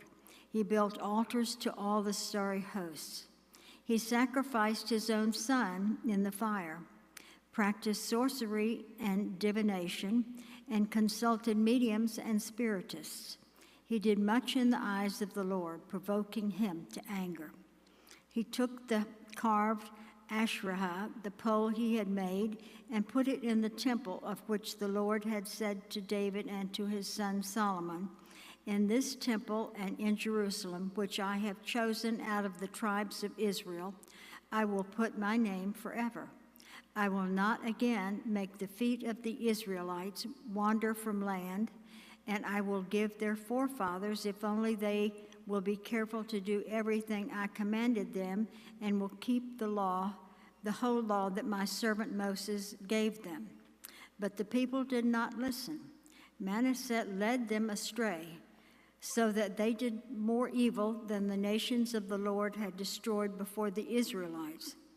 The Lord had said through his servants, the prophets, Manasseh, king of Judah, has committed these detestable sins.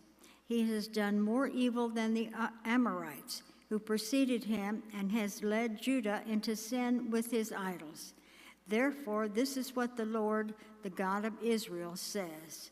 I am going to bring such disaster on Jerusalem and Judah that the ears of everyone who hears of it will tingle.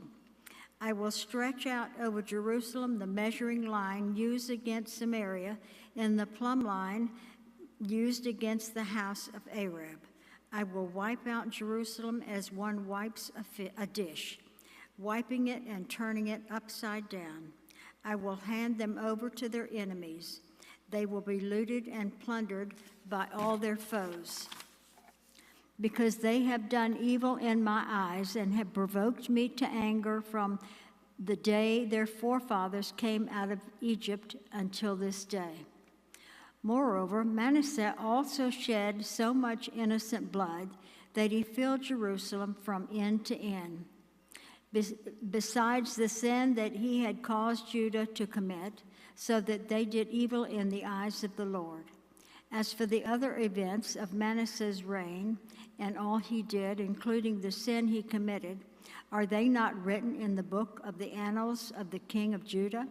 Manasseh rested with his fathers and was buried in his palace garden, the garden of Uzzah, and Amon, his son, succeeded him as king. Amon was 22 years old when he became king, and he reigned in Jerusalem 2 years. His mother's name was Meshelemeth,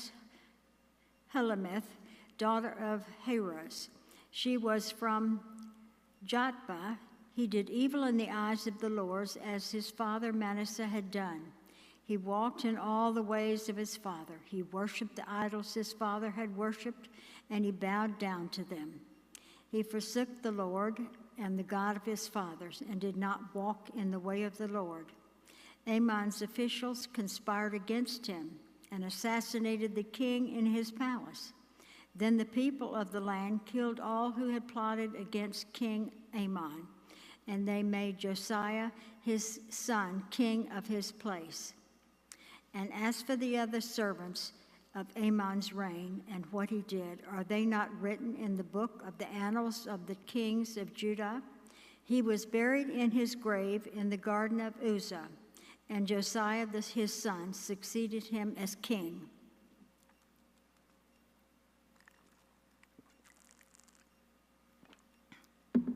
The 22nd chapter of 2 Kings. Josiah was 8 years old when he became king, and he reigned in Jerusalem 31 years. His mother's name was Jedidiah, daughter of Adonai. She was from Bozkath. He did what was right in the eyes of the Lord, and walked in all the ways of his father David, not turning aside to the right or to the left. In the 18th year of his reign, King Josiah sent the secretary Shaphan, son of Azaliah, the son of Meshullam, to the temple of the Lord. He said, "Go up to Hilkiah, the high priest, and have him get ready the money that has been brought into the temple of the Lord, which the doorkeepers have collected from the people. Have them entrusted to the men appointed to supervise the work on the temple, and have these men pay the workers who repair the temple of the Lord, the carpenters, the builders, and the masons, and have them purchase timber and dressed stone to repair the temple. but they need not account for the money entrusted to them because they are acting faithfully. Hilkiah, the high priest, said to Shaphan, the secretary, I have found the book of the law in the temple of the Lord. He gave it to Shaphan, who read it. Then Shaphan, the secretary, went to the king and reported to him, Your officials have paid out the money that was in the temple to the Lord and have entrusted it to the workers and supervisors at the temple. Then Shaphan, the secretary, informed the king, Hilkiah, the priest, has given me a book.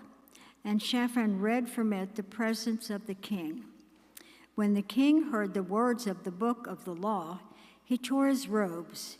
He gave these orders to Hilkiah, the priest, and Elkam, son of Shaphan, Akbor, son of Milkiah, Shaphan the secretary, and Isaiah the king's attendant.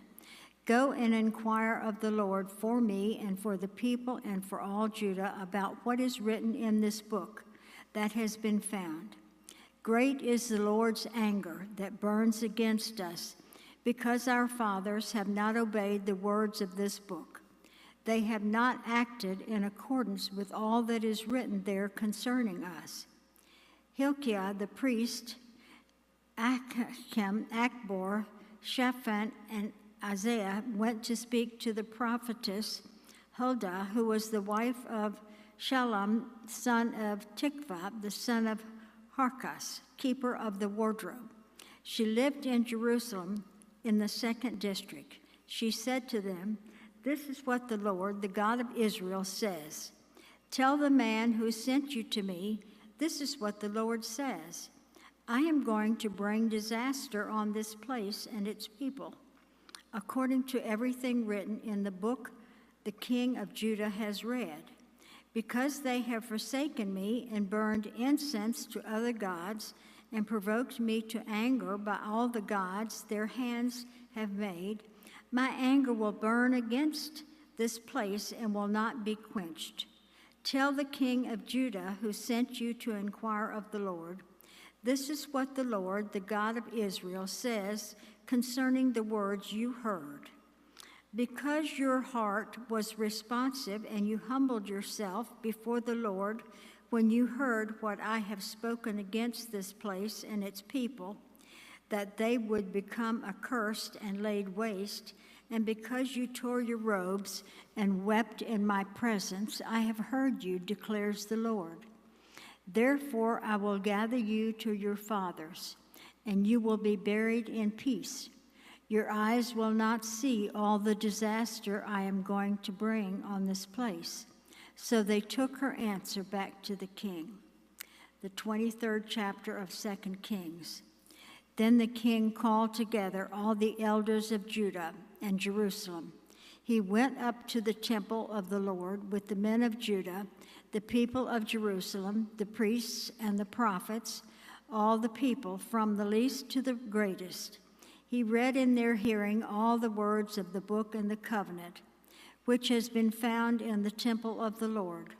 The king stood by the pillar and renewed the covenant in the presence of the Lord, to follow the Lord and keep his commands, regulations and decrees with all his heart and all his soul, thus confirming the words of the covenant written in this book.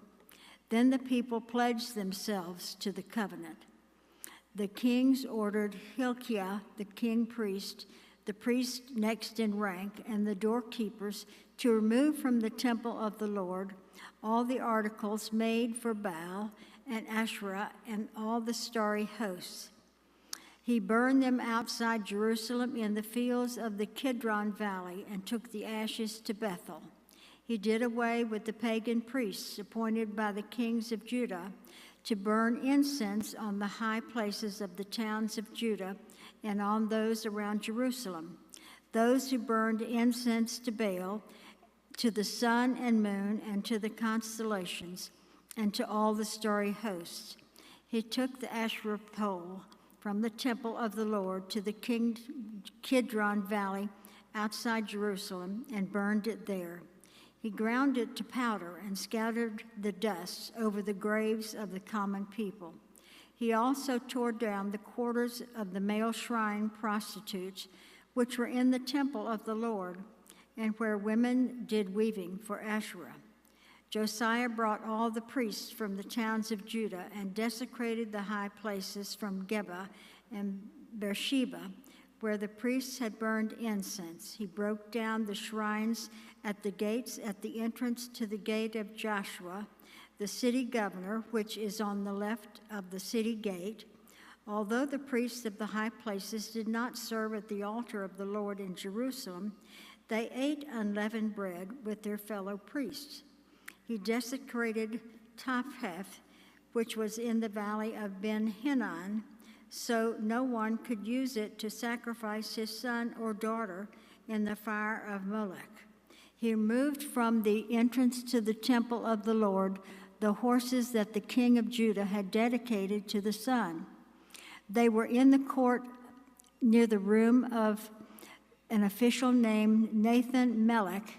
Josiah then burned the chariots dedicated to the sun.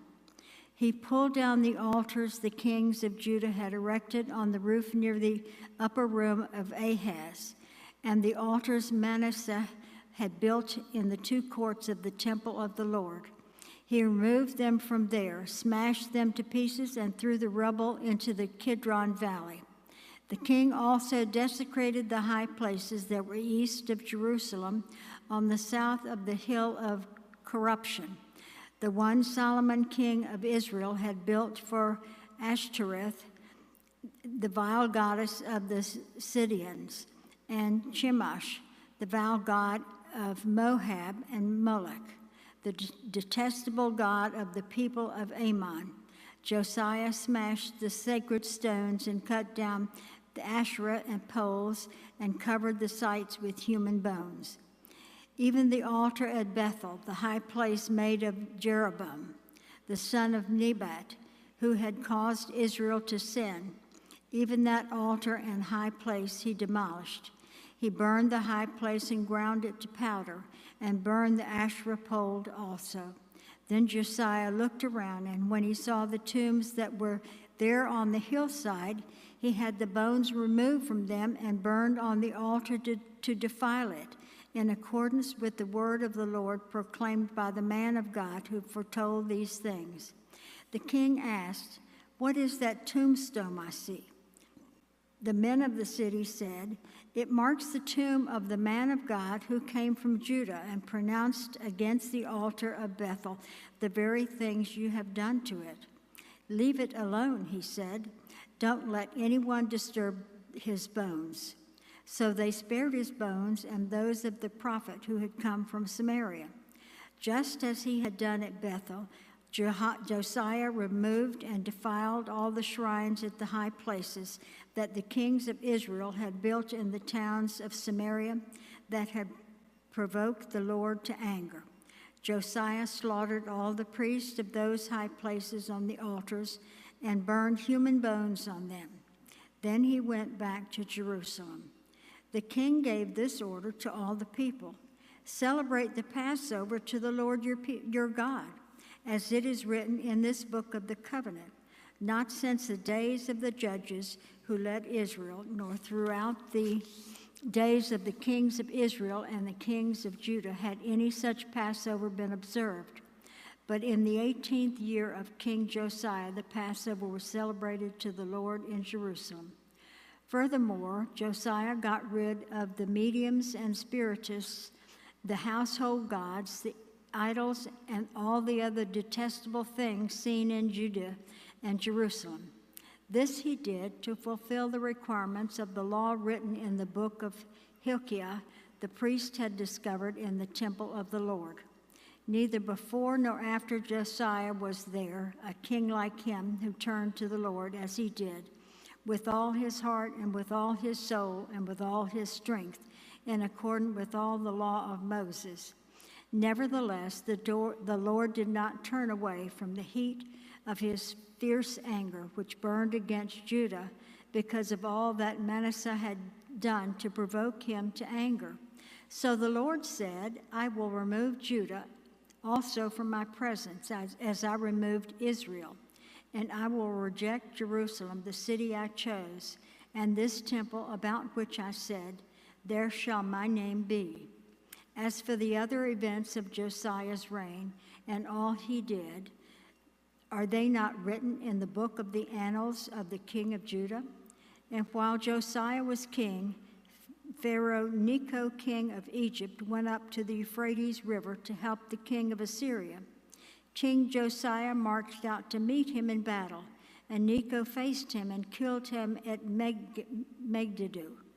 Josiah's servants brought his body in a chariot from Megiddo to Jerusalem and buried him in his own tomb.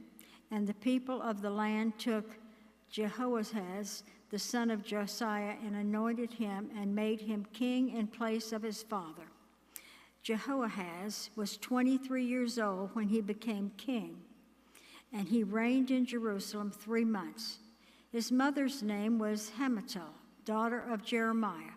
She was from Libnah. He did evil in the eyes of the Lord, just as his fathers had done.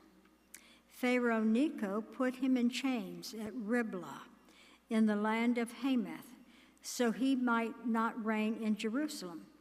And he imposed on Judah a levy of 100 talents of silver and a talent of gold. Pharaoh Necho made Eliakim, son of Josiah, king in place of his father Josiah, and changed Eliakim's name to Jehoiakim. But he took Jehoahaz and carried him off to Egypt, and there he died. Jehoiakim paid Pharaoh Necho the silver and gold he demanded. In order to do so, he taxed the land and exacted the silver and gold from the people of the land according to their assessments. Jehoiakim was 25 years old when he became king, and he reigned in Jerusalem 11 years. His mother's name was Jebediah, daughter of Pedadiah. She was from Rumah, and he did evil in the eyes of the Lord, just as his father had done. During Jehoiakim's reign, Nebuchadnezzar, king of Babylon, invaded the land, and Jehoiakim became the vassal for 3 years. But then he changed his mind and rebelled against Nebuchadnezzar. The Lord sent Babylonian, Aramean, Moabite, and Ammonite raiders against him. He sent them to destroy Judah in accordance with the word of the Lord proclaimed by his servants and prophets. Surely these things happened to Judah according to the Lord's command in order to remove them from his presence because of the sins of Manasseh and all he had done, including the shedding of innocent blood. For he had filled Jerusalem with innocent blood, and the Lord was not willing to forgive. As for the other events of Jehoiakim's reign and all he did, are they not written in the book of the annals of the kings of Judah? Jehoiakim rested with his fathers, and Jehoiachin, his son, succeeded him as king. The king of Egypt did not march out from his own country again, because the king of Babylon had taken all his territory from Wada, of Egypt, king to the Euphrates River. Jehoiachin was 18 years old when he became king, and he reigned in Jerusalem 3 months. His mother's name was Nehushta, daughter of Elnathan. She was from Jerusalem. He did evil in the eyes of the Lord, just as his father had done. At that time, the officers of Nebuchadnezzar, king of Babylon, advanced on Jerusalem and laid siege to it. And Nebuchadnezzar himself came up to the city while his officers were besieging it. Jehoiachin, king of Judah, his mother, his attendants, his nobles, and his officials all surrendered to him. In the 8th year of the reign of the king of Babylon, he took Jehoiachin prisoner. As the Lord declared, Nebuchadnezzar removed all the treasures from the temple of the Lord and from the royal palace, and took away all the gold articles, that Solomon, king of Israel, had made for the temple of the Lord. He carried into exile all Jerusalem, all the officers and fighting men, and all the city craftsmen and artisans, a total of 10,000. Only the poorest people of the land were left. Nebuchadnezzar took Jehoiachin captive to Babylon. He also took from Jerusalem to Babylon the king's mother, his wives, his officials, and the leading men of the land.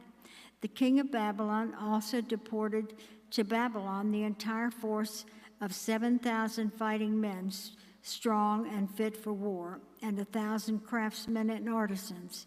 He made Nehemiah, Jehoiakim's uncle, king in his place, and changed his name to Zedekiah. Zedekiah was 21 years old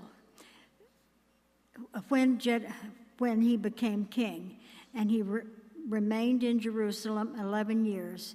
His mother's name was Hamutal, daughter of Jeremiah. She was from Libnah.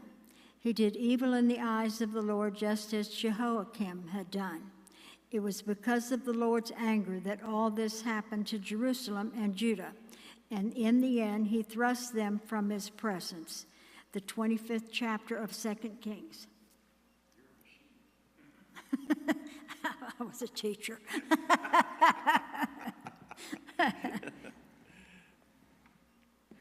There I go. Thank you so much. You're so welcome. It's my pleasure. This was fun. You're Casey. No, I don't know. I'm Stevie. Hey, nice to meet you. Nice to meet you. Nice to listen to you read. Knowing both of you, you'd really like each other. Okay, that's good to know. Thank you so much.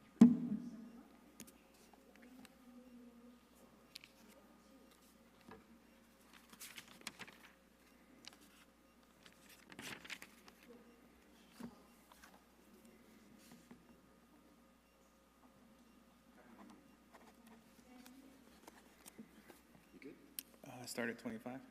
Okay.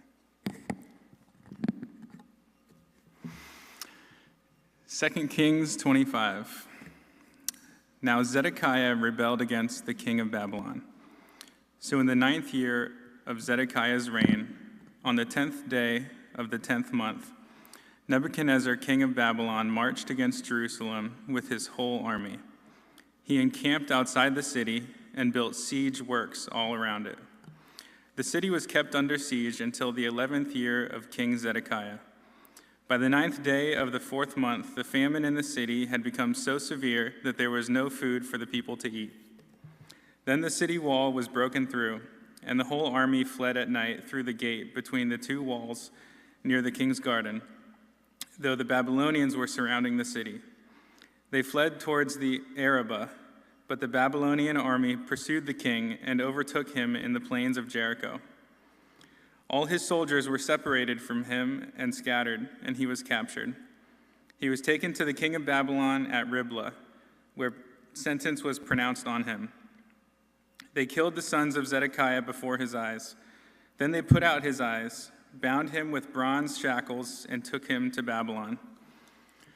On the 7th day of the 5th month, in the 19th year of Nebuchadnezzar, king of Babylon, Nebuzaradan, commander of the imperial guard, an official of the king of Babylon, came to Jerusalem. He set fire to the temple of the Lord, the royal palace, and all the houses of Jerusalem. Every important building he burned down.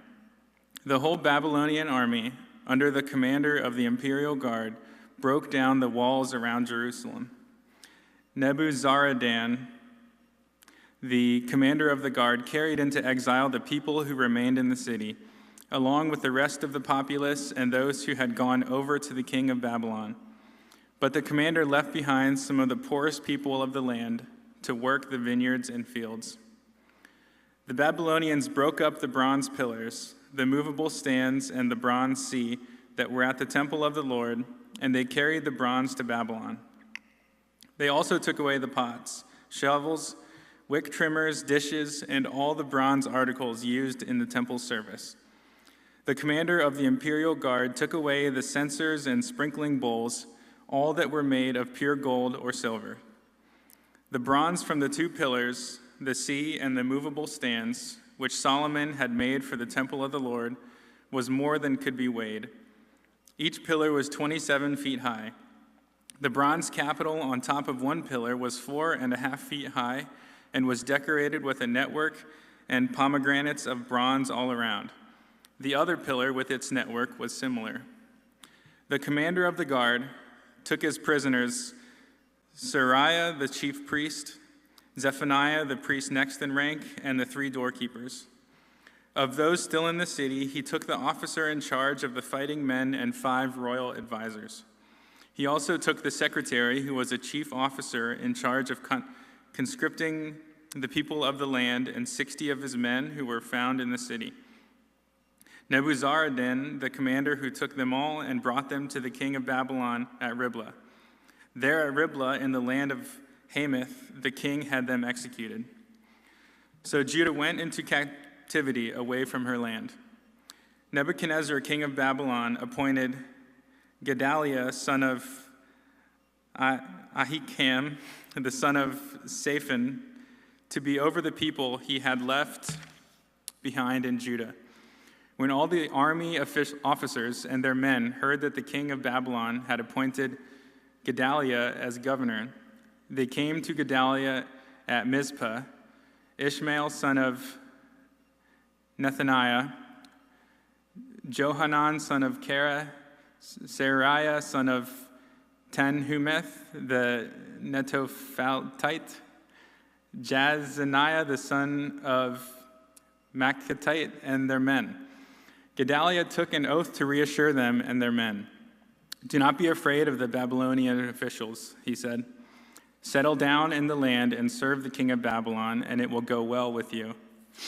In the 7th month, however, Ishmael, son of Nethaniah, the son of Elishama, who was of royal blood, came with 10 men and assassinated Gedaliah, and also the men of Judah and the Babylonians who were with him at Mizpah. At this, all the people, from the least to the greatest, together with the army officers, fled to Egypt for fear of the Babylonians. In the 37th year of the exile of Jehoiakim, king of Judah, in the year Evil-Merodach became king of Babylon, he released Jehoiachin from prison on the 27th day of the 12th month. He spoke kindly to him and gave him a seat of honor higher than those of the other kings who were with him in Babylon. So Jehoiakim put aside his prison clothes and for the rest of his life ate regularly at the king's table. Day by day, the king gave Jehoiakim a regular allowance as long as he lived. 1 Chronicles chapter 1. Adam, Seth, Enosh, Kenan, Mahalalel, Jared, Enoch, Methuselah, Lamech, Noah. The sons of Noah, Shem, Ham, and Japheth. The sons of Japheth, Gomer, Magog, Madai, Javan, Tubal, Meshech, and Tiras. The sons of Gomer, Ashkenaz, Rephath, and Togarmah.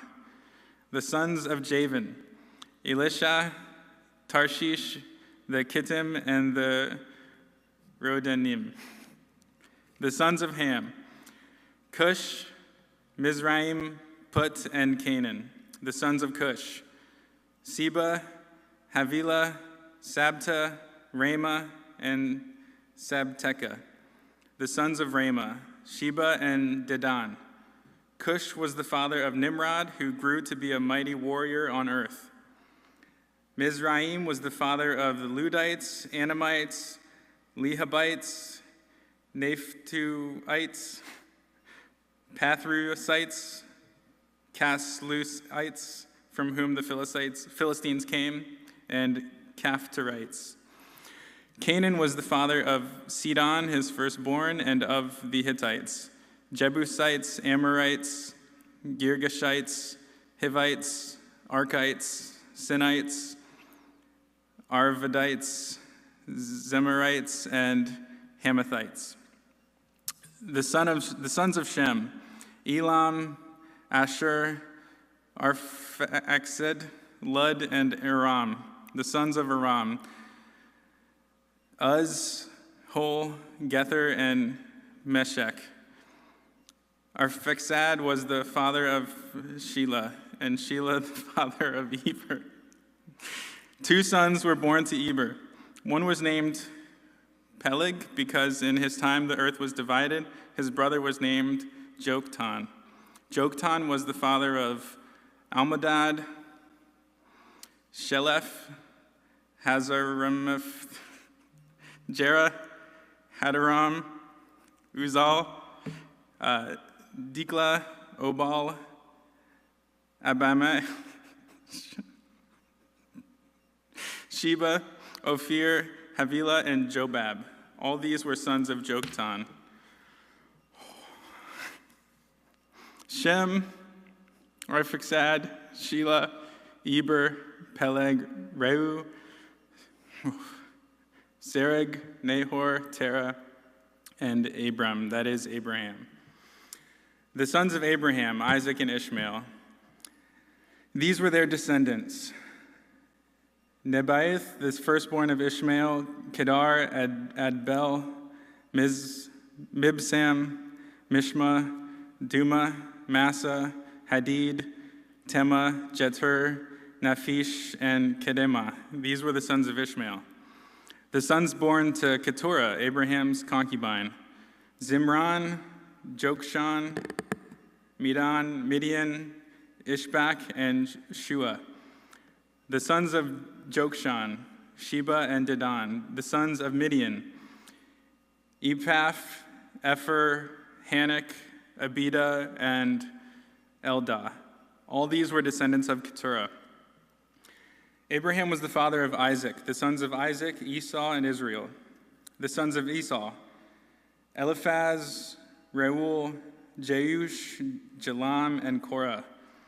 The sons of Eliphaz: Taman, Omar, Zepho, Gatam, and Kenaz. By Timnah, Amalek. The sons of Reuel: Nahath, Zerah, Shammah, and Mizah. The sons of Seir: Lotan, Shobal, Zibeon, Anna, Dishon, Ezer, and Dishon. The sons of Lotan: Hori and Homam. Timnah was Lotan's sister. The sons of Shobal: Alvin, Manahath, Ebal, Shepho, and Onan. The sons of Zibeon: Aiah and Anah. The sons of Anah: Dishon. The sons of Dishon: Hemdan, Eshban, Itran, and Keran. The sons of Ezer: Bilhan, Zavan, and Achan. The sons of Dishon: Uz and Aran. These were the kings who reigned in Edom before any Israelite king reigned: Bela, son of Beor, whose city was named Dinhabah. When Bela died, Jobab, son of Zerah from Bozrah, succeeded him as king. When Jobab died, Husham from the land of the Temanites succeeded him as king. When Husham died, Hadad, son of Bedad, who defeated Midian in the country of Moab, succeeded him as king. His city was named Avith. When Hadad died, Samlah from Masrekah succeeded him as king. When Samlah died, Shaul from Rehoboth on the river succeeded him as king. When Shaul died, Baal-Hanan, son of Akbor, succeeded him as king. When Baal-Hanan died, Hadad succeeded him as king. His city was named Pau, and his wife's name was Mehetabel, daughter of Matred, the daughter of Me-Zahab. Hadad also died. The chiefs of Edom were Timnah, Alva, Jeteth, Oholibamah, Elah, Penan, Kenaz, Teman, Mibzar, Magdiel, and Iram. These were the chiefs of Edom. 1 Chronicles chapter 2. These were the sons of Israel: Reuben, Simeon, Levi, Judah, Issachar, Zebulun, Dan, Joseph, Benjamin, Naphtali, Gad, and Asher. The sons of Judah: Onan, and Shelah. These three were born to him by a Canaanite woman, the daughter of Shua. Judah's firstborn, was wicked in the Lord's sight, so the Lord put him to death. Tamar, Judah's daughter-in-law, bore him Perez and Zerah. Judah had 5 sons in all. The sons of Perez, Hezron and Hamul. The sons of Zerah, Zimri, Ethan, Heman, Calcol, and Darda, 5 in all. The son of Carmi, Achar, who brought trouble on Israel by violating the ban on taking devoted things. The son of Ethan, Azariah. The sons born to Hezron were Jerahameel, Ram, and Caleb. Ram was the father of Aminadab, and Aminadab the father of Nahshon, the leader of the people of Judah. Nahshon was the father of Salmon. Salmon the father of Boaz, Boaz the father of Obed, and Obed the father of Jesse.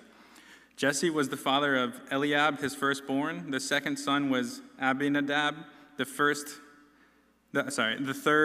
Shemaiah, the fourth Nethanel, the fifth Radai, the sixth Ozem, and the seventh David. Their sisters were Zeruiah and Abigail. Zeruiah's 3 sons were Abishai, Joab, and Asahel. Abigail was the mother of Amasa, whose father was Jether the Ishmaelite. Caleb, son of Hezron, had children by his wife Azubah and by Jerioth. These were her sons, Jesher, Shobab, and Ardon. When Azubah died, Caleb married Ephrath, who bore him Hur. Hur was the father of Uri, and Uri the father of Bezalel. Later, Hezron lay with the daughter of Machir, the father of Gilead. He had married her when he was 60 years old, and she bore him Segub. Segub was the father of Jair, who controlled 23 towns in Gilead. But Gesher and Aram captured Havoth Jair, as well as Kenath with its surrounding settlements, 60 towns. All these were descendants of Machir, the father of Gilead. After Hezron died and Caleb Ephrathath, Abijah, the wife of Hezron, bore him Ashur, the father of Tekoa. The sons of Jerahameel, the firstborn of Hezron, Ram, his firstborn, Bunah, Oren, Ozem, and Ahijah. Jerahameel had another wife whose name was Atarah. She was the mother of Onam.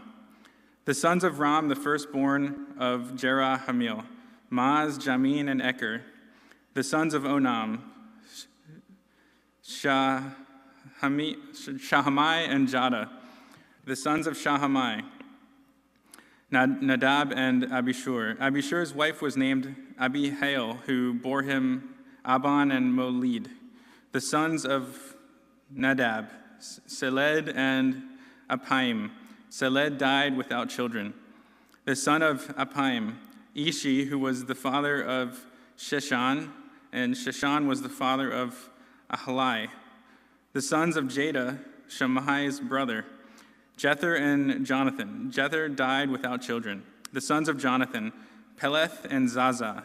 These were the descendants of Jerahameel. Sheshan had no sons, only daughters. He had an Egyptian servant named Jarha. Sheshan gave his daughter in marriage to his servant Jarha, and she bore him Attai. Attai was the father of Nathan, Nathan the father of Zabad, Zabad the father of Ephlal, Ephlal the father of Obed, Obed the father of Jehu, Jehu the father of Azariah, Azariah the father of Helez, Helez the father of Elisah, Elisah the father of Sismai, Sismai the father of Shallum, Shallum the father of Jechamiah, and Jechamiah the father of Elishama. The sons of Caleb, the brother of Jerahameel, Mesha, his firstborn, who was the father of Ziph, and his son Maresha, who was the father of Hebron. The sons of Hebron, Korah, Tapua, Rechem, and Shema. Shema was the father of Raham, and Raham the father of Jorkim. Rechem was the father of Shammai.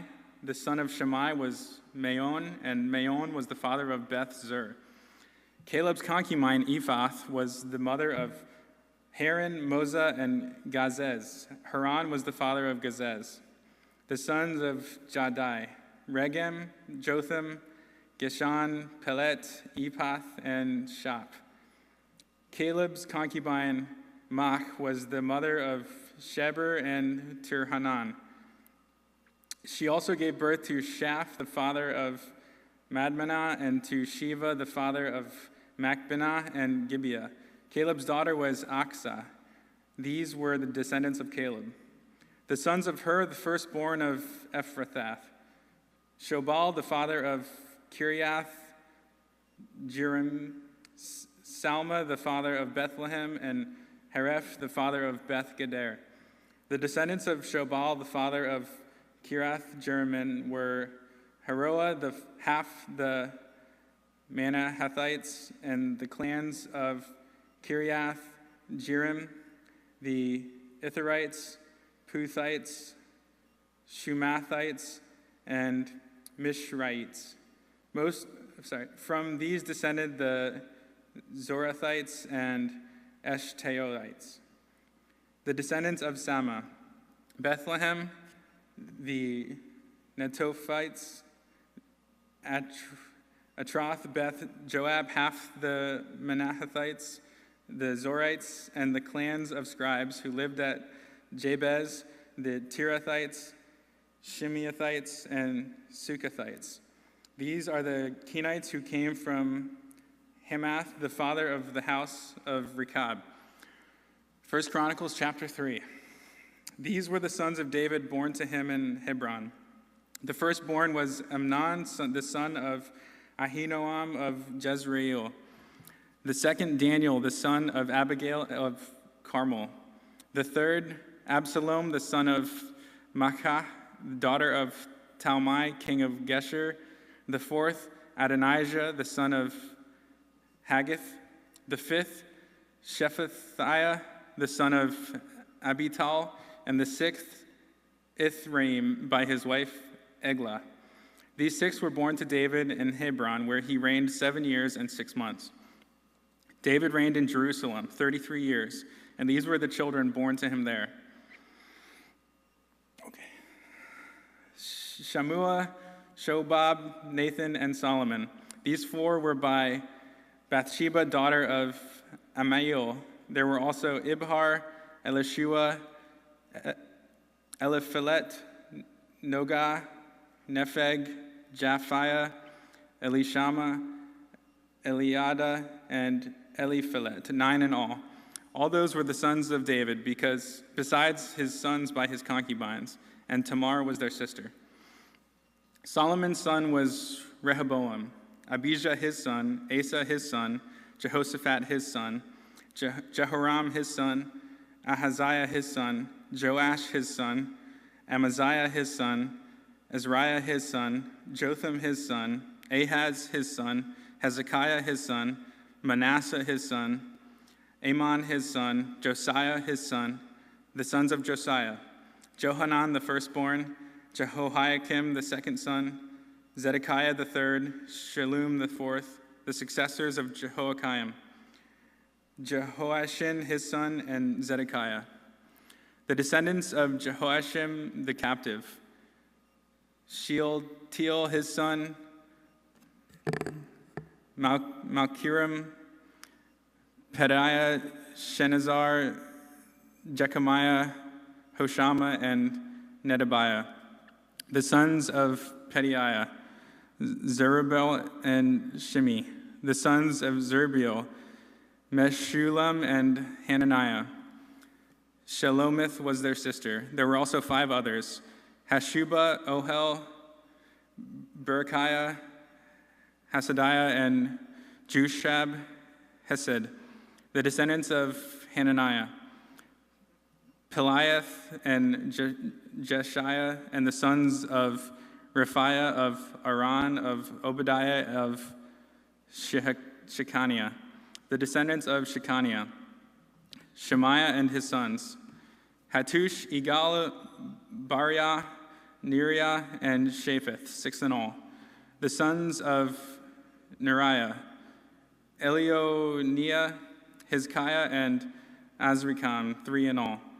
The sons of Elioenai, Hodaviah, Eliashib, Peliah, Akub, Johanan, Deliah, and Anai, 7 in all. 1 Chronicles chapter 4. The descendants of Judah, Perez, Hezron, Carmi, Hur, and Shobal. Uriah, son of Shobal, was the father of Jahath, and Jahath the father of Ahumai and Lod. These were the clans of the Zorathites. These were the sons of Etam, Jezreel, Ishma, and Idbash. Their sister was named Hazel Eloponi. Penuel was the father of Gedor, and Ezer the father of Hushah. These were the descendants of Hur, the firstborn of Ephrathah and father of Bethlehem. Ashur, the father of Tekoa, had 2 wives, Helah and Nara. Nara bore him Azuham, Hefer, Temanai, and Hashatari. These were the descendants of Nara. The sons of Helah, Zereth, Zohar, Ethnan, and Kaz, who was the father of Anub and Hazaboah, and of the clans of Aharel, son of Harum. Jabez was more honorable than his brothers. His mother had named him Jabez, saying, I gave birth to him in pain. Jabez cried out to the God of Israel, Oh, that you would bless me and enlarge my territory. Let your hand be with me and keep me from harm, so that I will be free from pain. And God granted his request. Caleb, Shuhah's brother, was the father of Mahir, who was the father of Eshton. Eshton was the father of Beth Rapha, Pasa, and Tehaniah, the father of Ir Nahash. These were the men of Rekah. The sons of Kenaz, Othoniel and Sariah. The sons of Othoniel, Hathah and Mehoanai. Menohai was the father of Ophrath. Sarai was the father of Joab, the father of Ge-Harashim. It was called this because its people were craftsmen. The sons of Caleb, son of Jephunneh, Uru, Elah, and Nam. The son of Elah, Kenaz. The sons of Jehalel, Ziph, Ziphath, Tiria, and Asarel. The sons of Ezra, Jether, Mered, Epher, and Jalon. One of Mered's wives gave birth to Miriam, Shammai, and Isbad, the father of Eshtemeah. His Judean wife gave birth to Jared, the father of Gedor, Heber, the father of Soko, and Jekuthiel, the father of Zanoah. These were the children of Pharaoh's daughter, Bithiel, whom Mered had married.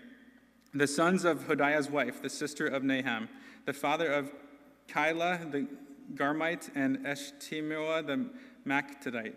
The sons of Shimon, Amnon, Rina, Ben-Hanan, and Tilon. The descendants of Ishi, Zoheth, and Ben-Zoheth. The sons of Shelah, son of Judah, the father of Lekah, Ladah, the father of Marishah, and the clans of the linen workers at Beth Ashbea, Joachim, the men of Cozbeah, and Joash, and Seraph, who ruled in Moab, and Jashubi Lehman. These records are from ancient times. They were the potters who lived at Netaim and Gedera. They stayed there and worked for the king. The descendants of Simeon, Nemuel, Jamin, Jarib, Zerah, and Shaul. Shalom was Shaul's son, Mibsam his son, and Mishma his son. The descendants of Mishma, Hamuel his son, Zakur his son, and Shimi his son. Shimi had 16 sons and 6 daughters, but his brothers did not have many children, so their entire clan did not become as numerous as the people of Judah. They lived in Beersheba, Moladah, Hazor Shual, Bilhah, Ezem, Tolad, Bethuel, Hormah, Ziklag, Beth Markaboth, Hazor Shushim, Beth Biri, and Saraim. These were the towns until the reign of David. Their surrounding villages were Etam, Ain, Ramon, Token, and Ashan, 5 towns, and all the villages around these towns as far as Baalath. These were their settlements, and they kept a genealogical record. Meshobab, Jamlech, and Joshash, son of Amizah, Joel, Jehu, son of Joshabiah, the son of Sariah, the son of Asiel, also Elionai, Jacobah, Jeshoiah, Asaiah, Adiel, Jeshimiel, Benaiah, and Ziza, son of Shiphi, the son of Alon, the son of Jediah, the son of Shimri, the son of Shemaiah. The men listed above by name were leaders of their clans. Their families increased greatly, and they went out to the outskirts of Gedor to the east of the valley in search of pasture for their flocks. They found rich, good pasture, and the land was spacious, peaceful, and quiet. Some Hamites had lived there formerly. The men whose names were listed came in the days of Hezekiah, king of Judah. They attacked the Hamites in their dwellings and also the Meunites who were there and completely destroyed them, as is evident to this day. Then they settled in their place because there was pasture for their flocks. And 500 of these Simeonites, led by Peliah, Neriah, Rephaiah, and Uziel, the son of Ishi, invaded the hill country of Seir. They killed the remaining Amalekites who had escaped, and they have lived there to this day.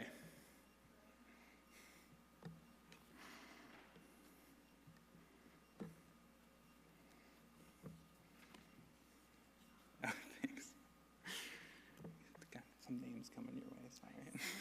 So is this your first time? No. Okay, so you already signed? Okay, got it. Okay. Oh, you only have to sign once? Yeah, just once. Okay. Is that your water? No, that was up there. Okay. Wait, where'd you leave out? Where am I? I was following Reuben. Okay, all right, thanks. 1 Chronicles 5. The sons of Reuben, the firstborn of Israel. He was the firstborn, but when he defiled his father's marriage bed, his rights as firstborn were given to the sons of Joseph, son of Israel, so he could not be listed in the genealogy record in accordance with his birthright. And though Judah was the strongest of his brothers and a ruler came from him, the rights of the firstborn belonged to Joseph, the sons of Reuben, the firstborn of Israel.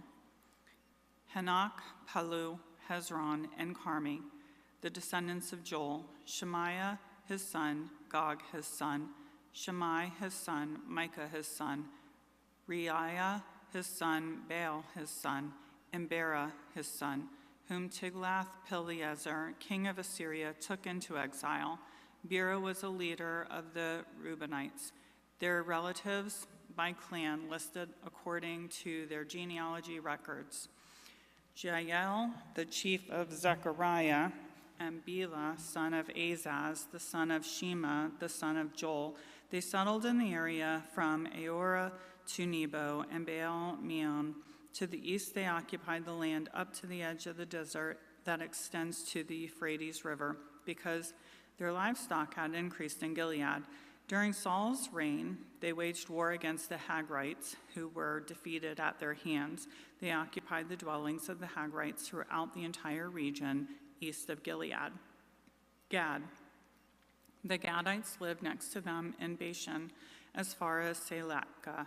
Joel was the chief, Shapham the second, then Janai and Shaphat in Bashan. Their relatives by families were Michael, Meshullam, Sheba, Jorai, Jachin, Ziah, and Eber, 7 in all. These were the sons of Abihail, son of Huri, the son of Jeroah, the son of Gilead, the son of Michael, the son of Jeshahai, the son of Jado, the son of Buz, Ahi, son of Abiel, the son of Guni, the head of their family. The Gadites lived in Gilead and Bashan and its outlying villages and on all the pasture lands of Sharon as far as they extended. All these were entered into the genealogy records during the reign of Jotham, king of Judah, and Jeroboam, king of Israel. The Reubenites, the Gadites, and the half-tribe of Manasseh had 44,760 men ready for military service, able-bodied men who could handle shield and sword, who could use a bow, and who were trained for battle. They waged war against the Hagrites, Jeter, Naphish, and Nobad. They were helped in fighting them, and God handed the Hagrites and all their allies over to them. because they cried out to him during the battle. He answered their prayers because they trusted in him. They seized the livestock of the Hagrites, 50,000 camels, 250,000 sheep, and 2,000 donkeys. They also took 100,000 people captive, and many others fell slain, because the battle was God's, and they occupied the land until the exile. The half-tribe of Manasseh. The people of the half-tribe of Manasseh were numerous. They settled in the land from Bashan to Baal Hermon, that is, to Senir, Mount Hermon. These were the heads of their families: Epher, Ishi, Eliel, Azriel, Jeremiah, Hodaviah, and Jahdiel. They were brave warriors, famous men, and heads of their families. But they were unfaithful to the God of their fathers and prostituted themselves to the gods of the people of the land, whom God had destroyed before them. So the God of Israel stirred up the spirit of Pul, king of Assyria, that is Tiglath-Pileser, king of Assyria, who took the Reubenites, the Gadites, and the half-tribe of Manasseh into exile. He took them to Helah, Habor, Hara, and the river of Gozan, where they are to this day. Levi, the sons of Levi: Gershon, Kohath, and Merari, the sons of Kohath; Amram, Izhar, Hebron, and Uzziel. The children of Amram: Aaron, Moses, and Miriam. The sons of Aaron: Nabad, Abihu, Eleazar, and Ithamar. Eleazar was the father of Phinehas, Phinehas the father of Abishua, Abishua the father of Buki, Buki the father of Uzi, Uzi the father of Zerahiah, Zerahiah the father of Mariatha, Mariath the father of Amariah, Amariah the father of Ahitub, Ahitub the father of Zadok, Zadok the father of Amaz, Amaz the father of Azariah, Azariah the father of Johanan, Johanan the father of Azariah. It was he who served as priest in the temple Solomon built in Jerusalem.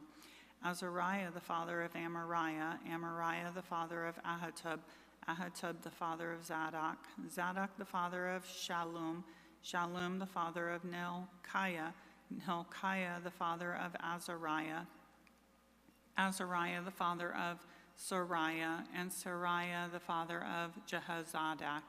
Jehozadak was deported when the Lord sent Judah and Jerusalem into exile by the hand of Nebuchadnezzar.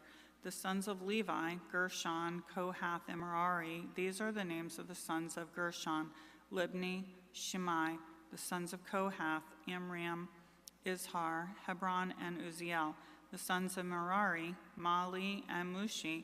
These are the clans of the Levites, listed according to their fathers. Of Gershon: Libni, his son; Jahath, his son; Zimma, his son; Joah, his son; Edo, his son; Zerah, his son; and Jetharai, his son. The descendants of Kohath: Amminadab, his son; Korah, his son; Asir, his son; Elkanah, his son; Ebiasaph, his son; or Uriel, his son; Uzziah, his son; and Shaul, his son. The descendants of Elkanah: Amasai, Ahimoth, Elkanah, his son; Zophai, his son; Nathan, his son; Eliab, his son; Jeroham, his son; Elkanah, his son; and Samuel, his son. The sons of Samuel: Joel, the firstborn, and Abijah, the second son.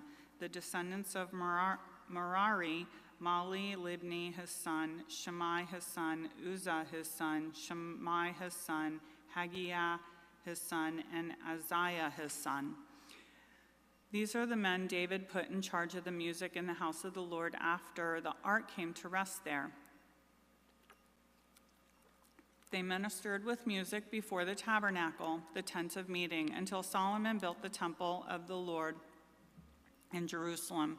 They performed their duties according to the regulations laid down for them.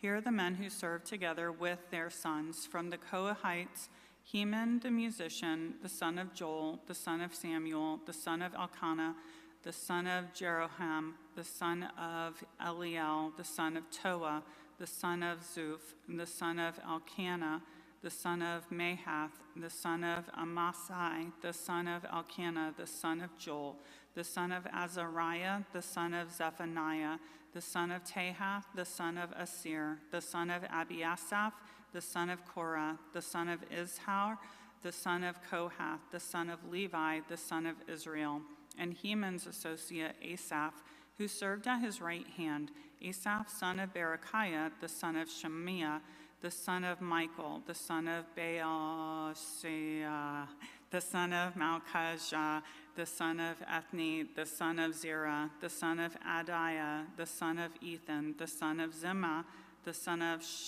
Shimei, the son of Jahath, the son of Gershon, the son of Levi, and from their associates, the Meratites, at his left hand.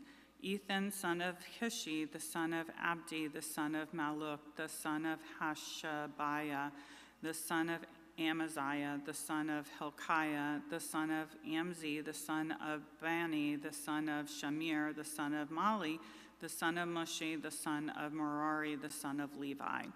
Their fellow Levites were assigned to all the other duties of the tabernacle, the house of God, but Aaron and his descendants were the ones who presented offerings on the altar of burnt offering and on the altar of incense in connection with all that was done in the most holy place, making atonement for Israel in accordance with all that Moses, the servant of God, had commanded. These were the descendants of Aaron: Eleazar his son, Phinehas his son, Abishua his son, Buki his son, Uzi his son, Zerahiah his son, Meriath his son, Amariah his son, Ahutub his son, Zadok his son, and Ahimaaz his son. These were the locations of their settlements allotted as their territory. They were assigned to the descendants of Aaron who were from the Kohathite clan because the first lot was for them. They were given Hebron and Judah with its surrounding pasture lands, but the fields and villages around the city were given to Caleb, son of Jephunneh. So the descendants of Aaron were given Hebron, a city of refuge, and Libnah, Zatir, Eshtemoa, Hilen, Debir, Ashan, Juta, and Bethshemesh, together with their pasture lands. And from the tribe of Benjamin, they were given Gibeon, Geba, Alameth, and Anathoth, together with their pasture lands. These towns, which were distributed among the Kohathite clans, were 13 in all. The rest of Kohath's descendants were allotted 10 towns from the clans of half the tribe of Manasseh. The descendants of Gershon, clan by clan, were allotted 13 towns from the tribes of Issachar, Asher, and Naphtali, and from the part of the tribe of Manasseh, that is Bashan. The descendants of Merari, clan by clan, were allotted 12 towns from the tribes of Reuben, Gad, and Zebulun. So the Israelites gave the Levites these towns and their pasture lands. From the tribes of Judah, Simeon, and Benjamin, they allotted the previously named towns. Some of the Kohathite clans were given as the territory towns from the tribe of Ephraim. In the hill country of Ephraim, they were given Shechem, a city of refuge, and Gezer, Jokmeam, Beth Horon, Ajalon, and Gath Rimmon, together with their pasture lands. And from half the tribe of Manasseh, the Israelites gave Aner and Bileam, together with their pasture lands, to the rest of the Kohathite clans. These Gershonites received the following from the clan of the half-tribe of Manasseh. They received Golan and Bashan, and they received Golan and Bashan and also Ashtaroth, together with their pasture lands. From the tribe of Issachar, they received Kadesh, Daberath, Ramoth, and Anem, together with their pasture lands. From the tribe of Asher, they received Mishal, Abnon, Hukok, and Rehob, together with their pasture lands. And from the tribe of Naphtali, they received Mashal, Abdon, Hukok, and Rehob, together with their pasture lands. The Merarites, the rest of the Levites, received the following. From the tribe of Zebulun, they received Jokneam, Karta, Rimmona, and Tabor, together with their pasture lands. From the tribe of Reuben, across the Jordan, east of Jericho, they received Bezer in the desert, Jezah, Kedemoth, and Mephath, together with their pasture lands. And from the tribes of Gad they received Ramoth in Gilead, Mahanaim, Heshbon, and Jazer, together with their pasture lands. 1 Chronicles chapter 7. Issachar, the sons of Issachar, Tola, Pua, Jasub, and Shimron, 4 in all. The sons of Tola, Uzi, Rephaiah, Jeriel, Jamai, Ibsam, and Samuel, heads of their families. During the reign of David, the descendants of Tola listed as fighting men in their genealogy numbered 22,600. The son of Uzi, Izrahiah, the sons of Izrahiah, Michael, Obadiah, Joel, and Ishiah. All 5 of them were chiefs. According to their family genealogy, they had 36,000 men ready for battle, for they had many wives and children. The relatives who were fighting men belonging to all the clans of Issachar, as listed in the genealogy, were 87,000 in all. Benjamin, 3 sons of Benjamin, Bela, Becher, and Jedidiah. The sons of Bela, Ezbon, Uzi, Uziel, Jeremoth, and Eri, heads of families, 5 in all. Their genealogical record listed 22,034 fighting men.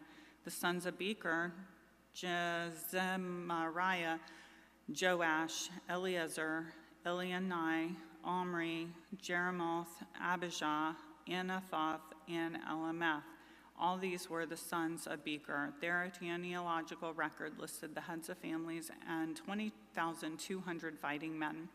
The son of Jedidiah, Bilhan. The sons of Bilhan, Jeush, Benjamin, Ehud, Kenaniah, Zethan, Tarshish, and Ahishahar. All these sons of Jedidiah were heads of families. There were 17,200 fighting men ready to go out to war. The Shuppites and the Huppites were the descendants of and the Hushites and the descendants of Aher. Naphtali, the sons of Naphtali, Jaziel, Guni, Jezer, and Shillem, the descendants of Bilhah. Manasseh, the descendants of Manasseh. Azrael was the descendant through his Aramean concubine. She gave birth to Machir, the father of Gilead. Machir took a wife from among the Huppites and Shuppites. His sister's name was Maacah. Another descendant was named Zelophehad, who had only daughters. Machir's wife Maacah gave birth to a son and named him Peresh. His brother was named Sherash, and his sons were Ulam and Rakem. The son of Ulam, Bedan. These were the sons of Gilead, son of Machir, the son of Manasseh. His sister Hameleketh gave birth to Ishad, Abiezer, and Mala. The sons of Shemitah were Ahian, Shechem, Likai, and Anaim. Ephraim, the descendants of Ephraim, Shuthalah, Bered, his son. Tahath, his son, Eliada, his son, and Tahath, his son, Zabad, his son, and Shuthalah, his son. Ezer and Eliad were killed by the native-born men of Gath when they went down to seize their livestock. Their father Ephraim mourned for them many days, and his relatives came to comfort him. Then he lay with his wife again, and she became pregnant and gave birth to a son. He named him Beriah, because there had been misfortune in his family. His daughter was Shira, who built Lower and Upper Beth Horon, as well as Uzan, Shira. Zephath was his son, Resheph his son, Tela his son, Tahan his son, Laban his son, Ammihud his son, Elishama his son, Nun his son, and Joshua his son. Their lands and settlements included Bethel and its surrounding villages, Naran to the east, Gezer and its villages to the west, and Shechem and its villages all the way to Aiah and its villages. Along the borders of Manasseh were Beth Shan, Tanakh, Megiddo, and Dor. Together with their villages, the descendants of Joseph, son of Israel, lived in these towns. Asher, the sons of Asher, Imnah, Ishvi, and Beriah. Their sister was Sarah. The sons of Beriah, Heber and Malchiel, who was the father of Beerzaeth.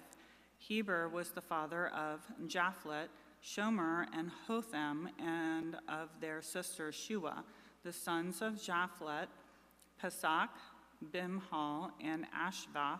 These were Japhet's sons. The sons of Shomer, Ahi, Roglath, Huba, and Aram. The sons of his brother Halim, Jophah, Imnah, Shelish, and Amal. The sons of Jophath, Shua, Harnepher, Shual, Beri, Imrah, Bezer, Had, Shema, Shilshah, Ithran, and Bera. The sons of Jether, Jephuniah, Pispa, and Ara. The sons of Ulah, Ara, Haniel, and Raziah. All these were descendants of Asher, heads of families, choice men, brave warriors, and outstanding leaders. Their number of men ready for battle is listed in the genealogy was 26,000. The genealogy of Saul, the Benjamite. Benjamin was the father of Bela, his firstborn, Ashbel, the second son, Aharon, the third, Nahah, the fourth, and Rapha, the fifth. The sons of Bela were Adar, Gera, Abihud, Abishua, Naaman, Ahoah, Jira, Shephaphan, and Huram. These were the descendants of Ehud, who were heads of families of those living in Geba and were deported to Manahath. Naaman, Ahijah, and Gera, who deported them, and who was the father of Uzzah and Hahuhad. Sons were born to Shaharaim in Moab after he had divorced his wives, Husham and Bara. By his wife Hodesh, he had Jobab, Zibiah, Misha, Malcham, Jehuz, Sakiah, and Miram. These were his sons, heads of families. By Hushim, he had Abitub and Elpau. The sons of Elpau, Eber, Misham, Shemed, who built Ono and Lod with its surrounding villages, and Beriah and Shema, who were heads of families of those living in Ajalon, and who drove out the inhabitants of Gath. Ahio, Sheshach, Jeremoth, Zebediah, Joha were the sons of Beriah. Zebediah, Meshullam, Hizki, Heber, Ishmerai, Isliah, and Jobab were the sons of Elpau. Jakim, Zikri, Zabdi, Elinai, Zilatai, Eliel, Adiah, Beriah, and Shemrath were the sons of Shammai. Ishpan, Eber, Eliel, Abdon, Zikri, Hananiah, Elam, Anthrojah, Iphadiah, and Penuel were the sons of Sheshach. Shamsharai, Shisharai, Athaliah, Jarashiah, Elijah, and Zikri were the sons of Jeroam. All these were heads of families, chiefs as listed in their genealogy, and they lived in Jerusalem. Jael, the father of Gibeon, lived in Gibeon. His wife's name was Makkah, and his firstborn was Abdon, followed by Zerakish, Baal, Ner, Nadab, Gedor, Ahio, Zikr, and Mikloth, who was the father of Shemiah. They too lived near their relatives in Jerusalem. Ner was the father of Kish, Kish the father of Saul, and Saul the father of Jonathan, Malchishua, Abinadab, and Eshbaal. The son of Jonathan, Merib-Baal, was the father of Micah. The sons of Micah, Pithon, Malach, Tariah, and Ahaz. Ahaz was the father of Jehoiada. Jehoiada was the father of Alameth, Asmavath, and Zimri was the father of Moza. Moza was the father of Beniah. Rapha was his son, Eliash his son, and Azel his son. Azel had 6 sons, and these were their names: Azakam, Bokeru, Ishmael, Shariah, Obadiah, and Hanan. All these were the sons of Azel. The sons of his brother Eshek: Ulam his firstborn, Jeush the second son, and Elabeth the third. The sons of Ulam were brave warriors who could handle the bow. They had many sons and grandsons, 150 all. All these were descendants of Benjamin. Chapter 9. All Israel was listed in the genealogies recorded in the book of the kings of Israel. The people in Jerusalem, the people of Judah, were taken captive to Babylon because of their unfaithfulness. Now the first to resettle on their own property in their own towns were some Israelites, priests, Levites, and temple servants. Those from Judah, from Benjamin, and from Ephraim and Manasseh who lived in Jerusalem were Uthai, son of Ammihud, the son of Omri, the son of Imri, the son of Bani, a descendant of Perez, son of Judah. Of the Shilonites, Asaiah, the firstborn, and his sons. Of the Zerahites, Juel. The people from Judah numbered 690. Of the Benjamites, Salu, son of Meshullam, the son of Hodaviah, the son of Hasanua. Ibniah, son of Jeroham. Elah, son of Uzi, the son of Mikri, and Meshullam, son of Shephatiah, the son of Ruel, the son of Imnijah.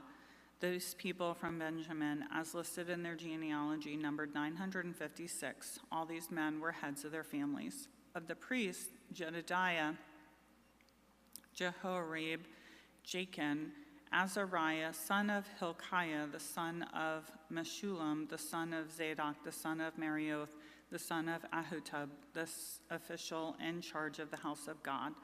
Adiah, son of Jeroham, the son of Pashur, the son of Malchijah, and Masai, son of Adiel, the son of Jezerah, the son of Meshullam, the son of Meshulameth, the son of Immer. The priests who were heads of families numbered 1,716. They were able men responsible for ministering in the house of God. Of the Levites, Shemaiah, son of Hashab, the son of Azrikam, the son of Hashabiah, a Merarite, Bakabakar, Haresh, Galal, and Mattaniah, son of Micah, the son of Zechri, the son of Asaph, Obadiah, son of Shemaiah, the son of Galal, the son of Jeduthun, and Berechiah, son of Asa, the son of Elkaniah, who lived in the villages of the Netophathites, the gatekeepers, Shalom, Akub, Talmon, Ahaman, and their brothers, Shalom, their chief, being stationed at the king's gate on the east, up to the present time. These are the gatekeepers belonging to the camp of the Levites. Shalom, son of Korah, the son of Abiasaph, the son of Korah, and his fellow gatekeepers from his family, the Korahites, were responsible for guarding the thresholds of the tent, just as their fathers had been responsible for guarding the entrance to the dwelling of the Lord. In earlier times, Phinehas, son of Eleazar, was in charge of the gatekeepers, and the Lord was with him.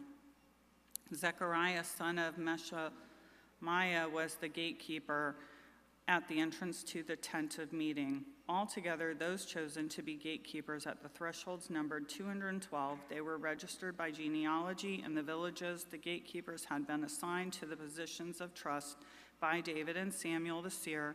They and their descendants were in charge of guarding the gates of the house of the Lord, the house called the tent.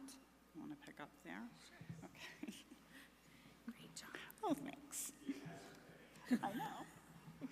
Did you sign in already? Have you read before? Yeah. Thank you.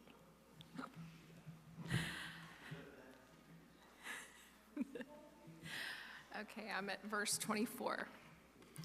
The gatekeepers were on the four sides, east, west, north, and south.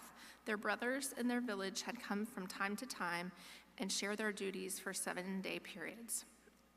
But the four principal gatekeepers, who were Levites, were entrusted with the responsibility for the rooms and treasuries in the house of God.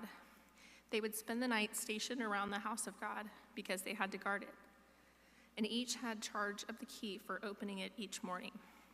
Some of them were in charge of the articles used in the temple service. They counted them when they were brought in and when they were taken out. Others were assigned to take care of the furnishings and all the other articles of the sanctuary, as well as the flour and wine and the oil, incense and spices. But some of the priests took care of mixing the spices. A Levite named Matthiah, the firstborn of Shalom, and Kerahite, was entrusted with the responsibility for baking the offering bread. Some of their Catholite brothers were in charge of preparing for every Sabbath the bread set out on the table. Those who were musicians, head of the Levite families, stayed in the rooms of the temple and were exempt from other duties because they were responsible for the work day and night. All these were heads of Levite families, chiefs as listed in their genealogy, and they lived in Jerusalem. The genealogy of Saul. Jael, the father of Gibeon, lived in Gibeon. His wife's name was Maacah, and his firstborn son was Abdon, followed by Zur, Kish, Baal, Ner, Nabda, Gendor, Ahio, Zechariah, and Mikloth. Mikloth was the father of Shamiam. They too lived near their relatives in Jerusalem. Ner was the father of Kish, Kish the father of Saul, and Saul the father of Jonathan, Malchishua, Abinadab, and Ishbalam, the son of Jonathan, Merib-Baal, who was the father of Micah. The sons of Micah, Pithon, Melish, Tahira, and Ahaz. Ahaz, the father of Jadiah. Jadiah was the father of Alameth, Azmaveth, and Zimra. And Zimra was the father of Moza. Moza was the father of Beniah. Raphiah was his son. Eleazar, his son, and Azel, his son. Azel had 6 sons, and these were their names: Azikam, Bokeru, Ishmael, Sheriah, Obadiah, and Hanan. These were the sons of Azel. Now the Palestinians fought against Israel. The Israelites fled before them, and many fell slain on Mount Gilboa. The Philistines pressed hard after Saul and his sons, and they killed his sons, Jonathan, Abinadab, and Malchishua.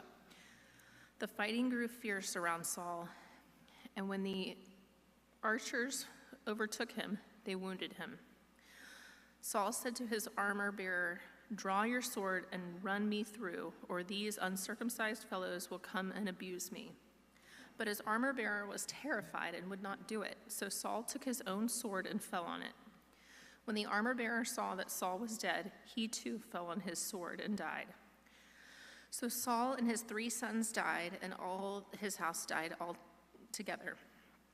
When all the Israelites in the valley saw that the army had fled and that Saul and his sons had died, they abandoned their towns and fled, and the Philistines came and occupied them.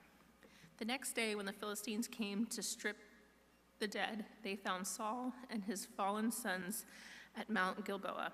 They stripped him and took his head and his armor and sent messengers throughout the land of the Philistines to proclaim the news among their idols and their people.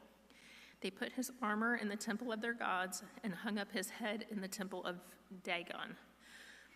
When all the inhabitants of Jabesh Gilead heard of everything the Philistines had done to Saul, all their valiant men went and took the bodies of Saul and his sons and brought them to Jabesh.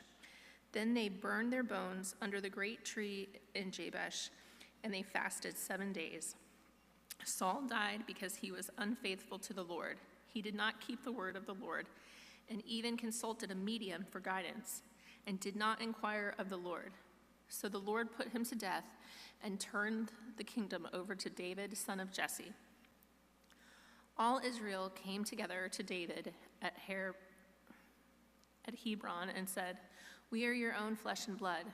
In the past, even while Saul was king, you were the one who led Israel on their military campaigns. And the Lord your God said to you, 'You will shepherd my people Israel, and you will become their ruler.' When all the elders of Israel had come to King David at Hebron, he made a compact with them at Hebron before the Lord, and they anointed David king over Israel as the Lord had promised through Samuel. David and all the Israelites marched to Jerusalem, that is Jabez. The Jebusites who lived there said to David, 'You will not get in here.' Nevertheless, David captured the fortress of Zion, the city of David. David had said, 'Whoever leads the attack on the Jebusites will become commander-in-chief.' Joab, son of Zeruiah, went up first, and so he received the command. David then took up residence in the fortress, and so it was called the City of David. He built up the city around it, from the supporting terraces to the surrounding wall, while Joab restored the rest of the city. And David became more and more powerful because the Lord Almighty was with him. These were the chiefs of David's almighty men. They, together with all Israel, gave his kingship strong support to extend it over the whole land, as the Lord had promised. This is the list of David's mighty men. Jashobeam, a Hichmonite, was chief of the officers. He raised his spear against 300 men whom he killed in one encounter. Next to him was Eleazar, son of Dodai the Ahohite, one of 3 mighty men. He was with David at the Pas Demim when the Philistines gathered there for battle. At a place where there was a field full of barley, the troops fled from the Philistines, but they took their stand in the middle of the field. They defended it and struck the Philistines down, and the Lord brought about a great victory. 3 of 30 chiefs came down to David to the rock at the cave of Adullam, while a band of Philistines was encamped in the valley of Rephaim.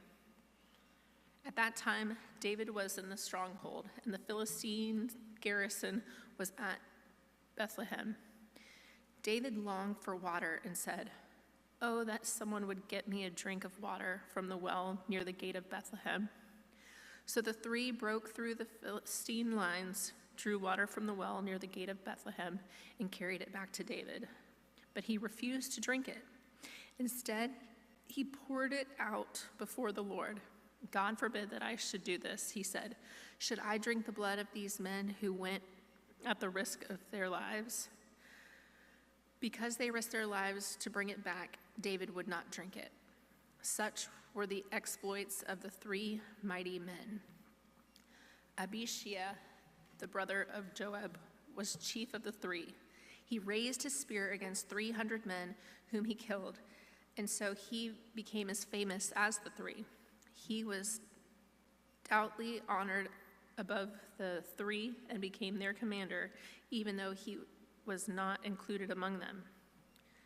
Benaiah, son of Jehoiada, was a vigilant fighter from Kabzeel, who performed great exploits. He struck down 2 of Moab's best men. He also went down into a pit on the snowy day and killed a lion, and he struck down an Egyptian who was 7.5 feet tall. Although the Egyptian had a spear like a weaver's rod in his hand, Benaiah went against him with a club. He snatched the spear from the Egyptian's hand and killed him with his own spear. Such were the exploits of Benaiah, son of Hoadiah. He too was as famous as the 3 mighty men.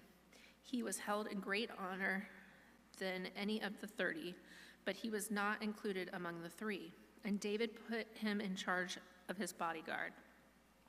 The mighty men were Asahel, the brother of Joab, Elhanan, son of Dodo from Bethlehem, Shamath the Hararite, Helenes the Pelonite, Ira, son of Eklesh from Tekiah,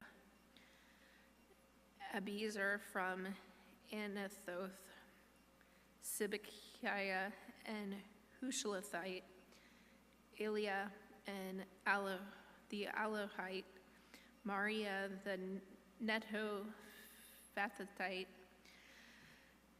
Heald, son of Bana the Nephathite, Ithliah, son of Ribia from Gibeah in Benjamin, Beniah the Pirathonite, Huriah from the ravines of Gaash, Abiel the Arabathite, Asmaveth the Bathurumite, Eliba the Shielbanite, the sons of Hashem and Gizonite, Jonathan, son of Sagi the Hararite, Aham, son of Sichar the Hararite, Ilphal, son of Hefer the Mecharathite, Ahiah the Penatite, Hazero the Carmelite, Nahara, son of Ezbaal, Joel, the brother of Nathan, Mibhar, son of Hagri, Zekel the Ammonite, Nazari the Berothite, and the armor-bearer of Jaab, son of Zeruah, Ira the Ithlorite, Gareb the Ithlorite, Eruah the Hittite, Zebed, son of Allah, Adina, son of Shiz the Reubenite, who was the chief of the Reubenites, and the 30 with him, Hannah, son of Micaiah, Josaphat the Mithnite, Izua the Ashtheratite, Shammah and Jael, the son of Hotham and Arorite, Jodiel, son of Shimri, his brother Joha the Tizite, Isel the Moabite, Jeroboam the Joshua, the son of Elniam, Ithlamah the Moabite, Eli, Obadiah, and Jasel the Mesobite. Now we are in chapter 12. Warriors join David.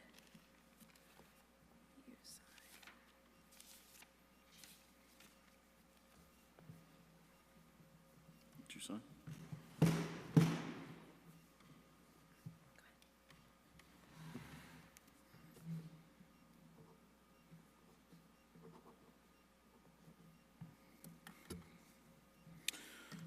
All right, First Chronicles 12. These were the men who came to David at Ziklag while he was banished from the presence of Saul, son of Kish. They were among the warriors who helped him in battle. They were armed with bows and were able to shoot arrows or to sling stones right-handed or left-handed. They were kinsmen of Saul from the tribe of Benjamin.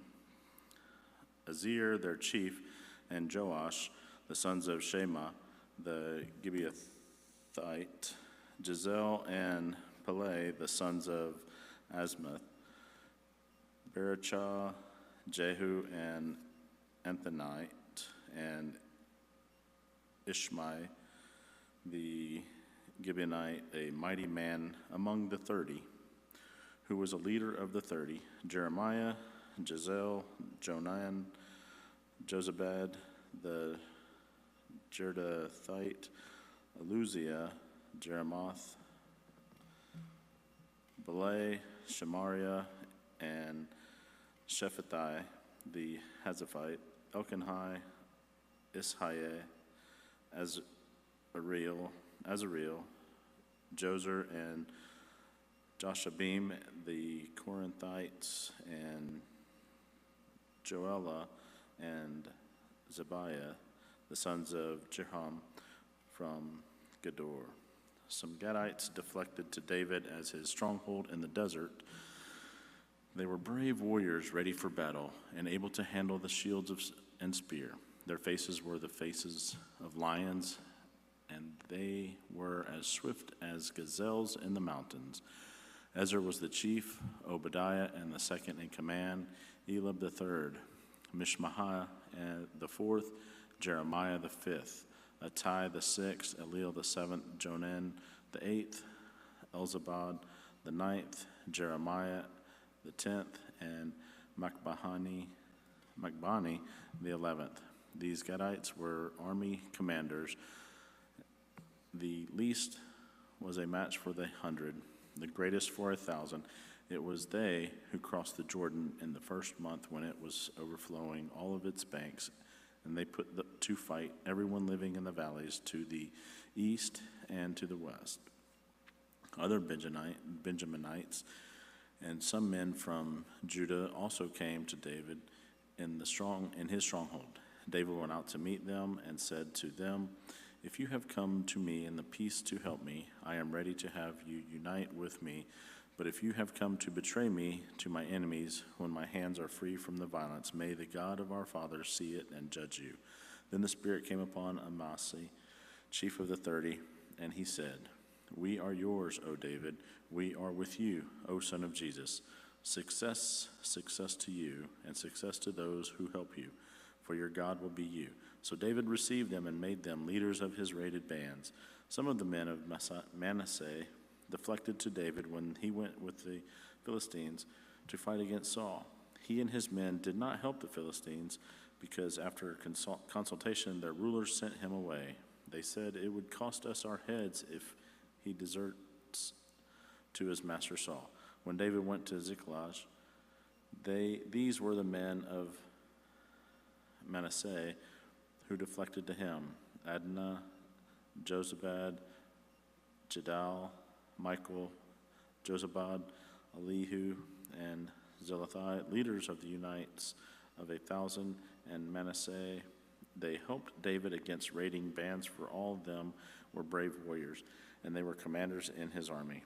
Day after day, men to help David, until he had a great army like the army of God.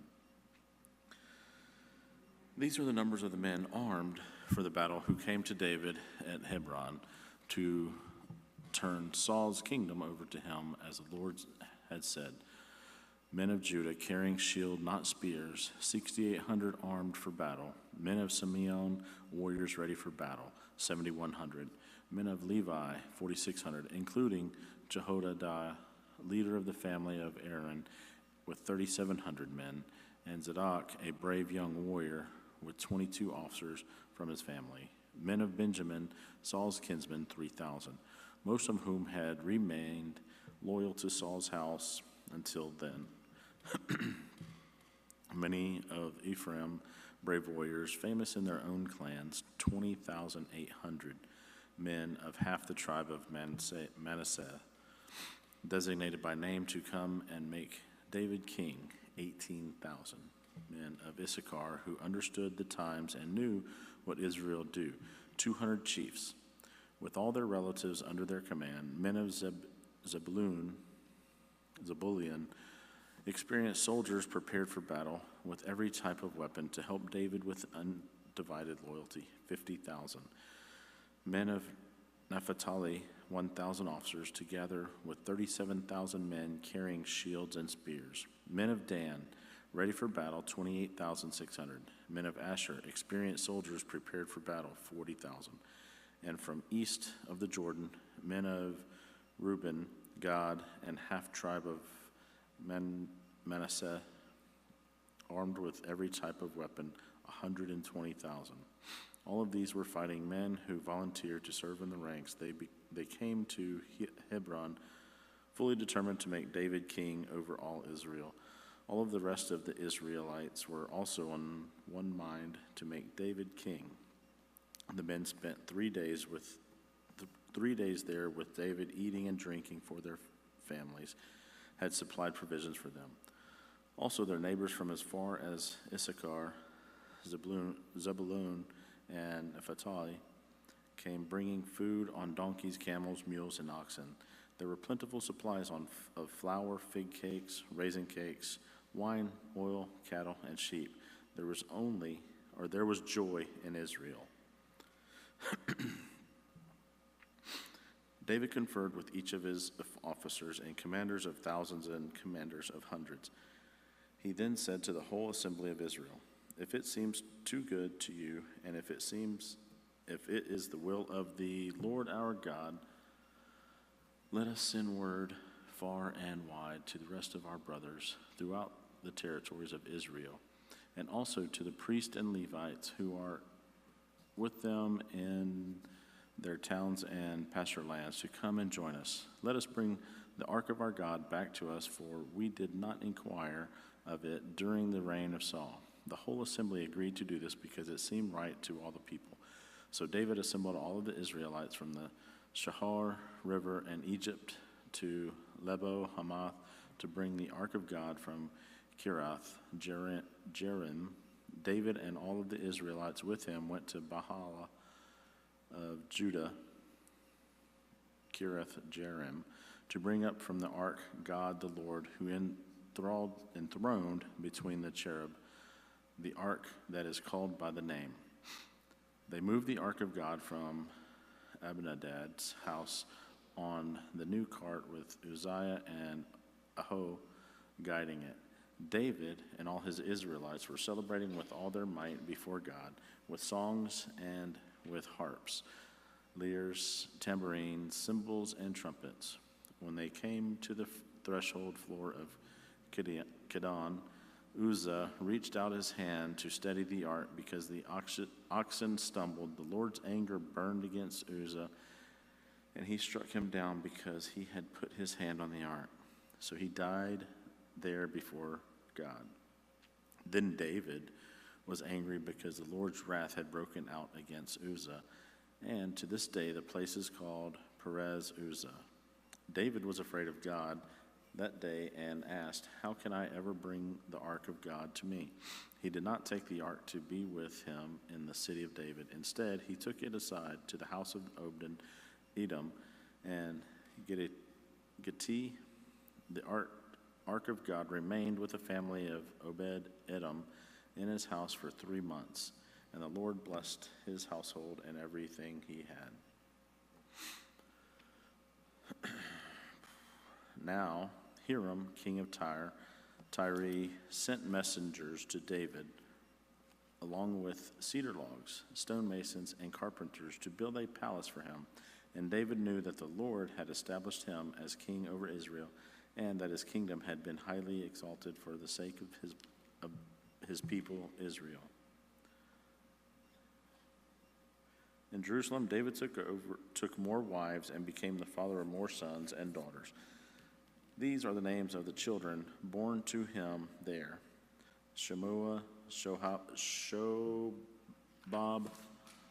Nathan, Solomon, Ibhar, Elsha, Elpeleh, Noga, Nephrig, Japhia, Elishama, Belidia, Ephelit. When the Philistines heard that David had been anointed king over all Israel, they went up full force to search for him. But David heard about it and went out to meet them. Now the Philistines had come and raided the valley of Rephaim. So David inquired of God, "Shall I go and attack the Philistines? Will you hand them over to me?" The Lord answered him, "Go, I will hand them over to you." So David and his men went up to Baal Perazim, and there he defeated them. He said, "As waters break out, God has broken out against my enemies by my hand." So that place was called Baal Perazim. The Philistines had abandoned their God there, and David gave orders to burn them in the fire. Once more the Philistines raided the valley, so David inquired of God again, and God answered him, "Do not go straight up, but circle around them and attack them from the front of the balsam trees.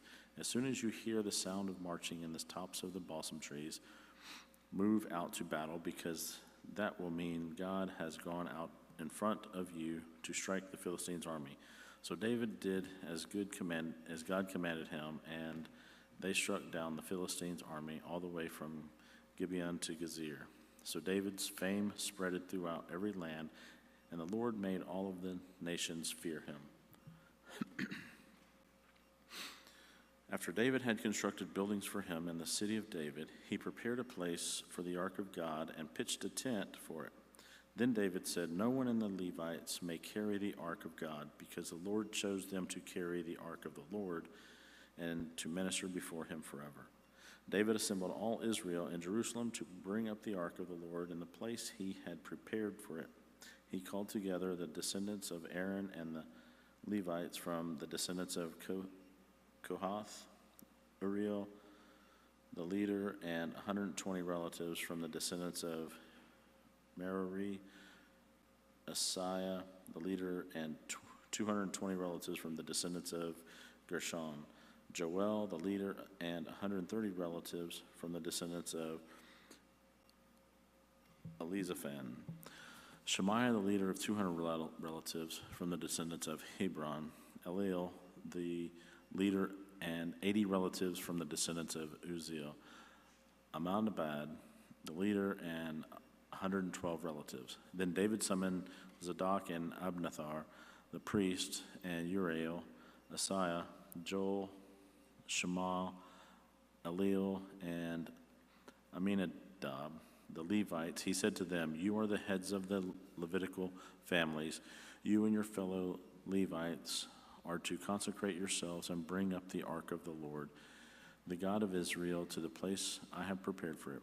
It was because you, the Levites, did not bring it up the first time that the Lord our God broke out in anger against us.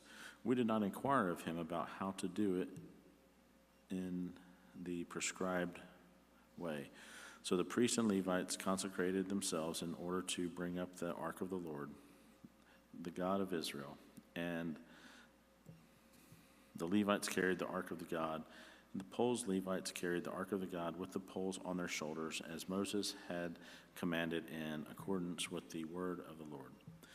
David told the leaders of the Levites to appoint their brothers as singers to sing joyful songs accompanied by musical instruments, lyres, harps, and cymbals. So the Levites appointed Herman, son of Joel, from his brothers, Asaph, son of Berzekiah, and their brothers, the Merarites, Ethan, son of Cushahiah, and then their brothers next in rank, Zechariah, Jeziel, Sheremoth, Jeriel, Uni, Elab, Benaniah, Messiah, Mattahiah, Eliphalet, Lui, Micniah, Obed-Edom, and Jeiel, the gatekeepers.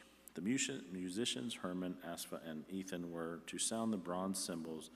Zechariah, Aziel, Shemoth, Jehiel, Umani, Elab, Messiah, and Messiah, and Benaiah were to play the lyres according to Alamoth, and the Methisa, Elephathiah, Micaniah, Obed-Edom, Jeiel, and Isaiah were to play the harps directed according to Sheminth. Kenahiah and the head Levite was in charge of the singing. that was his responsibility because he was skillful at it. Berechiah and Elkanah were to be doorkeepers of the ark. Benaiah, Josaphat, Nathaniel, Amashai, Zechariah, Benaiah, and Elzner. The priests were to blow trumpets before the ark of the God. Obed, Elam, and Jah were to be the doorkeepers for the ark. So David and the elders of Israel and the commanders of units of 1,000 went to bring up the ark of the covenant of the Lord from the house of Obed Edom, and rejoicing because God had helped the Levites who were carrying the ark of the covenant of the Lord.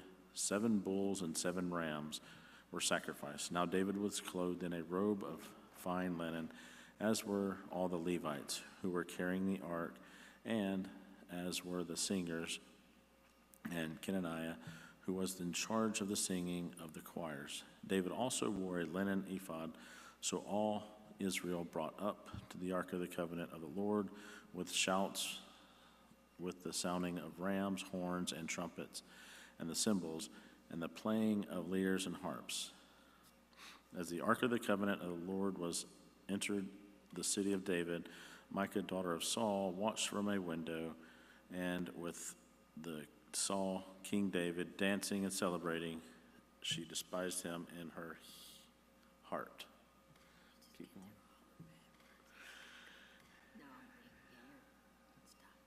Are you sure? I think you were till 45, right? I don't know. I'm supposed to do, yeah.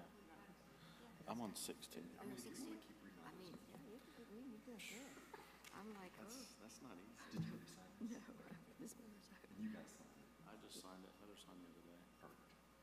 So we're good? You're good. awesome job. I'm impressed. Just didn't press the chapter. Okay, that's what I wasn't sure. This is gonna make noise when I. That's okay. That's all right. We're just Probably. Unless we want to see Here, I somebody can move you fall. up closer. Okay, where are we? Okay. 1 Chronicles 16.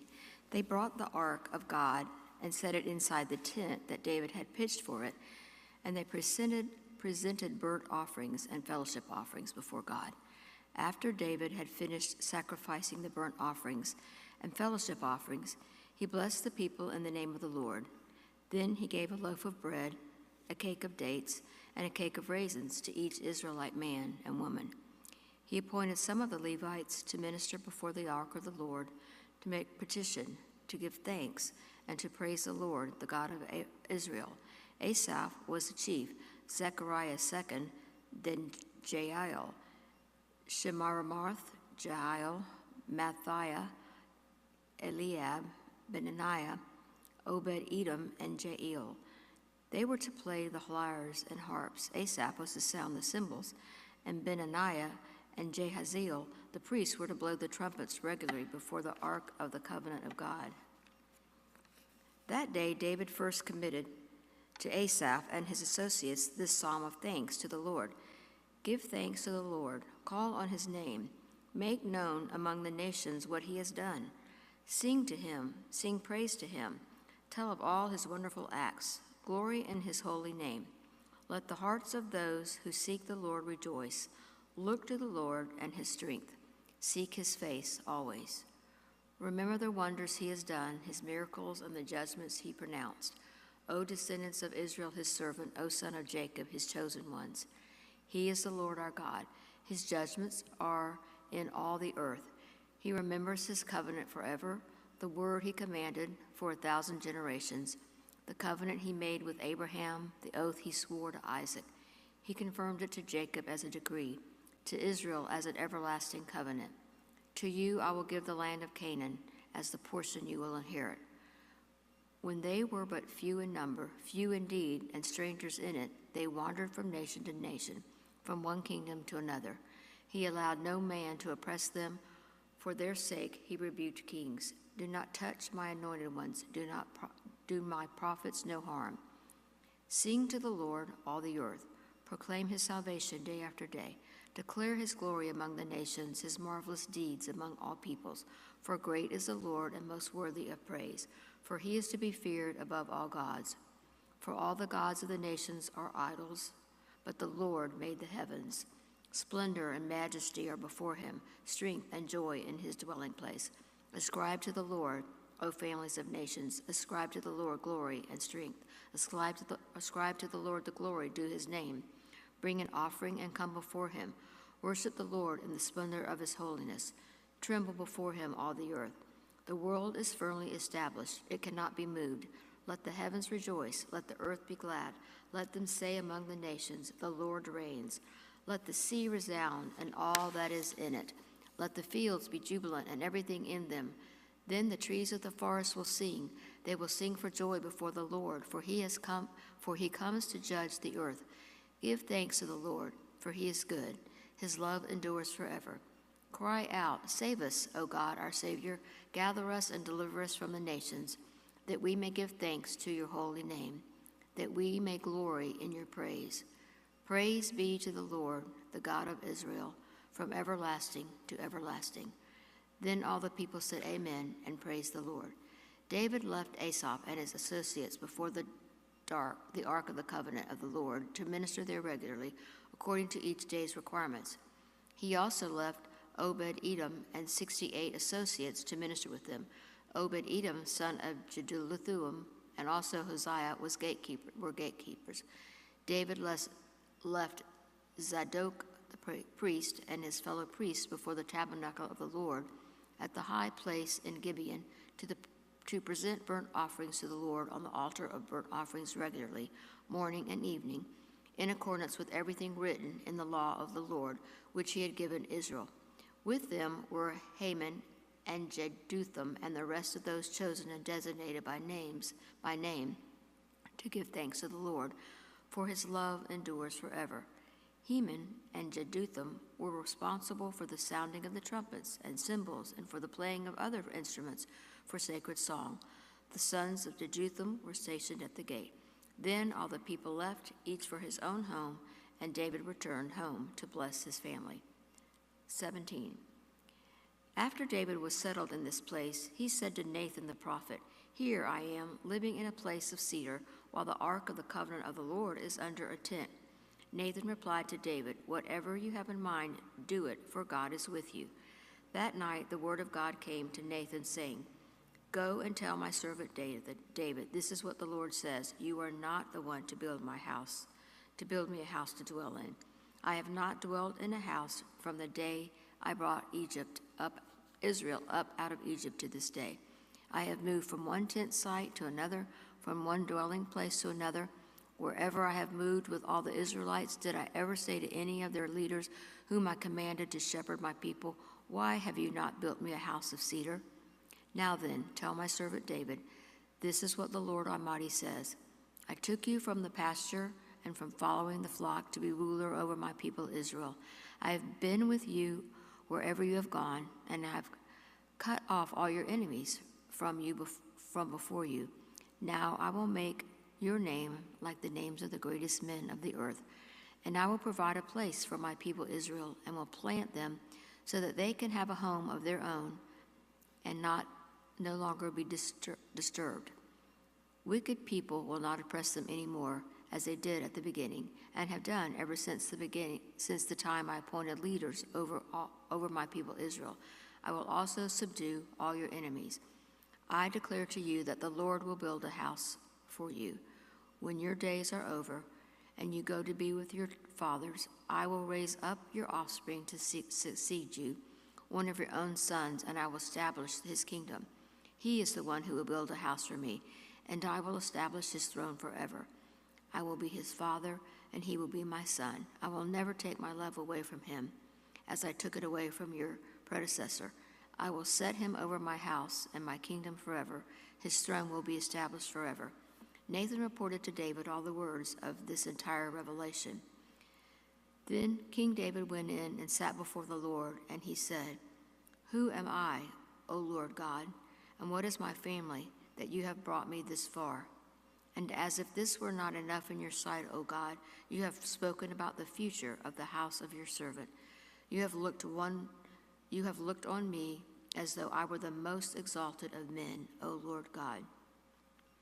What more can David say to you for honoring your servant? For you know your servant, O Lord. For the sake of your servant and according to your will, you have done this great thing and made known all these great promises. There is no one like you, O Lord, and there is no God but you. And we have heard with our own ears.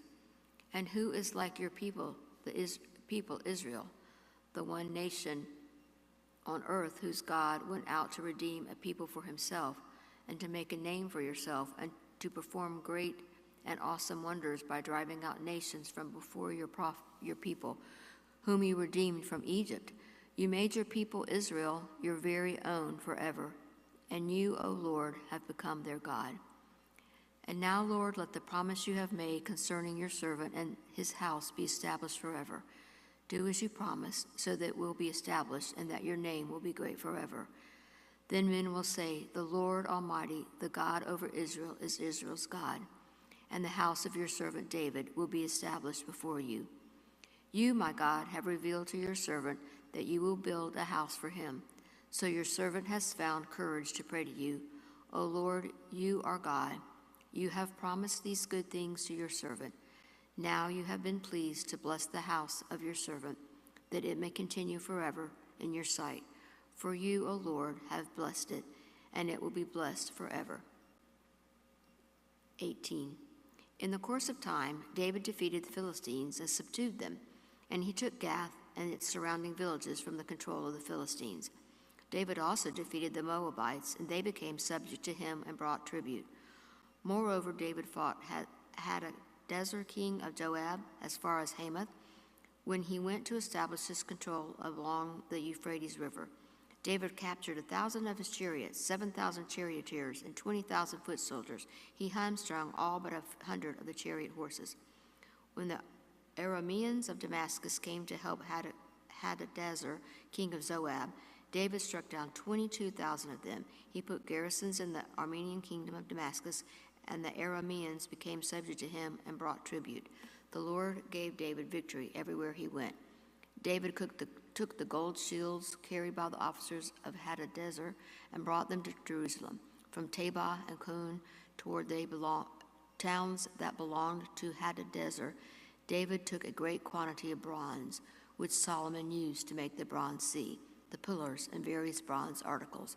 When King of Hamath heard that David had defeated the entire army of Hadadezer, king of Zoab, he sent his son Hadoram to King David to greet him and congratulate him on his victory in battle over Hadadezer, who had been at war with two. Hadoram had brought all kinds of articles of gold and silver and bronze. King David dedicated these articles to the Lord, as he had done with the silver and gold he had taken from all these nations, Edom and Moab, the Ammonites and the Philistines and Amalek. Abishai, son of Zeruiah, struck down 18,000 Edomites in the Valley of Salt. He put garrisons in Edom, and all the Edomites became subject to David. The Lord gave David victory everywhere he went. David reigned over all Israel, doing what was just and right for all of his people. Joab, son of Zeruiah, was over the army. Jehoshaphat, son of Ahilud, was recorder. Zadok, son of Ahutub, and Ahimelech, son of Abiathar, were priests. Shaphat was secretary. Benaniah, son of Jehoiada, was over the Keruthites and Pelethites, and David's sons were chief officials at the king's side. 19. In the course of time, you ready? Yeah. Okay. I want to.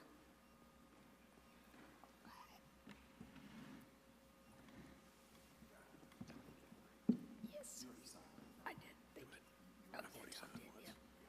Sunday, first person.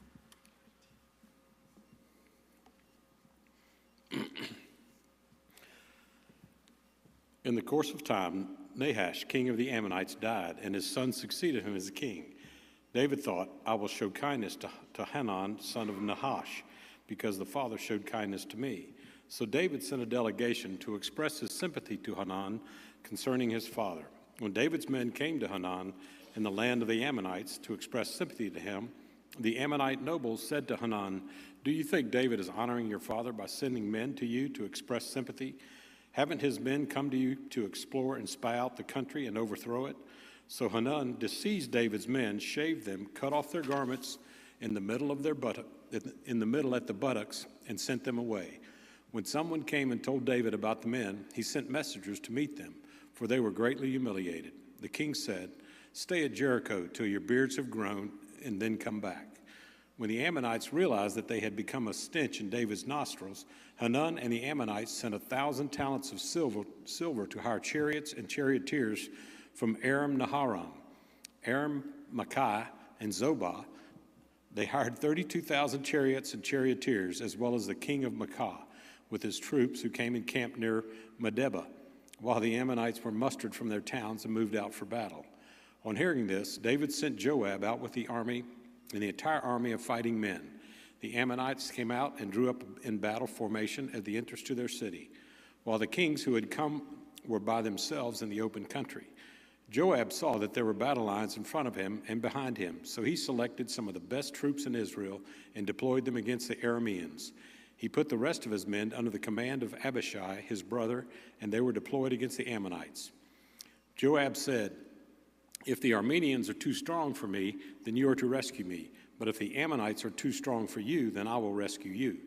Be strong and let us fight bravely for our people and the cities of our God. The Lord will do what is good in his sight."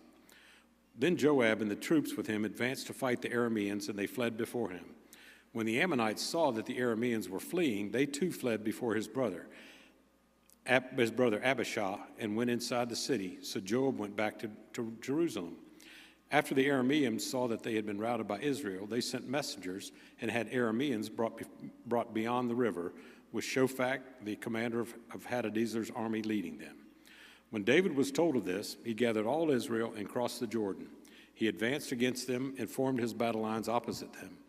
David formed his lines to meet the Arameans in battle, and they fought against him. But they fled before Israel, and David killed 7,000 of their charioteers and 40,000 of their foot soldiers. He also killed Shophak, the commander of the army. When the vassals of Hadadezer saw that they had been defeated by Israel, they made peace with David and became subject to him. So the Arameans were not willing to help the Ammonites anymore. In the spring, at the time when kings go off to war, Joab led out the armed forces. He laid waste the land of the Ammonites and went to Rabbah and besieged it. But David remained in Jerusalem. Joab attacked Rabbah and left it in ruins. David took the crown from the head of their king. Its weight was found to be a talent of gold, and it was set with precious stones, and it was placed on David's head. He took a great quantity of plunder from the city and brought out the people who were there, consigning them to labor with saws and with iron picks and axes. David did this to all the Ammonite towns. Then David and his entire army returned to Jerusalem. In the course of time, war broke out with the Philistines at Gezer. At that time, Sabekah the Hushonite killed Sappai, one of the descendants of the Rephaites, and the Philistines were subjugated. In another battle with the Philistines, Elhanan, son of Jair, killed Lami, the brother of Goliath the Gittite, who had a spear with a shaft like a weaver's rod. In still another battle, which took place at Gath, there was a huge man with 6 fingers on each hand and 6 toes on each foot, 24 in all. He also was descended from Rapha. When he taunted Israel, Jonathan, son of Shemiah, David's brother, killed him. There were descendants of Rapha in Gath, and they fell at the hands of David and his men. Satan rose up against Israel and incited David to take a census of Israel. So David said to Joab and the commanders of the troops, "Go and count the Israelites from Beersheba to Dan. Then report back to me so that I may know how many there are." But Joab replied, "May the Lord multiply his troops 100 times over. My lord the king, are they not all my lord's subjects? Why does the Lord want to do this? Why should he bring guilt on Israel?" The king's word, however, was overruled Joab. So Joab left and went throughout Israel and then came back to Jerusalem. Joab reported the number of the fighting men to David. In all Israel, there were 1,100,000 men who could handle a sword, including 470,000 in Judah. But Joab did not include Levi and Benjamin in the numbering, because the king's command was repulsive to him. This command was also evil in the sight of God, so he punished Israel. Then David said to God, I have sinned greatly by doing this. Now I beg you, take away the guilt of your servant. I have done a very foolish thing. The Lord said to Gad, David's seer, go and tell David, this is what the Lord says. I am giving you 3 options. Choose one of them for me to carry out against you. So Gad went to David and said to him, this is what the Lord says. Take your choice. 3 years of famine, 3 months of being swept away before your enemies with their swords overtaking you, or 3 days of the sword of the Lord, days of plague in the land, with the angel of the Lord ravaging every part of Israel. Now then decide how I should answer the one who sent me. David said to Gad, I am in deep distress. Let me fall into the hands of the Lord, for his mercy is very great, but do not let me fall into the hands of men. So the Lord sent a plague on Israel, and 70,000 men of Israel fell dead. And God sent an angel to destroy Jerusalem. But as the angel was doing so, the Lord saw it and was grieved because of the calamity, and said to the angel who was destroying the people, enough, withdraw your hand. The angel of the Lord was then standing at the threshing floor of Araunah, the Jebusite. David looked up and saw the angel of the Lord standing between heaven and earth, with a drawn sword in his hand extended over Jerusalem. Then David and the elders, clothed in sackcloth, fell face down. David said to God, was it not I who ordered the fighting men to be counted? I am the one who has sinned and done wrong. These are but sheep. What have they done? O Lord my God, let your hand fall upon me and my family, but do not let this plague remain on your people. Then the angel of the Lord ordered God to tell David to go up and build an altar to the Lord on the threshing floor of Araunah, the Jebusite. So David went up in obedience to the word that Gad had spoken in the name of the Lord. While Araunah was threshing wheat, he turned and saw the angel. His 4 sons who were approaching with him hid themselves. Then David approached, and when Araunah looked and saw him, he left the threshing floor and bowed down before David with his face to the ground. David said to him, let me have the site of your threshing floor so that I can build an altar to the Lord, that the plague on the people may be stopped. Sell it to me at the full price. Araunah said to David, take it, let my lord the king do whatever pleases him. Look, I will give the oxen for the burnt offerings, the threshing sledges for the wood, and the wheat for the grain offering. I will give all this. But King David replied to Araunah, no, I insist on paying the full price. I will not take for the Lord what is yours, or sacrifice a burnt offering that cost me nothing. So David paid Araunah 600 shekels of gold for the site. David built an altar to the Lord there and sacrificed burnt offerings and fellowship offerings. He called on the Lord, and the Lord answered him with fire from heaven and the altar of burnt offering. Then the Lord spoke to the angel, and he put the sword back in its sheath. At that time, when David saw that the Lord had answered him on the threshing floor of Araunah, the Jebusite, he offered sacrifices there. The tabernacle of the Lord, which Moses has made in the desert, and the altar of burnt offerings were at that time on the high place at Gibeon. But David could not go before it to inquire of God, because he was afraid of the sword of the angel and of the Lord. Then David said, the house of the Lord is to be here, and also the altar of the burnt offering for Israel. So David gave orders to assemble the aliens living in Israel, and from among them he appointed stone cutters to prepare dressed stone for building the house of God. He provided a large amount of iron to make nails for the doors of the gateways and for the fittings, and more bronze than could be weighed. He also provided more cedar logs than could be counted, for the Sidonians and Tyrians had brought large numbers of them to David. David said, my son Solomon is young and inexperienced, and the house to be built for the Lord should be of great magnificence and fame and splendor in the sight of all the nations. Therefore I will make preparations for it. So David made extensive preparations before his death. Then he called for his son Solomon and charged him to build a house for the Lord. My son, I had it in my heart to build a house for the name of the Lord my God. But this word of the Lord came to me. You have shed much blood and have fought many wars. You are not to build a house for my name, because you have shed much blood on the earth in my sight. But you will have a son who will be a man of peace and rest, and I will give him rest from all his enemies on every side. His name will be Solomon, and I will grant Israel peace and quiet during his reign.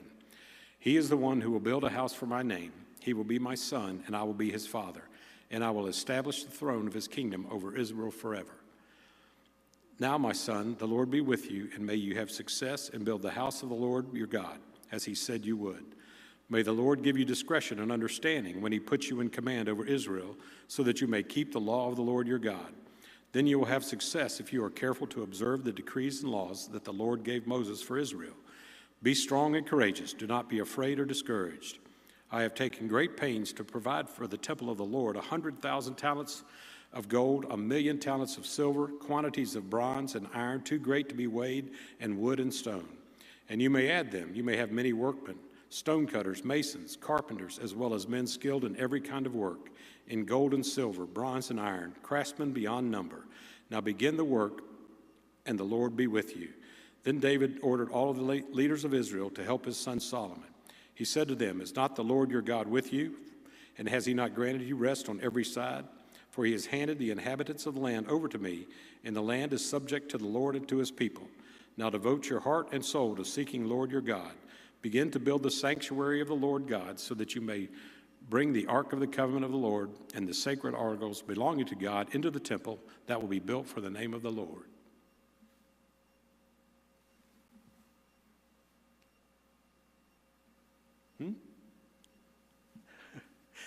When David was old and full of years, he made his son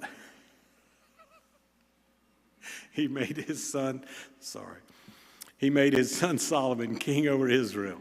He also gathered together all the leaders of Israel, as well as the priests and Levites. The Levites were 30 years old or more were counted, and the total number of men was 38,000.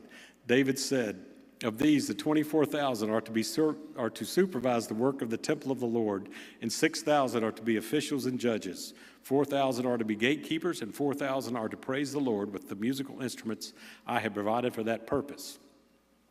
David divided the Levites into groups corresponding to the sons of Levi: Gershon, Kohath, and Merari. Gershonites, belonging to the Gershonites, Laden and Shimei, the sons of Laden, Jehiel the first, Zetham and Joel, 3 in all. The sons of Shimei, Shelomoth, Haziel, Haran, 3 in all. These were the heads of the families of Laden. The sons of Shimei, Jahath, Ziza, Jewish, and Beriah. These were the sons of Shimei, 4 in all. Jahath was the first, and Ziza the second. But Jeush and Beriah did not have many sons, so they were counted as one family with one assignment. The sons of Kohath, Amram, Izhar, Hebron, Uziel, 4 in all. The sons of Amram, Aaron and Moses. Aaron was set apart, he and his descendants forever, to consecrate the most holy things, to offer sacrifices before the Lord, to minister before him, and to pronounce blessings in his name forever. The sons of Moses, the man of God, were counted as part of the tribe of Levi. The sons of Moses, Gershom and Eleazar.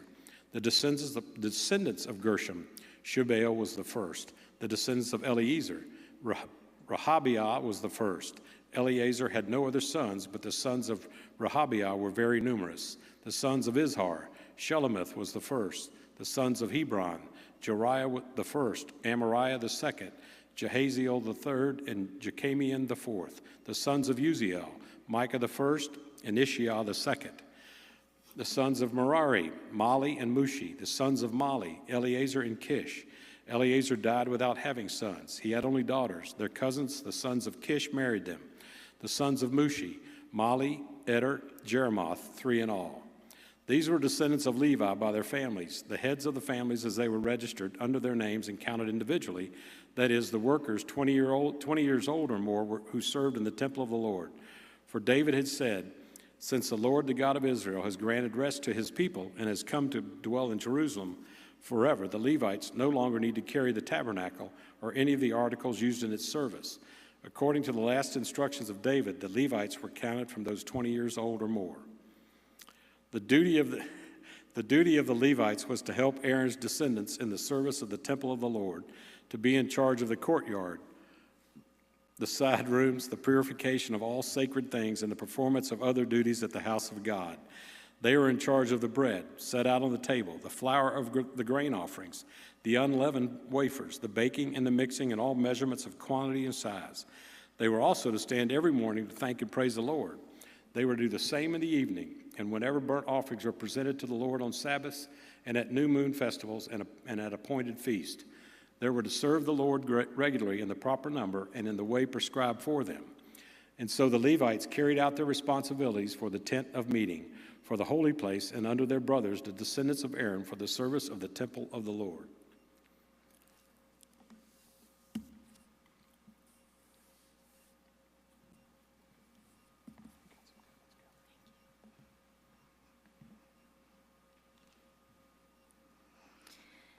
These were the divisions of the sons of Aaron. The sons of Aaron were Nadab, Abihu, Eleazar, and Ithamar.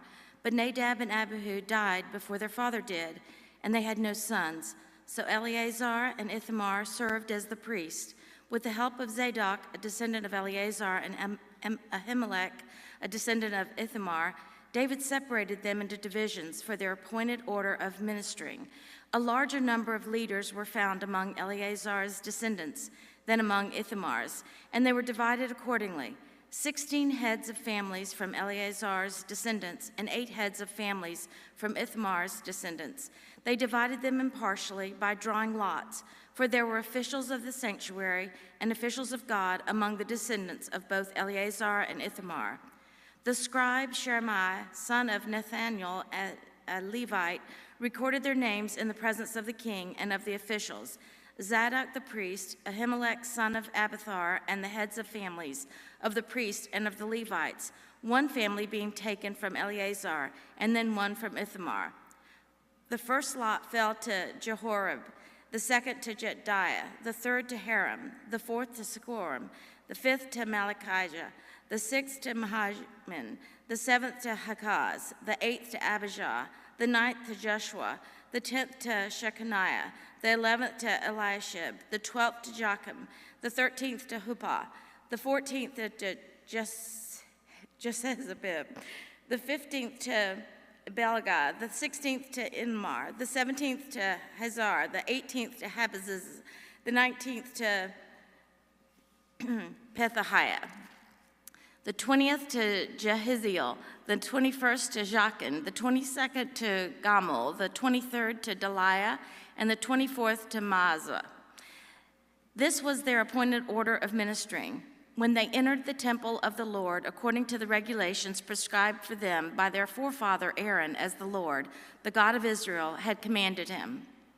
As for the rest of the descendants of Levi, from the sons of Amram, Shabael, from the sons of Shabael, Jehadiah. As for Rehabiah, from his sons, Ishai for the first. From Isharites, Shelmoth. From the sons of Shelmoth, Jethoth. The sons of Hebron, Jeriah the first, Amariah the second, Jahazareel the third, and Jekameam the fourth. The son of Uziel, Micah. From the sons of Micah, Shemir, the brother of Micah and Ishah. From the sons of Ishah, Zechariah. The sons of Merari, Mali, and Mushi. The son of Jazariah, Beno. The son of Merari. From Jazza, Beno, Shohan, Zakar, and Ebri. From Mali, Eleazar, who had no sons. From Kish, the son of Kish, Jerahmeel, and the son of Mushi, Mali, Eder, and Jeremoth. These were the Levites, according to their families. They also cast lots, just as their brothers, the descendants of Aaron, did, in the presence of King David and of Zadok, Ahimelech, and the heads of families of the priests and of the Levites. The families of the oldest brother were treated the same as those of the youngest. David, together with the commanders of the army, set apart some of the sons of Asaph, Heman, and Jeduthun for the ministry of prophesying, accompanied by harps, lyres, and lyres and cymbals. Here is the list of the men who performed this service. From the sons of Asaph, Zakur, Joseph, Nethiah, and Azarlah. The sons of Asaph were under the supervision of Asaph, who prophesied under the king's supervision. As for Jeduthun, from his sons, Gedaliah, Zeri, Jeshiah, Shimi, Hashabah, and Merathiah, 6 in all, under the supervision of their father, Jeduthun, who prophesied using the harp and thanking and praising the Lord. As for Haman from his sons, Bechiah, Mattaniah, Uziel, Shabal, and Jeremoah, Hananiah, Hanai, Elathai, Jedidati, and Ramati Ezer, Jabishakah, Malathi, Hathir, and Mahazioth. All these were sons of Heman, the king's seer. They were given him through the promises of God to exalt him. God gave Heman 14 sons and 3 daughters. All these men were under the supervision of their fathers for the music of the temple of the Lord with cymbals, lyres, and harps for the ministry at the house of God. Asaph, Jeduthun, and Heman were under the supervision of the king, along with their all of them trained and skilled in music for the Lord. They numbered 288. Young and old alike, teacher as well as student, cast lots for their duties.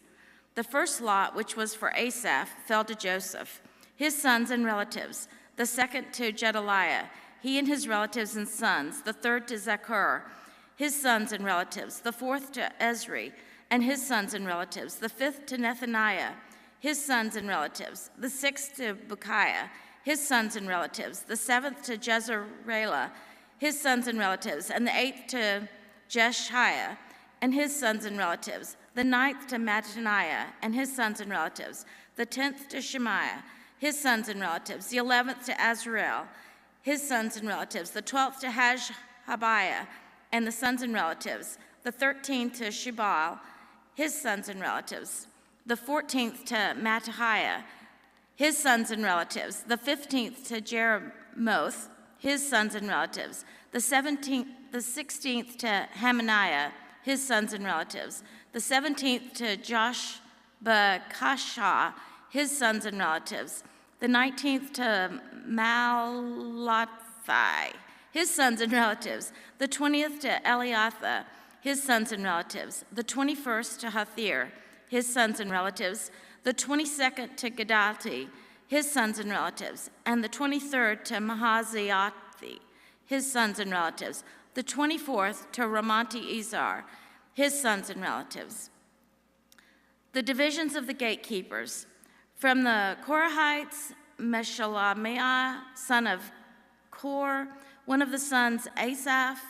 Meshelemiah had sons, Zechariah, the firstborn, Jediel, the second, Zabadiah, the third, Jethaniel, the fourth, Elam, the fifth, Jehohanan, the sixth, and Elihoniah, the seventh. Obed-Edom also had sons, Shemaiah, the firstborn, Jehozabad, the second, Jehoah, the third, Sakhar, the fourth, Nathaniel, the fifth, Amiel, the sixth, Ezekar, the seventh, and Peliathai, the eighth. For God had blessed Obed-Edom. His son Jeremiah, Shemaiah, also had sons who were leaders in their father's family because they were very capable men. The sons of Shemaiah, Othi, Raphael, Obed, and Eliabed. His relatives, Elihu and Semachiah, were also able men. All these were descendants of Obed-Edom. They and their sons and their relatives were capable men, with the strength to do the work, descendants of Obed-Edom, 62 in all. Meshelemiah had sons and relatives who were able men, 18 in all. Hosah and the Maronite had sons, Shimri the first. Although he was not the firstborn, his father had appointed him the first. Hekiah the second, Tabaliah the third, and Zechariah the fourth. The sons and relatives of Hosah were 13 in all. These divisions of the gatekeepers, through their chief men, had duties for ministering in the temple of the Lord, just as their relatives had. Lots were cast for each gate, according to their families, young and old alike. The lot for the east gate fell to Shelemiah. Then lots were cast for his son, Zechariah, a wise counselor, and the lot for the north gate fell to him. The lot for the south gate fell to Obed-Edom, and the lot for the storehouse fell to his sons. The lots for the west gate and the Sheleketh gate on the upper road fell to Shupin and Hosea. Guard was alongside of guard. There were 6 Levites a day on the east, 4 a day on the north. 4 a day on the south, and 2 at a time at the storehouse. As for the court to the west, there were 4 at the road and 2 at the court itself. These were the divisions of the gatekeepers, who were descendants of Korah and Merari. Their fellow Levites were in charge of the treasures of the house of God and the treasuries for the dedicated things. The descendants of Latam, who were Gershonites through Latam, and who were the heads of families belonging to Latam, the Gershonite, were Jahili, the son of Jahili, Zetham, and his brother Joel. They were in charge of the treasures of the temple of the Lord. From the Amramites, the Izharites, the Hebronites, and the Uzalites, Shabael, a descendant of Gershom, son of Moses, was the officer in charge of the treasures. His relatives through Eleazar were Habiah, his son Jesahiah, his son Joram, his son Zechari, his son and Shelemith, his son Shelemith, and his relatives were in charge of all the treasures for the things dedicated by King David, by the heads of families who were the commanders of thousands and commanders of hundreds, and by the other army commanders. Some of the plunder taken in battle they dedicated for the repair of the temple of the Lord, and everything dedicated by Samuel, the seer, and by Saul's son of Kish, Ebner, son of Ner, and Joab, son of Zeruiah, and all of the other dedicated things were in the care of Shelemith and his relatives. From the Israelites, Kenaniah and his sons were assigned duties away from the temple as officials and judges over Israel. From the Hebronites, Hashabiah and his relatives, 1,700 able men were responsible in Israel west of the Jordan for all the work of the Lord and for the king's service. As for the Hebronites, Jeriah was their chief according to the genealogical records of their families. In the 40th year of David's reign, a search was made in the records, and capable men among the Hebronites were found at Jazer in Gilead. Jeriah, who had 2,700 relatives, were able men and heads of families, and King David put them in charge of the Reubenites, the Gadites, and the half-tribe of Manasseh for every matter pertaining to God and for the affairs of the king.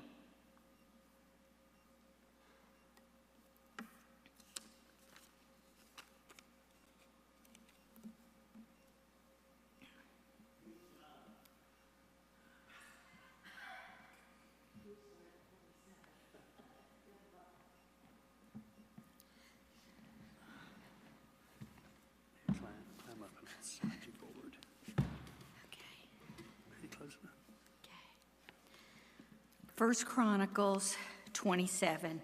This is the list of the Israelites, heads of the families, commanders of thousands and commanders of hundreds, and of their officers who served the king in all that concerned the armies, divisions that were on duty month by month throughout the year. Each division consisted of 24,000 men. In charge of the first division was the first month, was Jashobim, son of Zabdiel. There were 24,000 men in his division. He was a descendant of Perez and a chief of all the army officers for the first month. In charge of the division for the second month was Dodai, the Ahohite. Mikloth was the leader of his division, and there were 24,000 men in his division.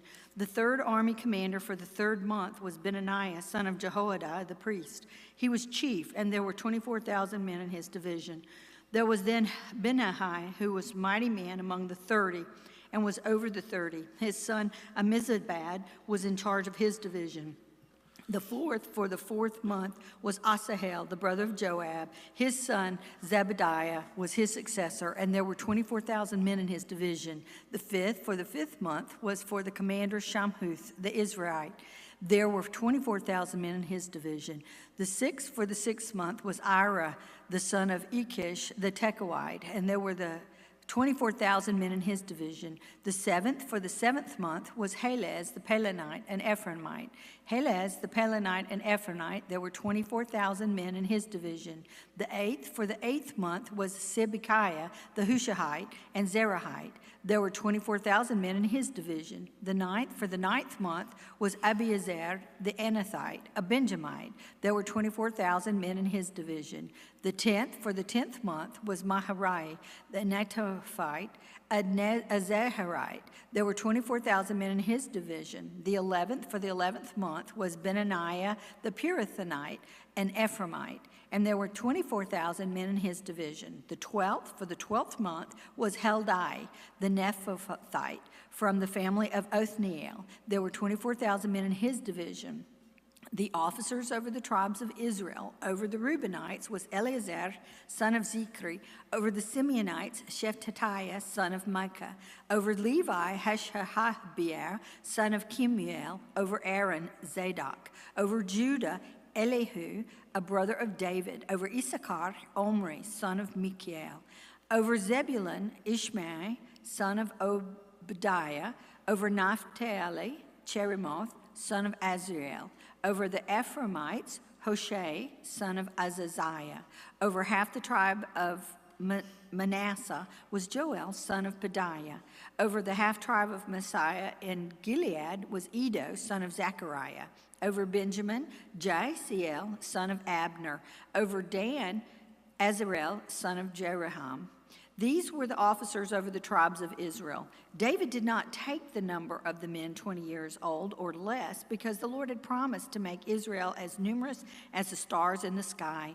Joab, son of Zeruiah, began to count the men, but did not finish. Wrath came on Israel on account of this numbering, and the number was not entered in the book of the annals of King David.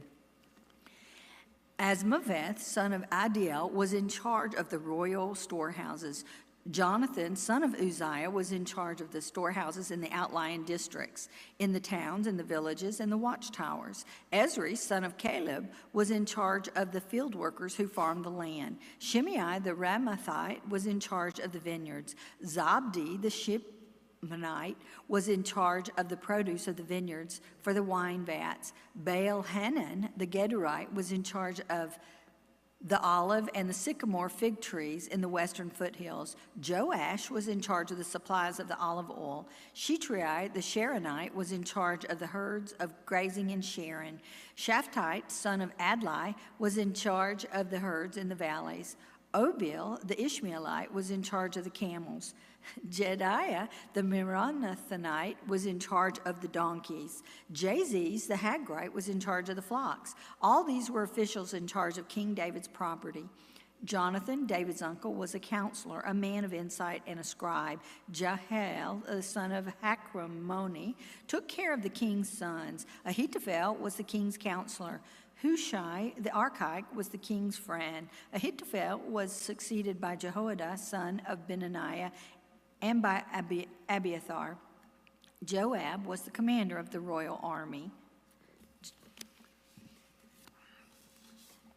Reading 1 Chronicles 28. David summoned all the officials of Israel to assemble at Jerusalem. The officers over the tribes, the commanders of the divisions in the service of the king, the commanders of thousands and commanders of hundreds, and the officials in charge of all the property and livestock belonging to the king and his sons, together with the palace officials, the mighty men, and all the brave warriors. King David rose to his feet and said, "Listen to me, my brothers and my people. I had it in my heart to build a house as a place of rest for the ark of the covenant of the Lord, for the footstool of our God, and I made plans to build it. But God said to me, 'You are to build a house for my name.' You are not to build a house for my name, because you are a warrior and have shed blood. Yet the Lord, the God of Israel, chose me from my whole family to be a king over Israel forever. He chose Judah as a leader, and from the house of Judah he chose my family, and from my father's sons he was pleased to make me king over all Israel.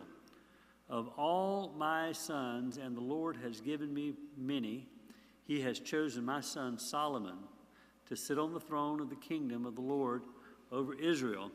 He said to me, 'Solomon, your son, is the one who will build my house and my courts.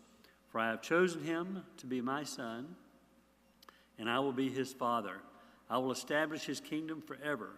If he is unswerving in carrying out my commands and laws, as is being done at this time. So now I charge you in the sight of all Israel and of the assembly of the Lord, and in the hearing of our God, be careful to follow all the commands of the Lord your God, that you may possess this good land and pass it on as an inheritance for your descendants forever.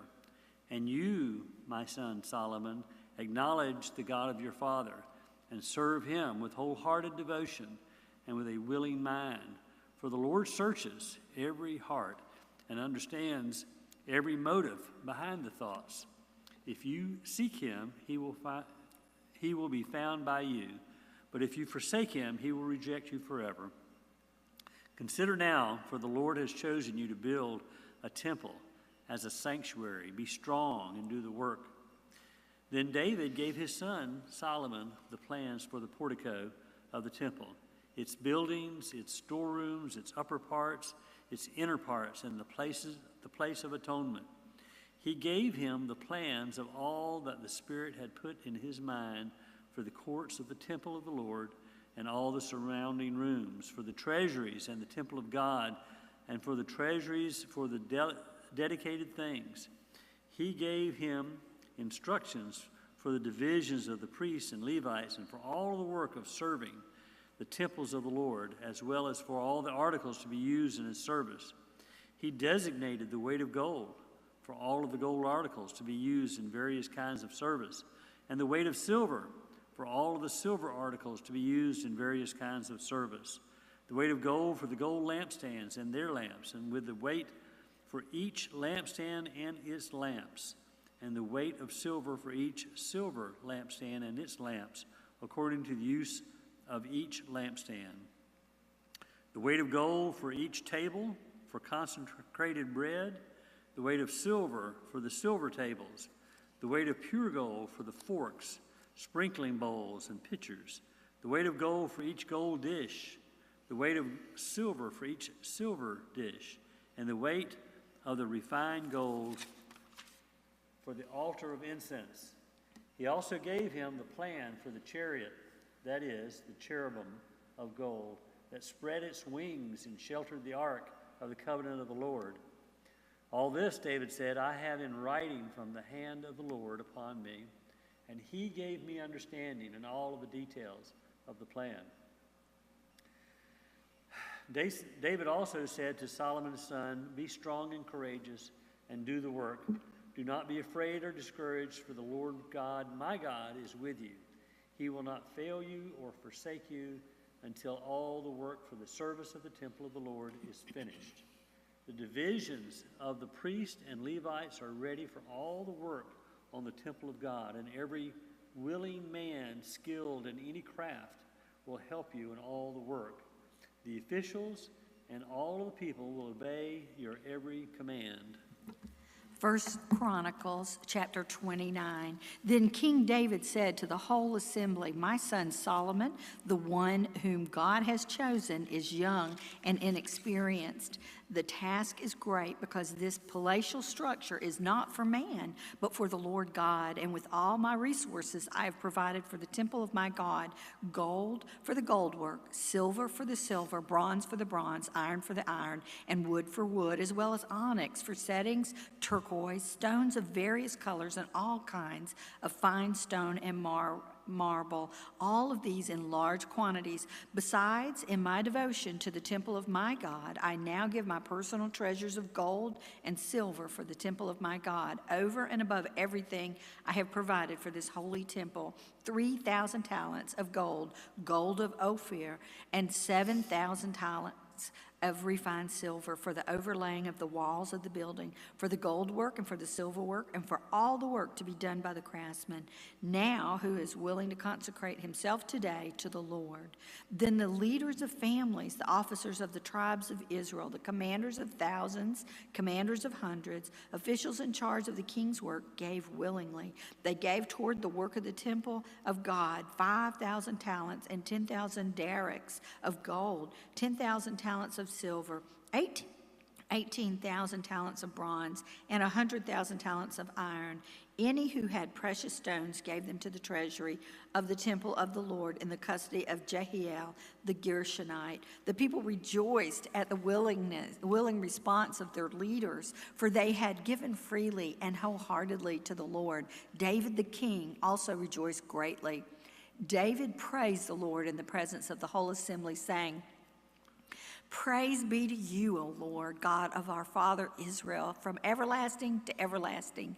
Yours, O Lord, is the greatness and the power and the glory and the majesty and the splendor, for everything in heaven and earth is yours.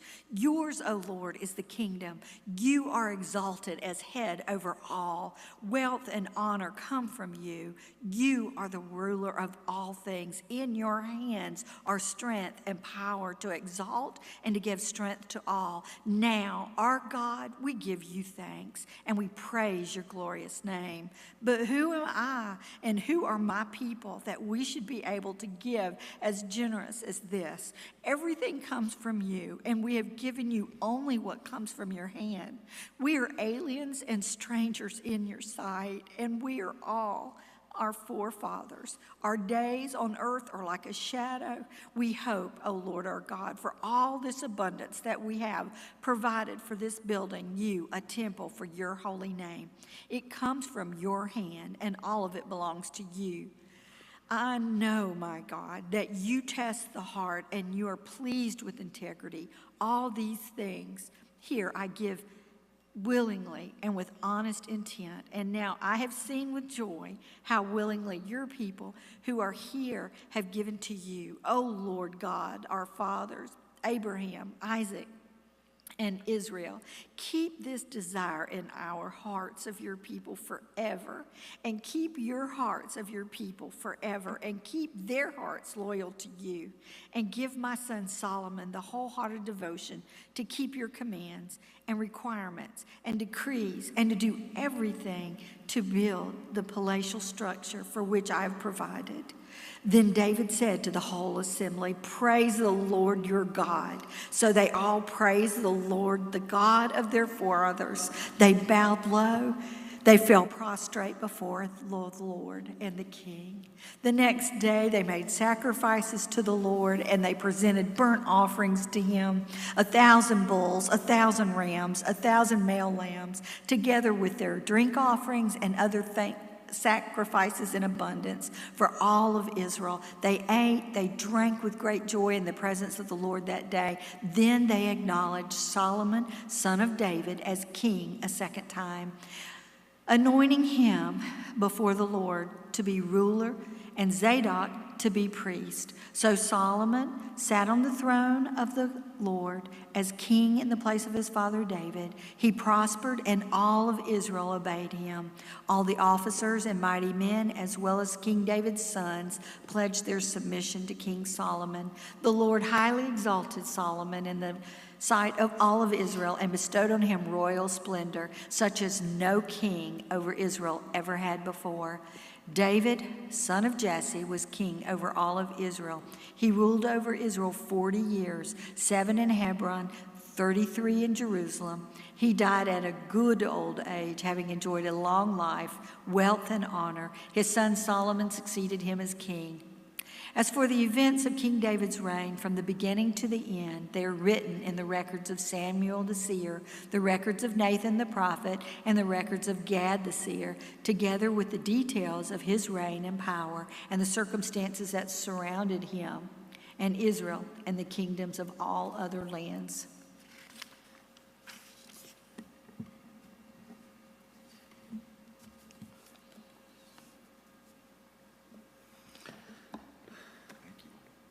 I think we're doing another one too. I think we did 30 minutes. Yep. You did? You just finished it? No, I don't think so. Yeah, I think you did. We started at 6:30, didn't we? Yeah. I thought you started 6:15. Pretty sure? Yeah. I'll go check my schedule, but keep going. Okay, I got 15 more minutes. Here you go, babe. Okay, 2 Chronicles 1. Solomon, son of David, established himself firmly over his kingdom. For the Lord his God was with him and made him exceedingly great.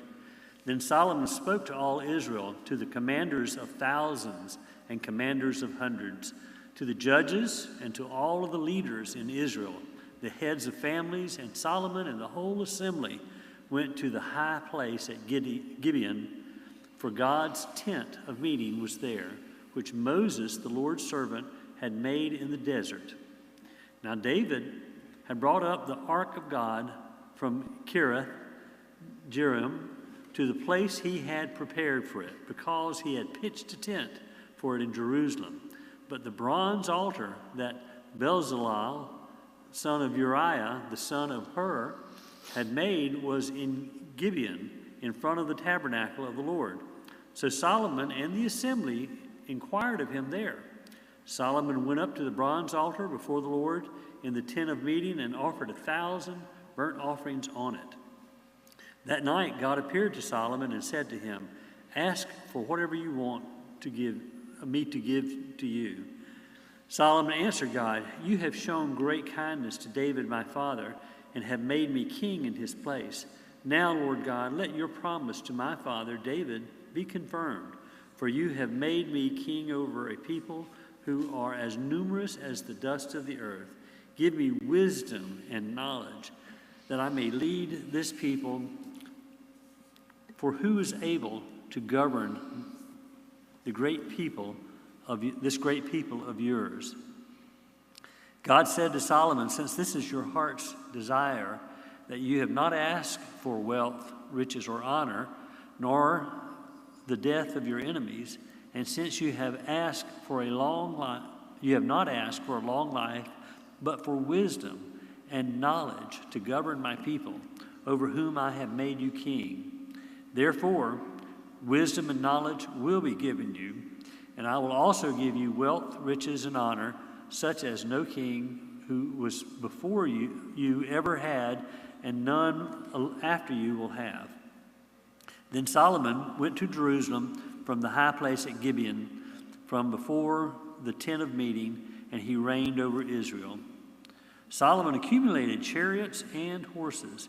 He had 1,400 chariots and 12,000 horses, which he kept in the chariot cities, and also with him in Jerusalem. The king made silver and gold as common in Jerusalem as stones, and cedar as plentiful as sycamore trees in the foothills. Solomon's horses were imported from Egypt and from Kue. The royal merchants purchased them from Kue. They imported a chariot from Egypt for 600 shekels of silver, and a horse for 150. They also exported them to all the kings of the Hittites and of the Armenians. 2 Chronicles chapter 2. Solomon gave orders to build a temple for the name of the Lord and for a royal palace for himself. He conscripted 70,000 men as carriers and 80,000 as stonecutters in the hills and 3,600 as foremen over them. Solomon sent this message to Hiram, king of Tyre: "Send me cedar logs, as you did for my father David when you sent him cedar to build a palace to live in. Now I'm about to build a temple for the name of the Lord my God, and to dedicate it to him for a burning fragrant incense before him, for setting out the consecrated bread regularly, and for making burnt offerings every morning and evening on the Sabbath and new moons, and at the appointed feast of the Lord our God. This is a lasting ordinance for Israel. The temple I am going to build will be great, because our God is greater than all other gods. But who is able to build a temple for him, since the heavens, even the highest heavens, cannot contain him? Who then am I to build a temple for him, except as a place to burn sacrifices before him? Send me, therefore, a man who is skilled in work in gold and silver and bronze and yarn, and experienced in the art of engraving, to work in Judah and Jerusalem with my skilled craftsmen, whom my father David has provided. Send me also cedar, pine, and algum logs from Lebanon, for I know that your men are skilled in cutting timbers there. My father will work with yours to provide me with plenty of lumber, because the temple I build must be large and magnificent. I will give your servants, the woodsmen who cut the timber, 20,000 cores of ground wheat, 20,000 cores of barley, 20,000 baths of wine, and 20,000 baths of olive oil. Hiram, king of Tyre, replied by letter to Solomon, because the Lord loves his people, he has made you their king. And Hiram added, praise be to the Lord, the God of Israel, who made heaven and earth. He has given King David a wise son, indeed with intelligence and discernment, who will build a temple for the Lord and a palace for himself. I am sending you Huram-Abi, a man of great skill, whose mother was from Dan and whose father was from Tyre. He is trained to work in gold and silver and bronze and iron, stone and wood, and with purple and blue and crimson yarn and fine linen. He is experienced in all kinds of engraving and can execute any design given to him. He will work with your craftsmen and will those of my lord David your father. Now let my lord send his servants with wheat and barley and olive oil and wine as he promised. We will cut all with the logs from Lebanon that you need, and will float them in rafts by the sea down to Joppa. You can then take up to Jerusalem. Solomon took a census of all the aliens who were in Israel, and the census his father David had taken, and there were found to be 153,600. He assigned 70,000 of them to be carriers and 80,000 to be stone cutters in the hills, with 3,600 foremen over them to keep the people working. Second Chronicles chapter 3. Then Solomon began to build the temple of the Lord in Jerusalem on Mount Moriah, where the Lord had appeared to his father David. It was on the threshing floor of Araunah the Jebusite, the place provided by David. He began building on the second day of the second month in the 4th year of his reign. The foundation Solomon laid for building the temple of God was 60 cubits long and 20 cubits wide, using the cubit of the old standard. The portico at the front of the temple was 20 cubits long across the width of the building and 20 cubits high. He overlaid the inside with pure gold. He paneled the main hall with pine and covered it with fine gold and decorated it with palm trees and chain designs. He adorned the temple with precious stones, and the gold he used was gold of Parvim. He overlaid the ceiling beams, door frames, walls, and doors of the temple with gold and carved the cherubim on the walls. He built the most holy place, its length corresponding to the width of the temple, 20 cubits long and 20 cubits wide. He overlaid the inside with 600 talents of fine gold. The gold nails weighed 50 shekels. He also overlaid the upper parts with gold. In the most holy place, he made a pair of sculptured cherubim and overlaid them with gold. The total wingspan of the cherubim was 20 cubits. One wing of the first cherub was 5 cubits long and touched the temple wall, while the other wing, also 5 cubits long, touched the wing on the other cherub. Similarly, one wing of the second cherub was 5 cubits long and touched the other temple wall, and its other wing, also 5 cubits long, touched the wing of the first cherub. The wings of these cherubim extended 20 cubits. They stood on their feet facing the main hall. He made the curtain of blue, purple, and crimson yarn and fine linen, with cherubim worked into it. In the front of the temple he made 2 pillars, which together were 35 cubits long, each with a capital on top measuring 5 cubits. He made the interwoven chains and put them on top of the pillars. He also made 100 pomegranates and attached them to the chains. He erected the pillars in front of the temple, one to the south and one to the north. The one to the south he named Jachin, and the one to the north he named Boaz. 2 Chronicles chapter 4. He made a bronze altar 20 cubits long, 20 cubits wide, 10 cubits high. He made the sea of cast metal, circular in shape, measuring 10 cubits from rim to rim and 5 cubits high. He took a line of 30 cubits to measure around it. Below the rim, figures of bulls encircled it, 10 to a cubit. The bulls were cast into 2 rows, one piece with the sea. The sea stood on the 12 bulls, 3 facing north, 3 facing west, 3 facing south, and 3 facing east. The sea rested on top of them, and their hind quarters were toward the center. It was a handbreadth in thickness, and its rim was like the rim of a cup, like a lily blossom. It held 3,000 baths. He then made 10 basins for washing and placed 5 on the south side and 5 on the north, and them the things to be used for the burnt offerings were rinsed. But the sea was to be used for the priest, but for washing.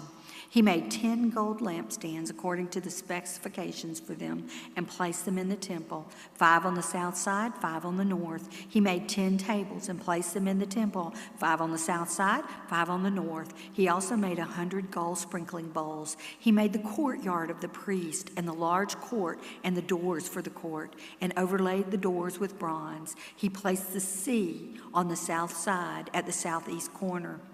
He also made the pots and the shovels and the sprinkling bowls. So Huram finished the work he had undertaken for King Solomon in the temple of God, the 2 pillars, the 2 bowl-shaped capitals on top of the pillars, the 2 sets of network decorating the 2 bowl-shaped capitals on top of the pillars, the 400 pomegranates for the 2 sets of network, 2 rows of pomegranates for each network, decorating the bowl-shaped capitals on top of the pillows, the stands with their basins, the sea and the 12 bulls under it, the pots, the shovels, meat forks, and all the related articles, all the objects that Huram-Abi made for King Solomon for the temple of the Lord were of polished bronze. The king had them cast in clay molds in the plain of the Jordan between Succoth and Zarethan.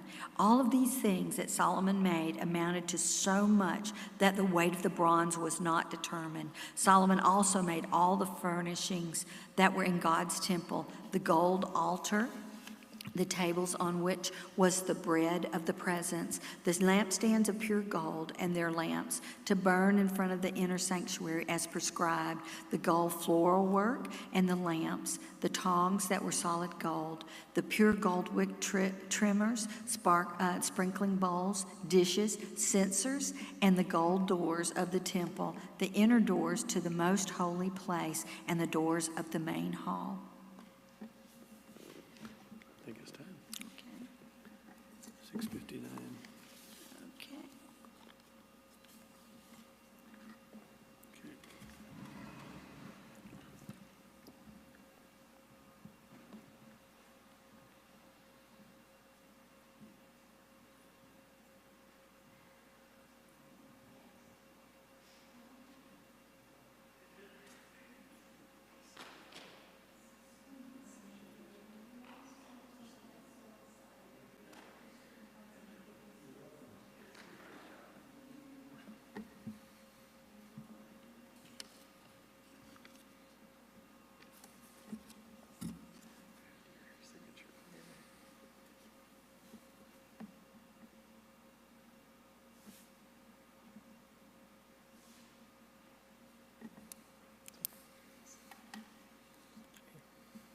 Did you finish 4 or 5? I think they finished 4.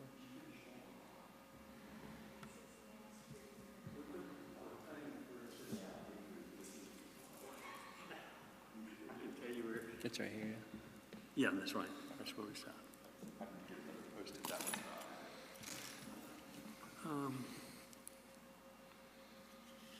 That's right. That's exactly right. Okay. Main hall.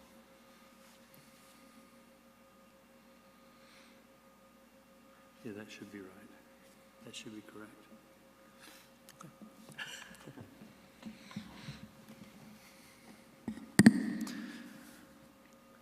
Second Chronicles 5. When all the work Solomon had done for the temple of the Lord was finished, he brought in the things his father David had dedicated, the silver and gold and all the furnishings, and he placed them in the treasuries of God's temple. Then Solomon summoned to Jerusalem the elders of Israel, all the heads of the tribes and the chiefs of the Israelite families, to bring up the ark of the Lord's covenant from Zion, the city of David. And all the men from Israel came together to the king at the time of the festival in the 7th month. When all the elders of Israel had arrived, the Levites took up the ark, and they brought up the ark and the tent of meeting and all the sacred furnishings in it. The priests, who were the Levites, carried them up.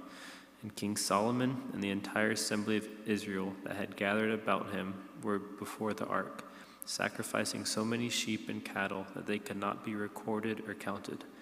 The priests then brought the ark of the Lord's covenant to its place in the inner sanctuary of the temple, the most holy place, and put it beneath the wings of the cherubim. The cherubim spread their wings over the place of the ark and covered the ark and its carrying poles. These poles were so long that their ends, extending from the ark, could be seen from in front of the inner sanctuary, but not from outside the holy place. And they are still there today. There was nothing in the ark except the 2 tablets that Moses had placed in it at Horeb, where the Lord made a covenant with the Israelites after they came out of Egypt. The priests then withdrew from the holy place. All the priests who were there had consecrated themselves, regardless of their divisions. All the Levites who were musicians, Asaph, Heman, Jeduthun, and their sons and relatives, stood on the east side of the altar, dressed in fine linen and playing cymbals, harps, and lyres. They were accompanied by 120 priests sounding trumpets. The trumpeters and singers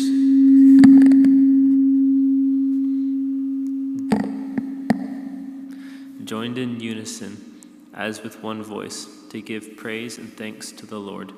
Accompanied by trumpets, cymbals, and other instruments, they raised their voices in praise to the Lord and sang, "He is good, his love endures forever." Then the temple of the Lord was filled with a cloud, and the priests could not perform their service because of the cloud, for the glory of the Lord filled the temple of God. Then Solomon said, "The Lord has said that he would dwell in a dark cloud. I have built a magnificent temple for you, a place for you to dwell forever." While the whole assembly of Israel was standing there, the king turned around and blessed them. Then he said, "Praise be to the Lord, the God of Israel, who with his hands has fulfilled what he promised, with his mouth to my father David. For he said, 'Since the day I brought my people out of Egypt, I have not chosen a city in any tribe of Israel to have a temple built for my name to be there, nor have I chosen anyone to be the leader over my people Israel. But now I have chosen Jerusalem for my name to be there, and I have chosen David to rule my people Israel. My father David had it in his heart to build a temple for the name of the Lord, the God of Israel. But the Lord said to my father David, 'Because it was in your heart to build a temple for my name, you did well to have this in your heart. Nevertheless, you are not the one to build a temple, but your son, who is your own flesh and blood. He is the one who will build the temple for my name.' The Lord has kept the promise he made. I have succeeded David my father, and now sit on the throne of Israel, just as the Lord promised. And I have built the temple for the name of the Lord, the God of Israel. There I have placed the ark, in which is the covenant of the Lord that he made with the people of Israel." Then Solomon stood before the altar of the Lord in front of the whole assembly of Israel and spread out his hands. Now he had made a bronze platform, 5 cubits long, 5 cubits wide, and 3 cubits high, and had placed it in the center of the outer court. He stood on the platform and then knelt down before the whole assembly of Israel and spread out his hands towards heaven. He said, "O Lord, God of Israel, there is no God like you in heaven or on earth, you who keep your covenant of love with your servants, who continue wholeheartedly in your way. You have kept your promise to your servant David, my father, with your mouth. You have promised, and with your hand you have fulfilled it, as it is today. Now, Lord God of Israel, keep for your servant David, my father, the promises you have made him when you said, 'You shall never fail to have a man to sit before me on the throne of Israel, if only your sons are careful in all they do to walk before me according to my law, as you have done. And now, O Lord, God of Israel, let your word that you promised your servant David come true. But will God really dwell on earth with men? The heavens, even the highest heavens, cannot contain you. How much less this temple I have built? Yet give attention to your servant's prayer and his plea for mercy, O Lord my God. Hear the cry and the prayer that your servant is praying in your presence. May your eyes be open toward this temple day and night, this place of which you said you would put your name there. May you hear the prayer your servant prays towards this place. Hear the supplications of your servant and of your people Israel when they pray towards this place. Hear from heaven, your dwelling place, and when you hear, forgive. When a man wrongs his neighbor, as is required to take an oath, and he comes and swears the oath before your altar in this temple, then hear from heaven and act. Judge between your servants, repaying the guilty by bringing down on his own head what he has done. Declare the innocent not guilty, and so establish his innocence. When your people Israel have been defeated by an enemy because they have sinned against you, and when they turn back and confess your name, praying and making supplication before you in this temple, then hear from heaven and forgive the sin of your people Israel, and bring them back to the land you gave them and their fathers. When the heavens are shut up, and there is no rain because your people have sinned against you, and when they pray toward this place and confess your name and turn their sin because you have afflicted them, then hear from heaven and forgive the sin of your servants, your people Israel. Teach them the right way to live, and send rain on the land you gave your people for an inheritance. When famine or plague comes to the land, or blight or mildew, locusts or grasshoppers, or when enemies besiege them in any of their cities, whatever disaster or disease may come, and when a prayer or plea is made by any of your people Israel, each one aware of his afflictions and pains, and spreading and deal with each man according to all he does, since you know his heart, for I have built for your name, then hear from heaven their prayer and uphold their cause, and forgive your people who have sinned against you. Now, my God, may your eyes be open and your ears attentive to the prayers offered in this place. Now arise, O God, and come to your resting place. You thanks to the Lord, and there he offered burnt offerings and the fat of the fellowship offering for the good things the Lord had done for David and Solomon and for his people. When Solomon had finished the temple of the Lord and the royal palace, and had succeeded in carrying out all he had in mind to do in the temple of the Lord and in his own palace, the Lord appeared to him at night and said, I have heard your prayer, command, and observe my decrees and laws. People will answer, because they have forsaken the Lord, Beth Horon, as fortified cities, with walls and with gates and bars, as well as to David. He appointed the divisions of the priests for their duties. Hiram sent his ships, commanded by his own officers, men who knew the wisdom of Solomon, as well as the palace he had built, the food on his table, the seating of his officials, the attending servants in their robes, the cupbearers in their robes, and the burnt offerings he made at the temple of the Lord. She was overwhelmed. She said to the king, the report I heard in my own country about your achievements and your wisdom is true. Solomon brought gold from Ophir, and there's also all the kings of Arabia and the governors of the land brought gold and silver to Solomon. King Solomon made 200 large shields of hammered gold. 600 bekas of hammered gold went into each shield. He also made 300 small shields of hammered gold, with 300 bekas of gold in each shield. The king put them in the palace of the forest of Lebanon. Then the king made a great throne, inlaid with ivory and overlaid with pure gold. The throne had 6 steps, and a footstool of gold was attached to it. On both sides of the seats were armrests, with a lion standing beside each of them. 12 lions stood on the 6 steps, one at either end of each step. Nothing like it had ever been made for any other kingdom. All King Solomon's goblets were gold, and all the household artifacts in the palace of the forest of Lebanon for horses and chariots, and 12,000 horses which he kept in the chariot cities, and also with him in Jerusalem. He ruled all over the kings from the river to the land of the Philistines, as far as the border of Egypt. The king made silver as common in Jerusalem as stones, and cedar as plentiful as sycamore fig trees in the foothills.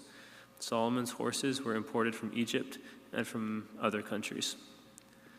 As for the other events of Solomon's reign, from beginning to end, are they not written in the records of Nathan the prophet, in the prophecy of Ahijah the Shilonite, and the versions of Iddo the seer concerning Jeroboam son of Nebat?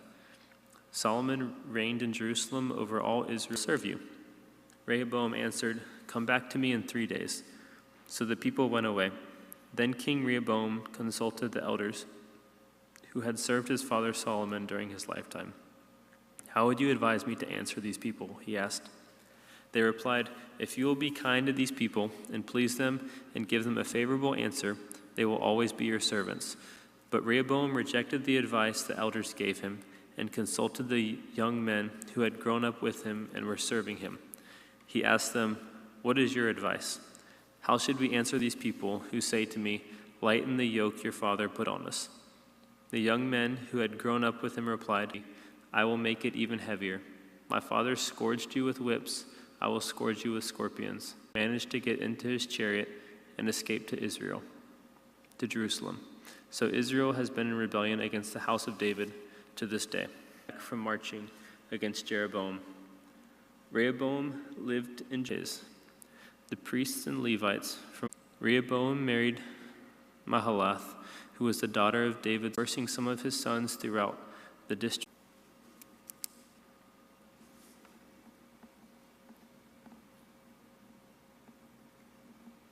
Judah and came as far as Jerusalem. Then the prophet Shemaiah came to Rehoboam and to the leaders of Judah who had assembled in Jerusalem for fear of Shishak.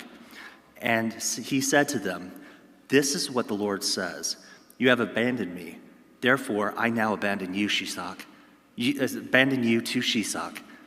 The leaders of Israel and the king humbled themselves and said, "The Lord is just."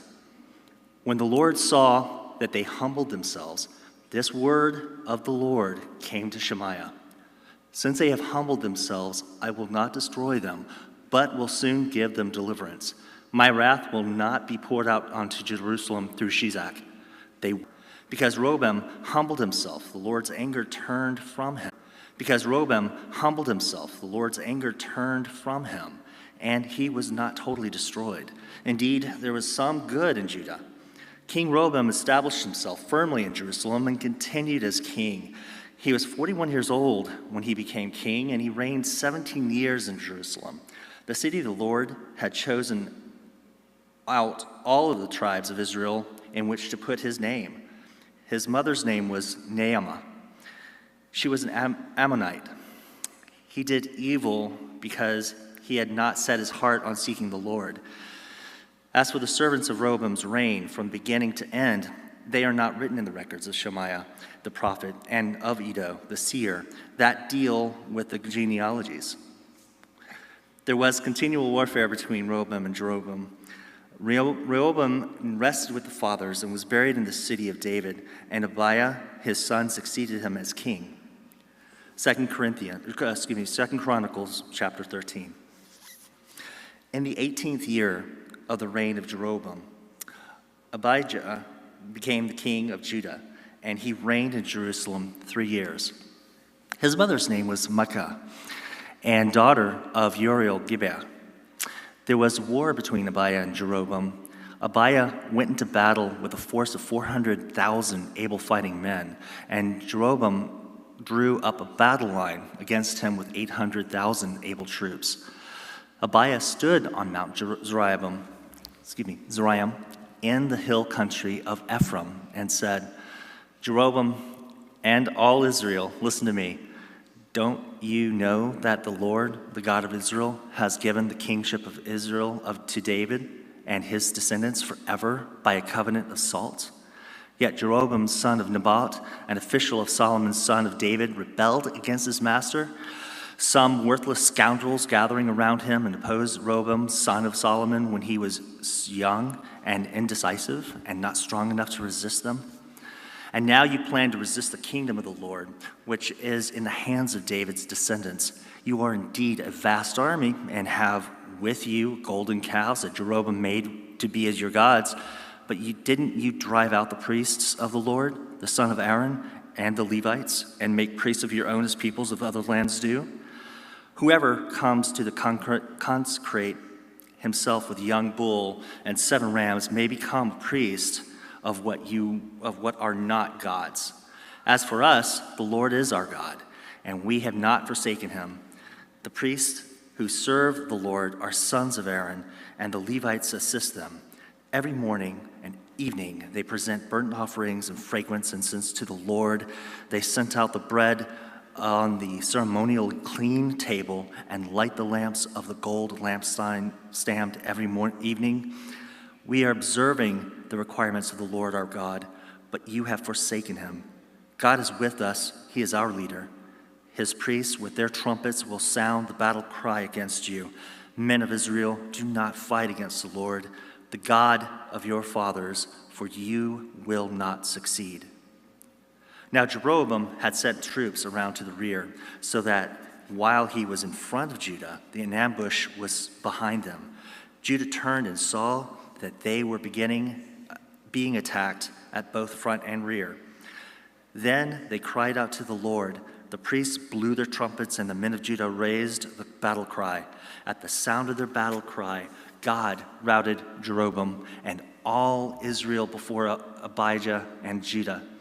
The Israelites fled before Judah, and God delivered them into their hands. Abijah and his men inflicted heavy losses on them, so that there were 500,000 casualties among Israel's able men. The men of Israel were subdued on that occasion, and the men of Judah were victorious because they relied on the Lord, the God of their fathers. Abijah pursued Jeroboam and took from him the towns of Bethel, Jeshiah, and Ephraim, with their surrounding villages. Jeroboam did not regain power during the time of Abijah, and the Lord struck him down and he died. But when Abijah grew in strength, he married 14 wives and had 22 sons and 16 daughters. The other events of Abijah's reign, what he did and what he said, are written in the annotations of the prophet Iddo. 2 Chronicles chapter 14. And Abijah rested with his fathers and was buried in the city of David. Asa, his son, succeeded him as king, and in his days the country was at peace for 10 years. Asa did what was good and right in the eyes of the Lord his God. He removed the foreign altars and the high places, smashed the sacred stones, and cut down Asherah's poles. He commanded Judah to seek the Lord and the God of their fathers, and to obey his laws and commands. He removed the high places and incensed altars in every town in Judah, and the kingdom was at peace under him. He built up the fortified cities of Judah, since the land was at peace. No one was at war with him during those years, for the Lord gave him rest. Let us bind up these towers, he said to Judah, and put walls around them with towers and gates, bars. The land is still ours, because we have sought the Lord our God. We sought him, and he has given us rest on every side. So they built and prospered. Asa had an army of 300,000 men from Judah, equipped with large shields and with spears, and 280,000 from Benjamin, armed with small shields and with bows. All these were brave fighting men. Zerah the Cushite marched out against them with a vast army and 300 chariots, and came as far as Mizraim. Asa went out to meet him, and they took up battle positions in the valley of Zephath near Mareshai. Then Asa called to the Lord his God and said, Lord, there's no one like you to help the powerless against the mighty. Help us, O Lord our God, for we rely on you. And in your name we have come against this vast army. O Lord, you are our God. Do not let man prevail against you. The Lord struck down the Cushites before Asa and Judah. The Cushites fled, and Asa and his army pursued them as far as Gerar. Such a great number of Cushites fell that they could not recover. They were crushed before the Lord and his forces. The men of Judah carried off a large amount of plunder. They destroyed all the villages around Gerar, for the terror of the Lord had fallen upon them. They plundered all these villages since there was much booty there. They also attacked the camp of the herdsmen and carried off droves of sheep, goats, and camels. And they then returned to Jerusalem. 2 Chronicles chapter 15. The Spirit of God came upon Azariah, son of Oded. He went out to meet Asa and said to him, "Listen to me, Asa, and all of Judah and Benjamin. The Lord is with you when you are with him. If you seek him, he will be found by you. But if you forsake him, he will forsake you. For a long time Israel was without a true God, without a priest to teach, and without the law. But in their distress they turned to the Lord, the God of Israel, and sought him, and he was found by them. In those days it was not safe to travel about, for all of the inhabitants of the land were in great turmoil. One nation was being crushed by another, one city by another, because God was troubling them with every kind of distress. But as for you, be strong and do not give up, for your work will be rewarded." When Asa heard these words and the prophecy of Azariah son of Oded, the prophet, he took courage. He removed the detestable idols from the whole land of Judah and Benjamin and from the towns he had captured in the hills of Ephraim. He repaired the altar of the Lord that was in front of the portico of the Lord's temple. Then he assembled all of Judah and Benjamin and the people from Ephraim, Manasseh, and Simeon, who had settled among them, for large numbers had come to him from Israel when they saw that the Lord, his God, was with him. They assembled at Jerusalem in the 3rd month of the 15th year of Asa's reign. At that time they sacrificed to the Lord 700 head of cattle and 7,000 sheep and goats from the plunder they had brought back. They entered into the covenant to seek the Lord, the God of their fathers, with all of their heart and soul. All who would seek the Lord, the God of Israel, were to be put to death, whether small or great man or woman. They took an oath to the Lord with loud acclamation, with shouting and with trumpets and horns. All Judah rejoiced about the oath because they had sworn it wholeheartedly. They sought God eagerly, and he was found by them. So the Lord gave them rest on every side. King Asa also deposed his grandmother Maach from her position as queen mother because she had made a repulsive Asherah pole. Asa cut the pole down, broke it up, and burned it into the Kidron Valley. Although he did not remove the high places from Israel, Asa's heart was fully committed to the Lord all his life. He brought into the temple of God the silver and gold and the articles that he and his father had dedicated. There was no more war until the 35th year of Asa's reign. 2 Chronicles chapter 16. In the 36th year of Asa's reign, Baasha, king of Israel, went up against Judah and fortified Ramah to prevent anyone from leaving or entering the territory of Asa's king of Judah. Asa then took the silver and gold out of the treasuries of the Lord's temple and had his own palace and sent it to Ben-Hadad, king of Aram, who was ruling in Damascus. "Let there be a treaty between me and you," he said, "and there was between my father and your father. See, I am sending you silver and gold. Now break your treaty with Baasha, king of Israel, so he will withdraw from me." Ben-Hadad agreed with King Asa and sent the commanders of his forces against the towns of Israel. They conquered Ajion, Dan, Abel-Meam, and all of the store cities of Nephtali. When Baasha heard this, he stopped building Ramah and abandoned his work.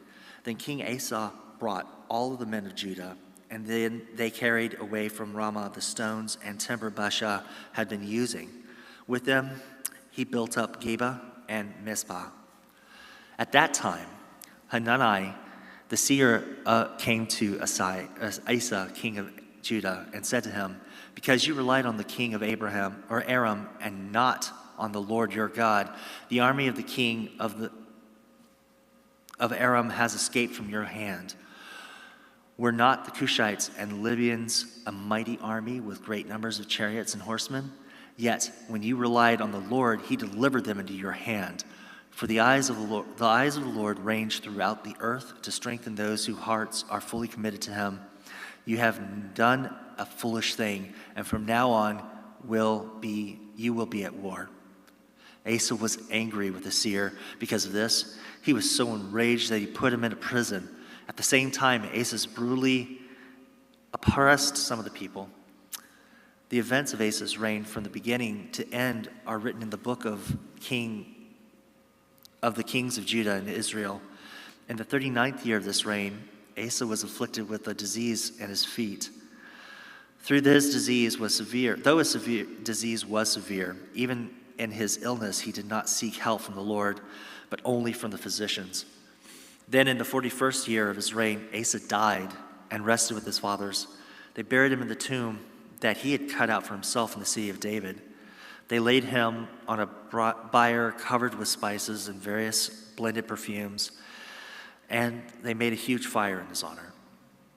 2 Chronicles chapter 17. Jehoshaphat, his son, succeeded him as king and strengthened himself against Israel. He stationed troops in all of the fortified cities of Judah and put garrisons in Judah and in the townships or towns of Ephraim that his father Asa had captured. The Lord was with Jehoshaphat because in the early years he walked in those ways and though his father David had followed.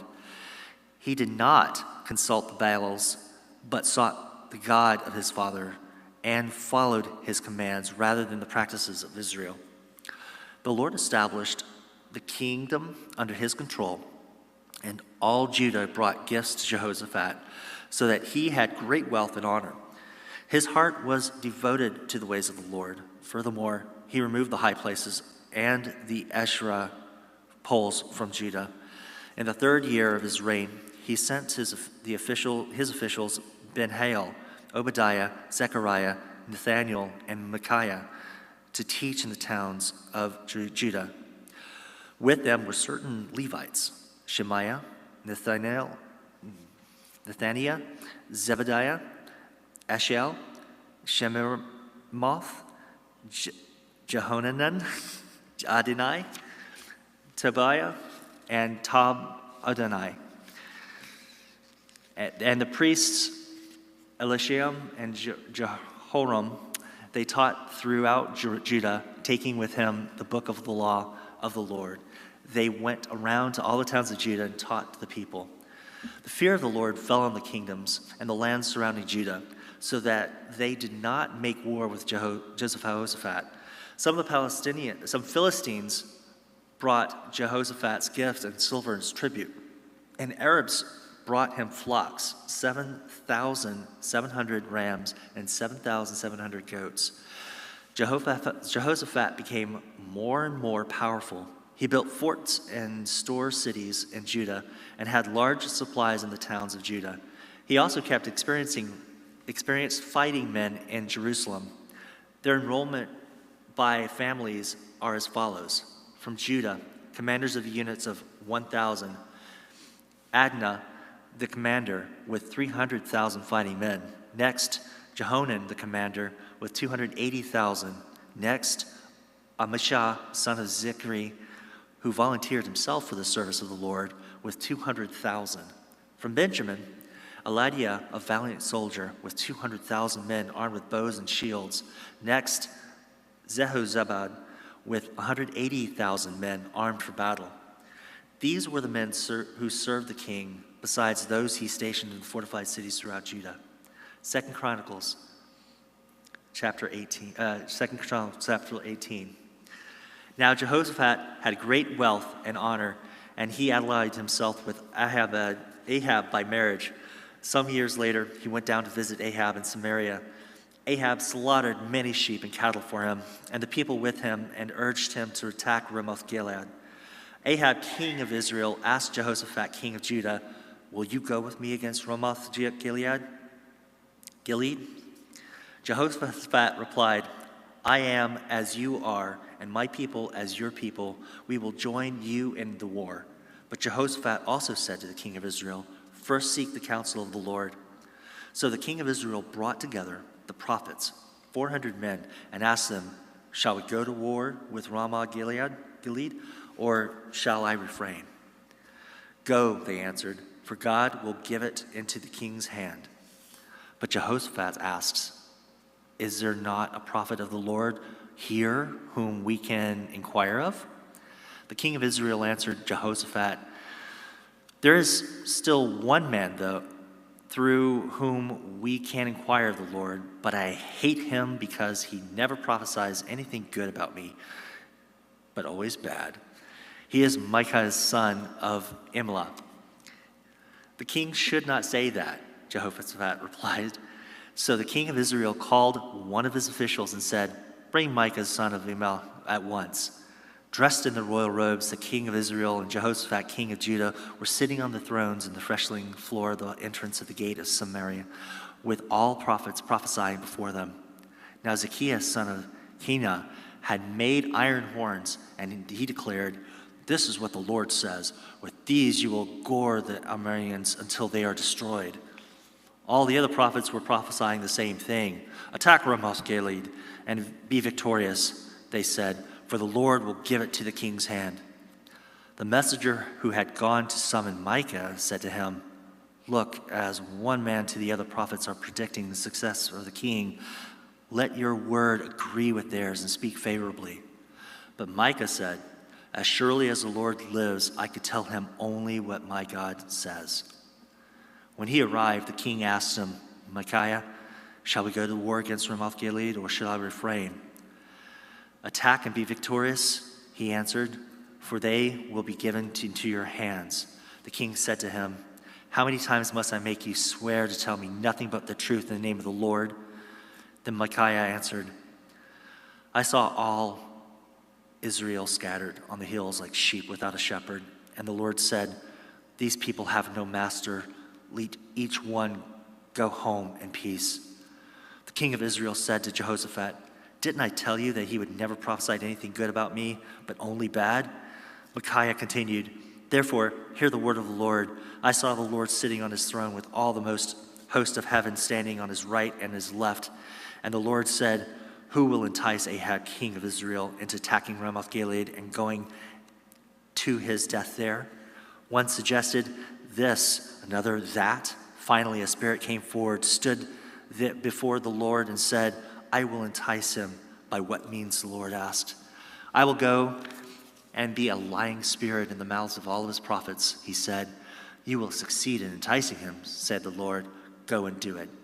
So now the Lord has put a lying spirit in the mouths of these prophets of yours. The Lord has decreed disaster for you." Then Zedekiah, son of Kenaiah, went up and slapped Micaiah in the face. "Which way did the spirit from the Lord go when he went from me to speak to you?" he asked. Micaiah replied, "You will find out on the day you go to hide in the inner room." The king of Israel then ordered, "Take Micaiah and send him back to Ammon, the rulers of the city of and to the Joash, the king's son, and say, 'This is what the king says. Put this fellow in prison, give him nothing but bread and water until I return safely.'" Micaiah declared, "If you ever return safely, the Lord has not spoken through me." Then he added, "Mark my words, all you people." So the king of Israel and Jehoshaphat, king of Judah, went up to the Ramoth Gilead, the king of Israel, and said to Jehoshaphat, "I will enter the battle in disguise, but you will wear your royal robes." So the king of Israel disguised himself and went into battle. Now the king of Aram had ordered his chariot commanders, "Do not fight with anyone, small or great, except the king of Israel." When the chariot commanders saw Jehoshaphat, they thought, "This is the king of Israel? This is the king of Israel." So they turned and attacked him. But Jehoshaphat cried out, and the Lord helped him. God drew them away from him, for when the chariot commanders saw that he was not the king of Israel, they stopped pursuing him, but somehow drew his bow at random and hit the king of Israel between the sections of his armor. The king told the chariot driver, "Wheel around and get me out of the fighting. I've been wounded." All day long the battle raged, and the king of Israel propped himself up in the chariot facing the Arameans until the evening. Then at sunset he died.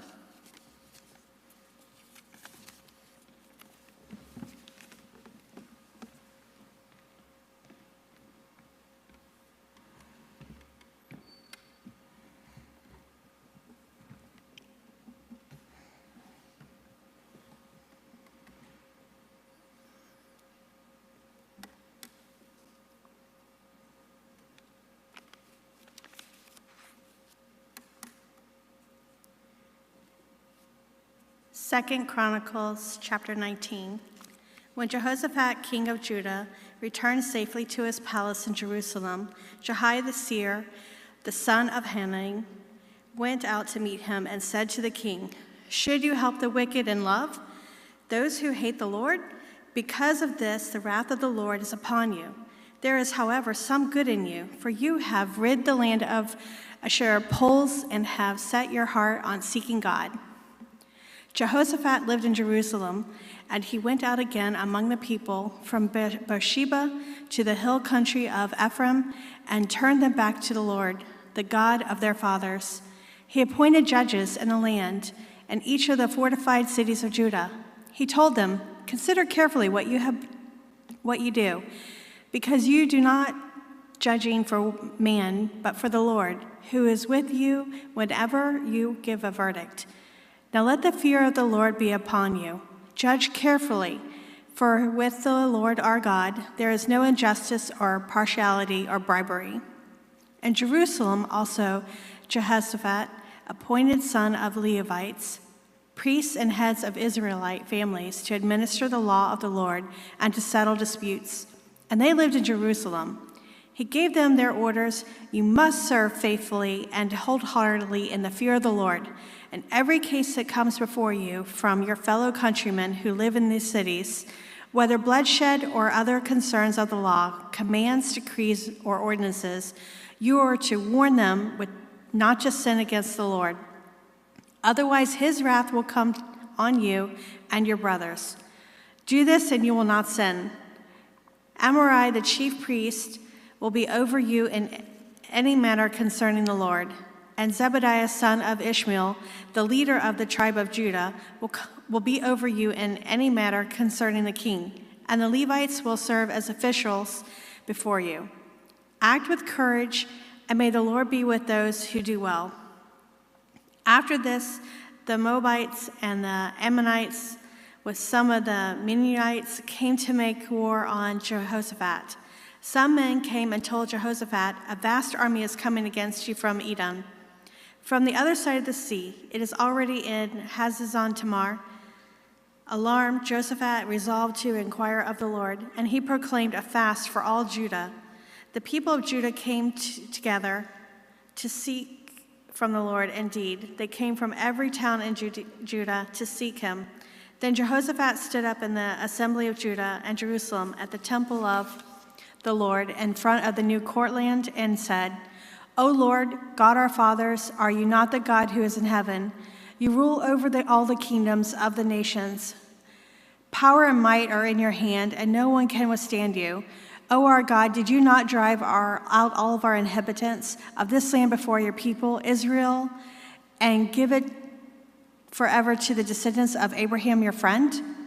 They have lived in it and have built it in a sanctuary for your name, saying, if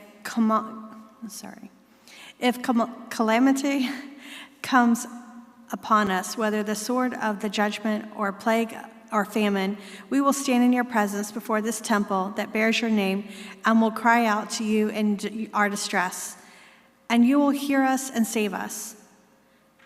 But now here are men from Ammon, Moab, and Mount Seir, whose territory you would not allow Israel to invade when they came from Egypt.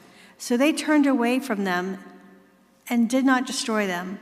See how they are repaying us by coming to drive us out of the possession you gave us in an inheritance? O our God, will you not judge them? For we have no power to face this vast army that is attacking us. We do not know what to do, but our eyes are upon you.